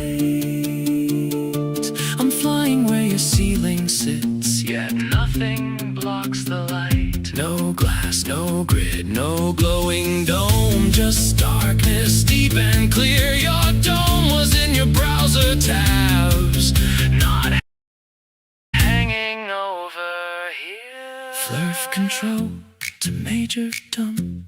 Our live chat says the pictures are all lies. Agencies just sell us tales, they're demons in disguise. Major Dumb to Flurf control. Your fears are getting loud, but I'm looking at an ocean that wraps behind a cloud. If stories had you cornered, I'm not here to shout you down, just asking you to tilt your head and spin that view around. Major Dumb to Flurf control. I'm circling slow and clear. I see the night chase after day around this shining sphere. You swore there'd be an edge, a wall where colors stop, but every orbit proves you wrong. We're living on a drop. Flurf control to Major Dumb. Your signal's getting thin. If space is real, if globe is true, where do our stories spin?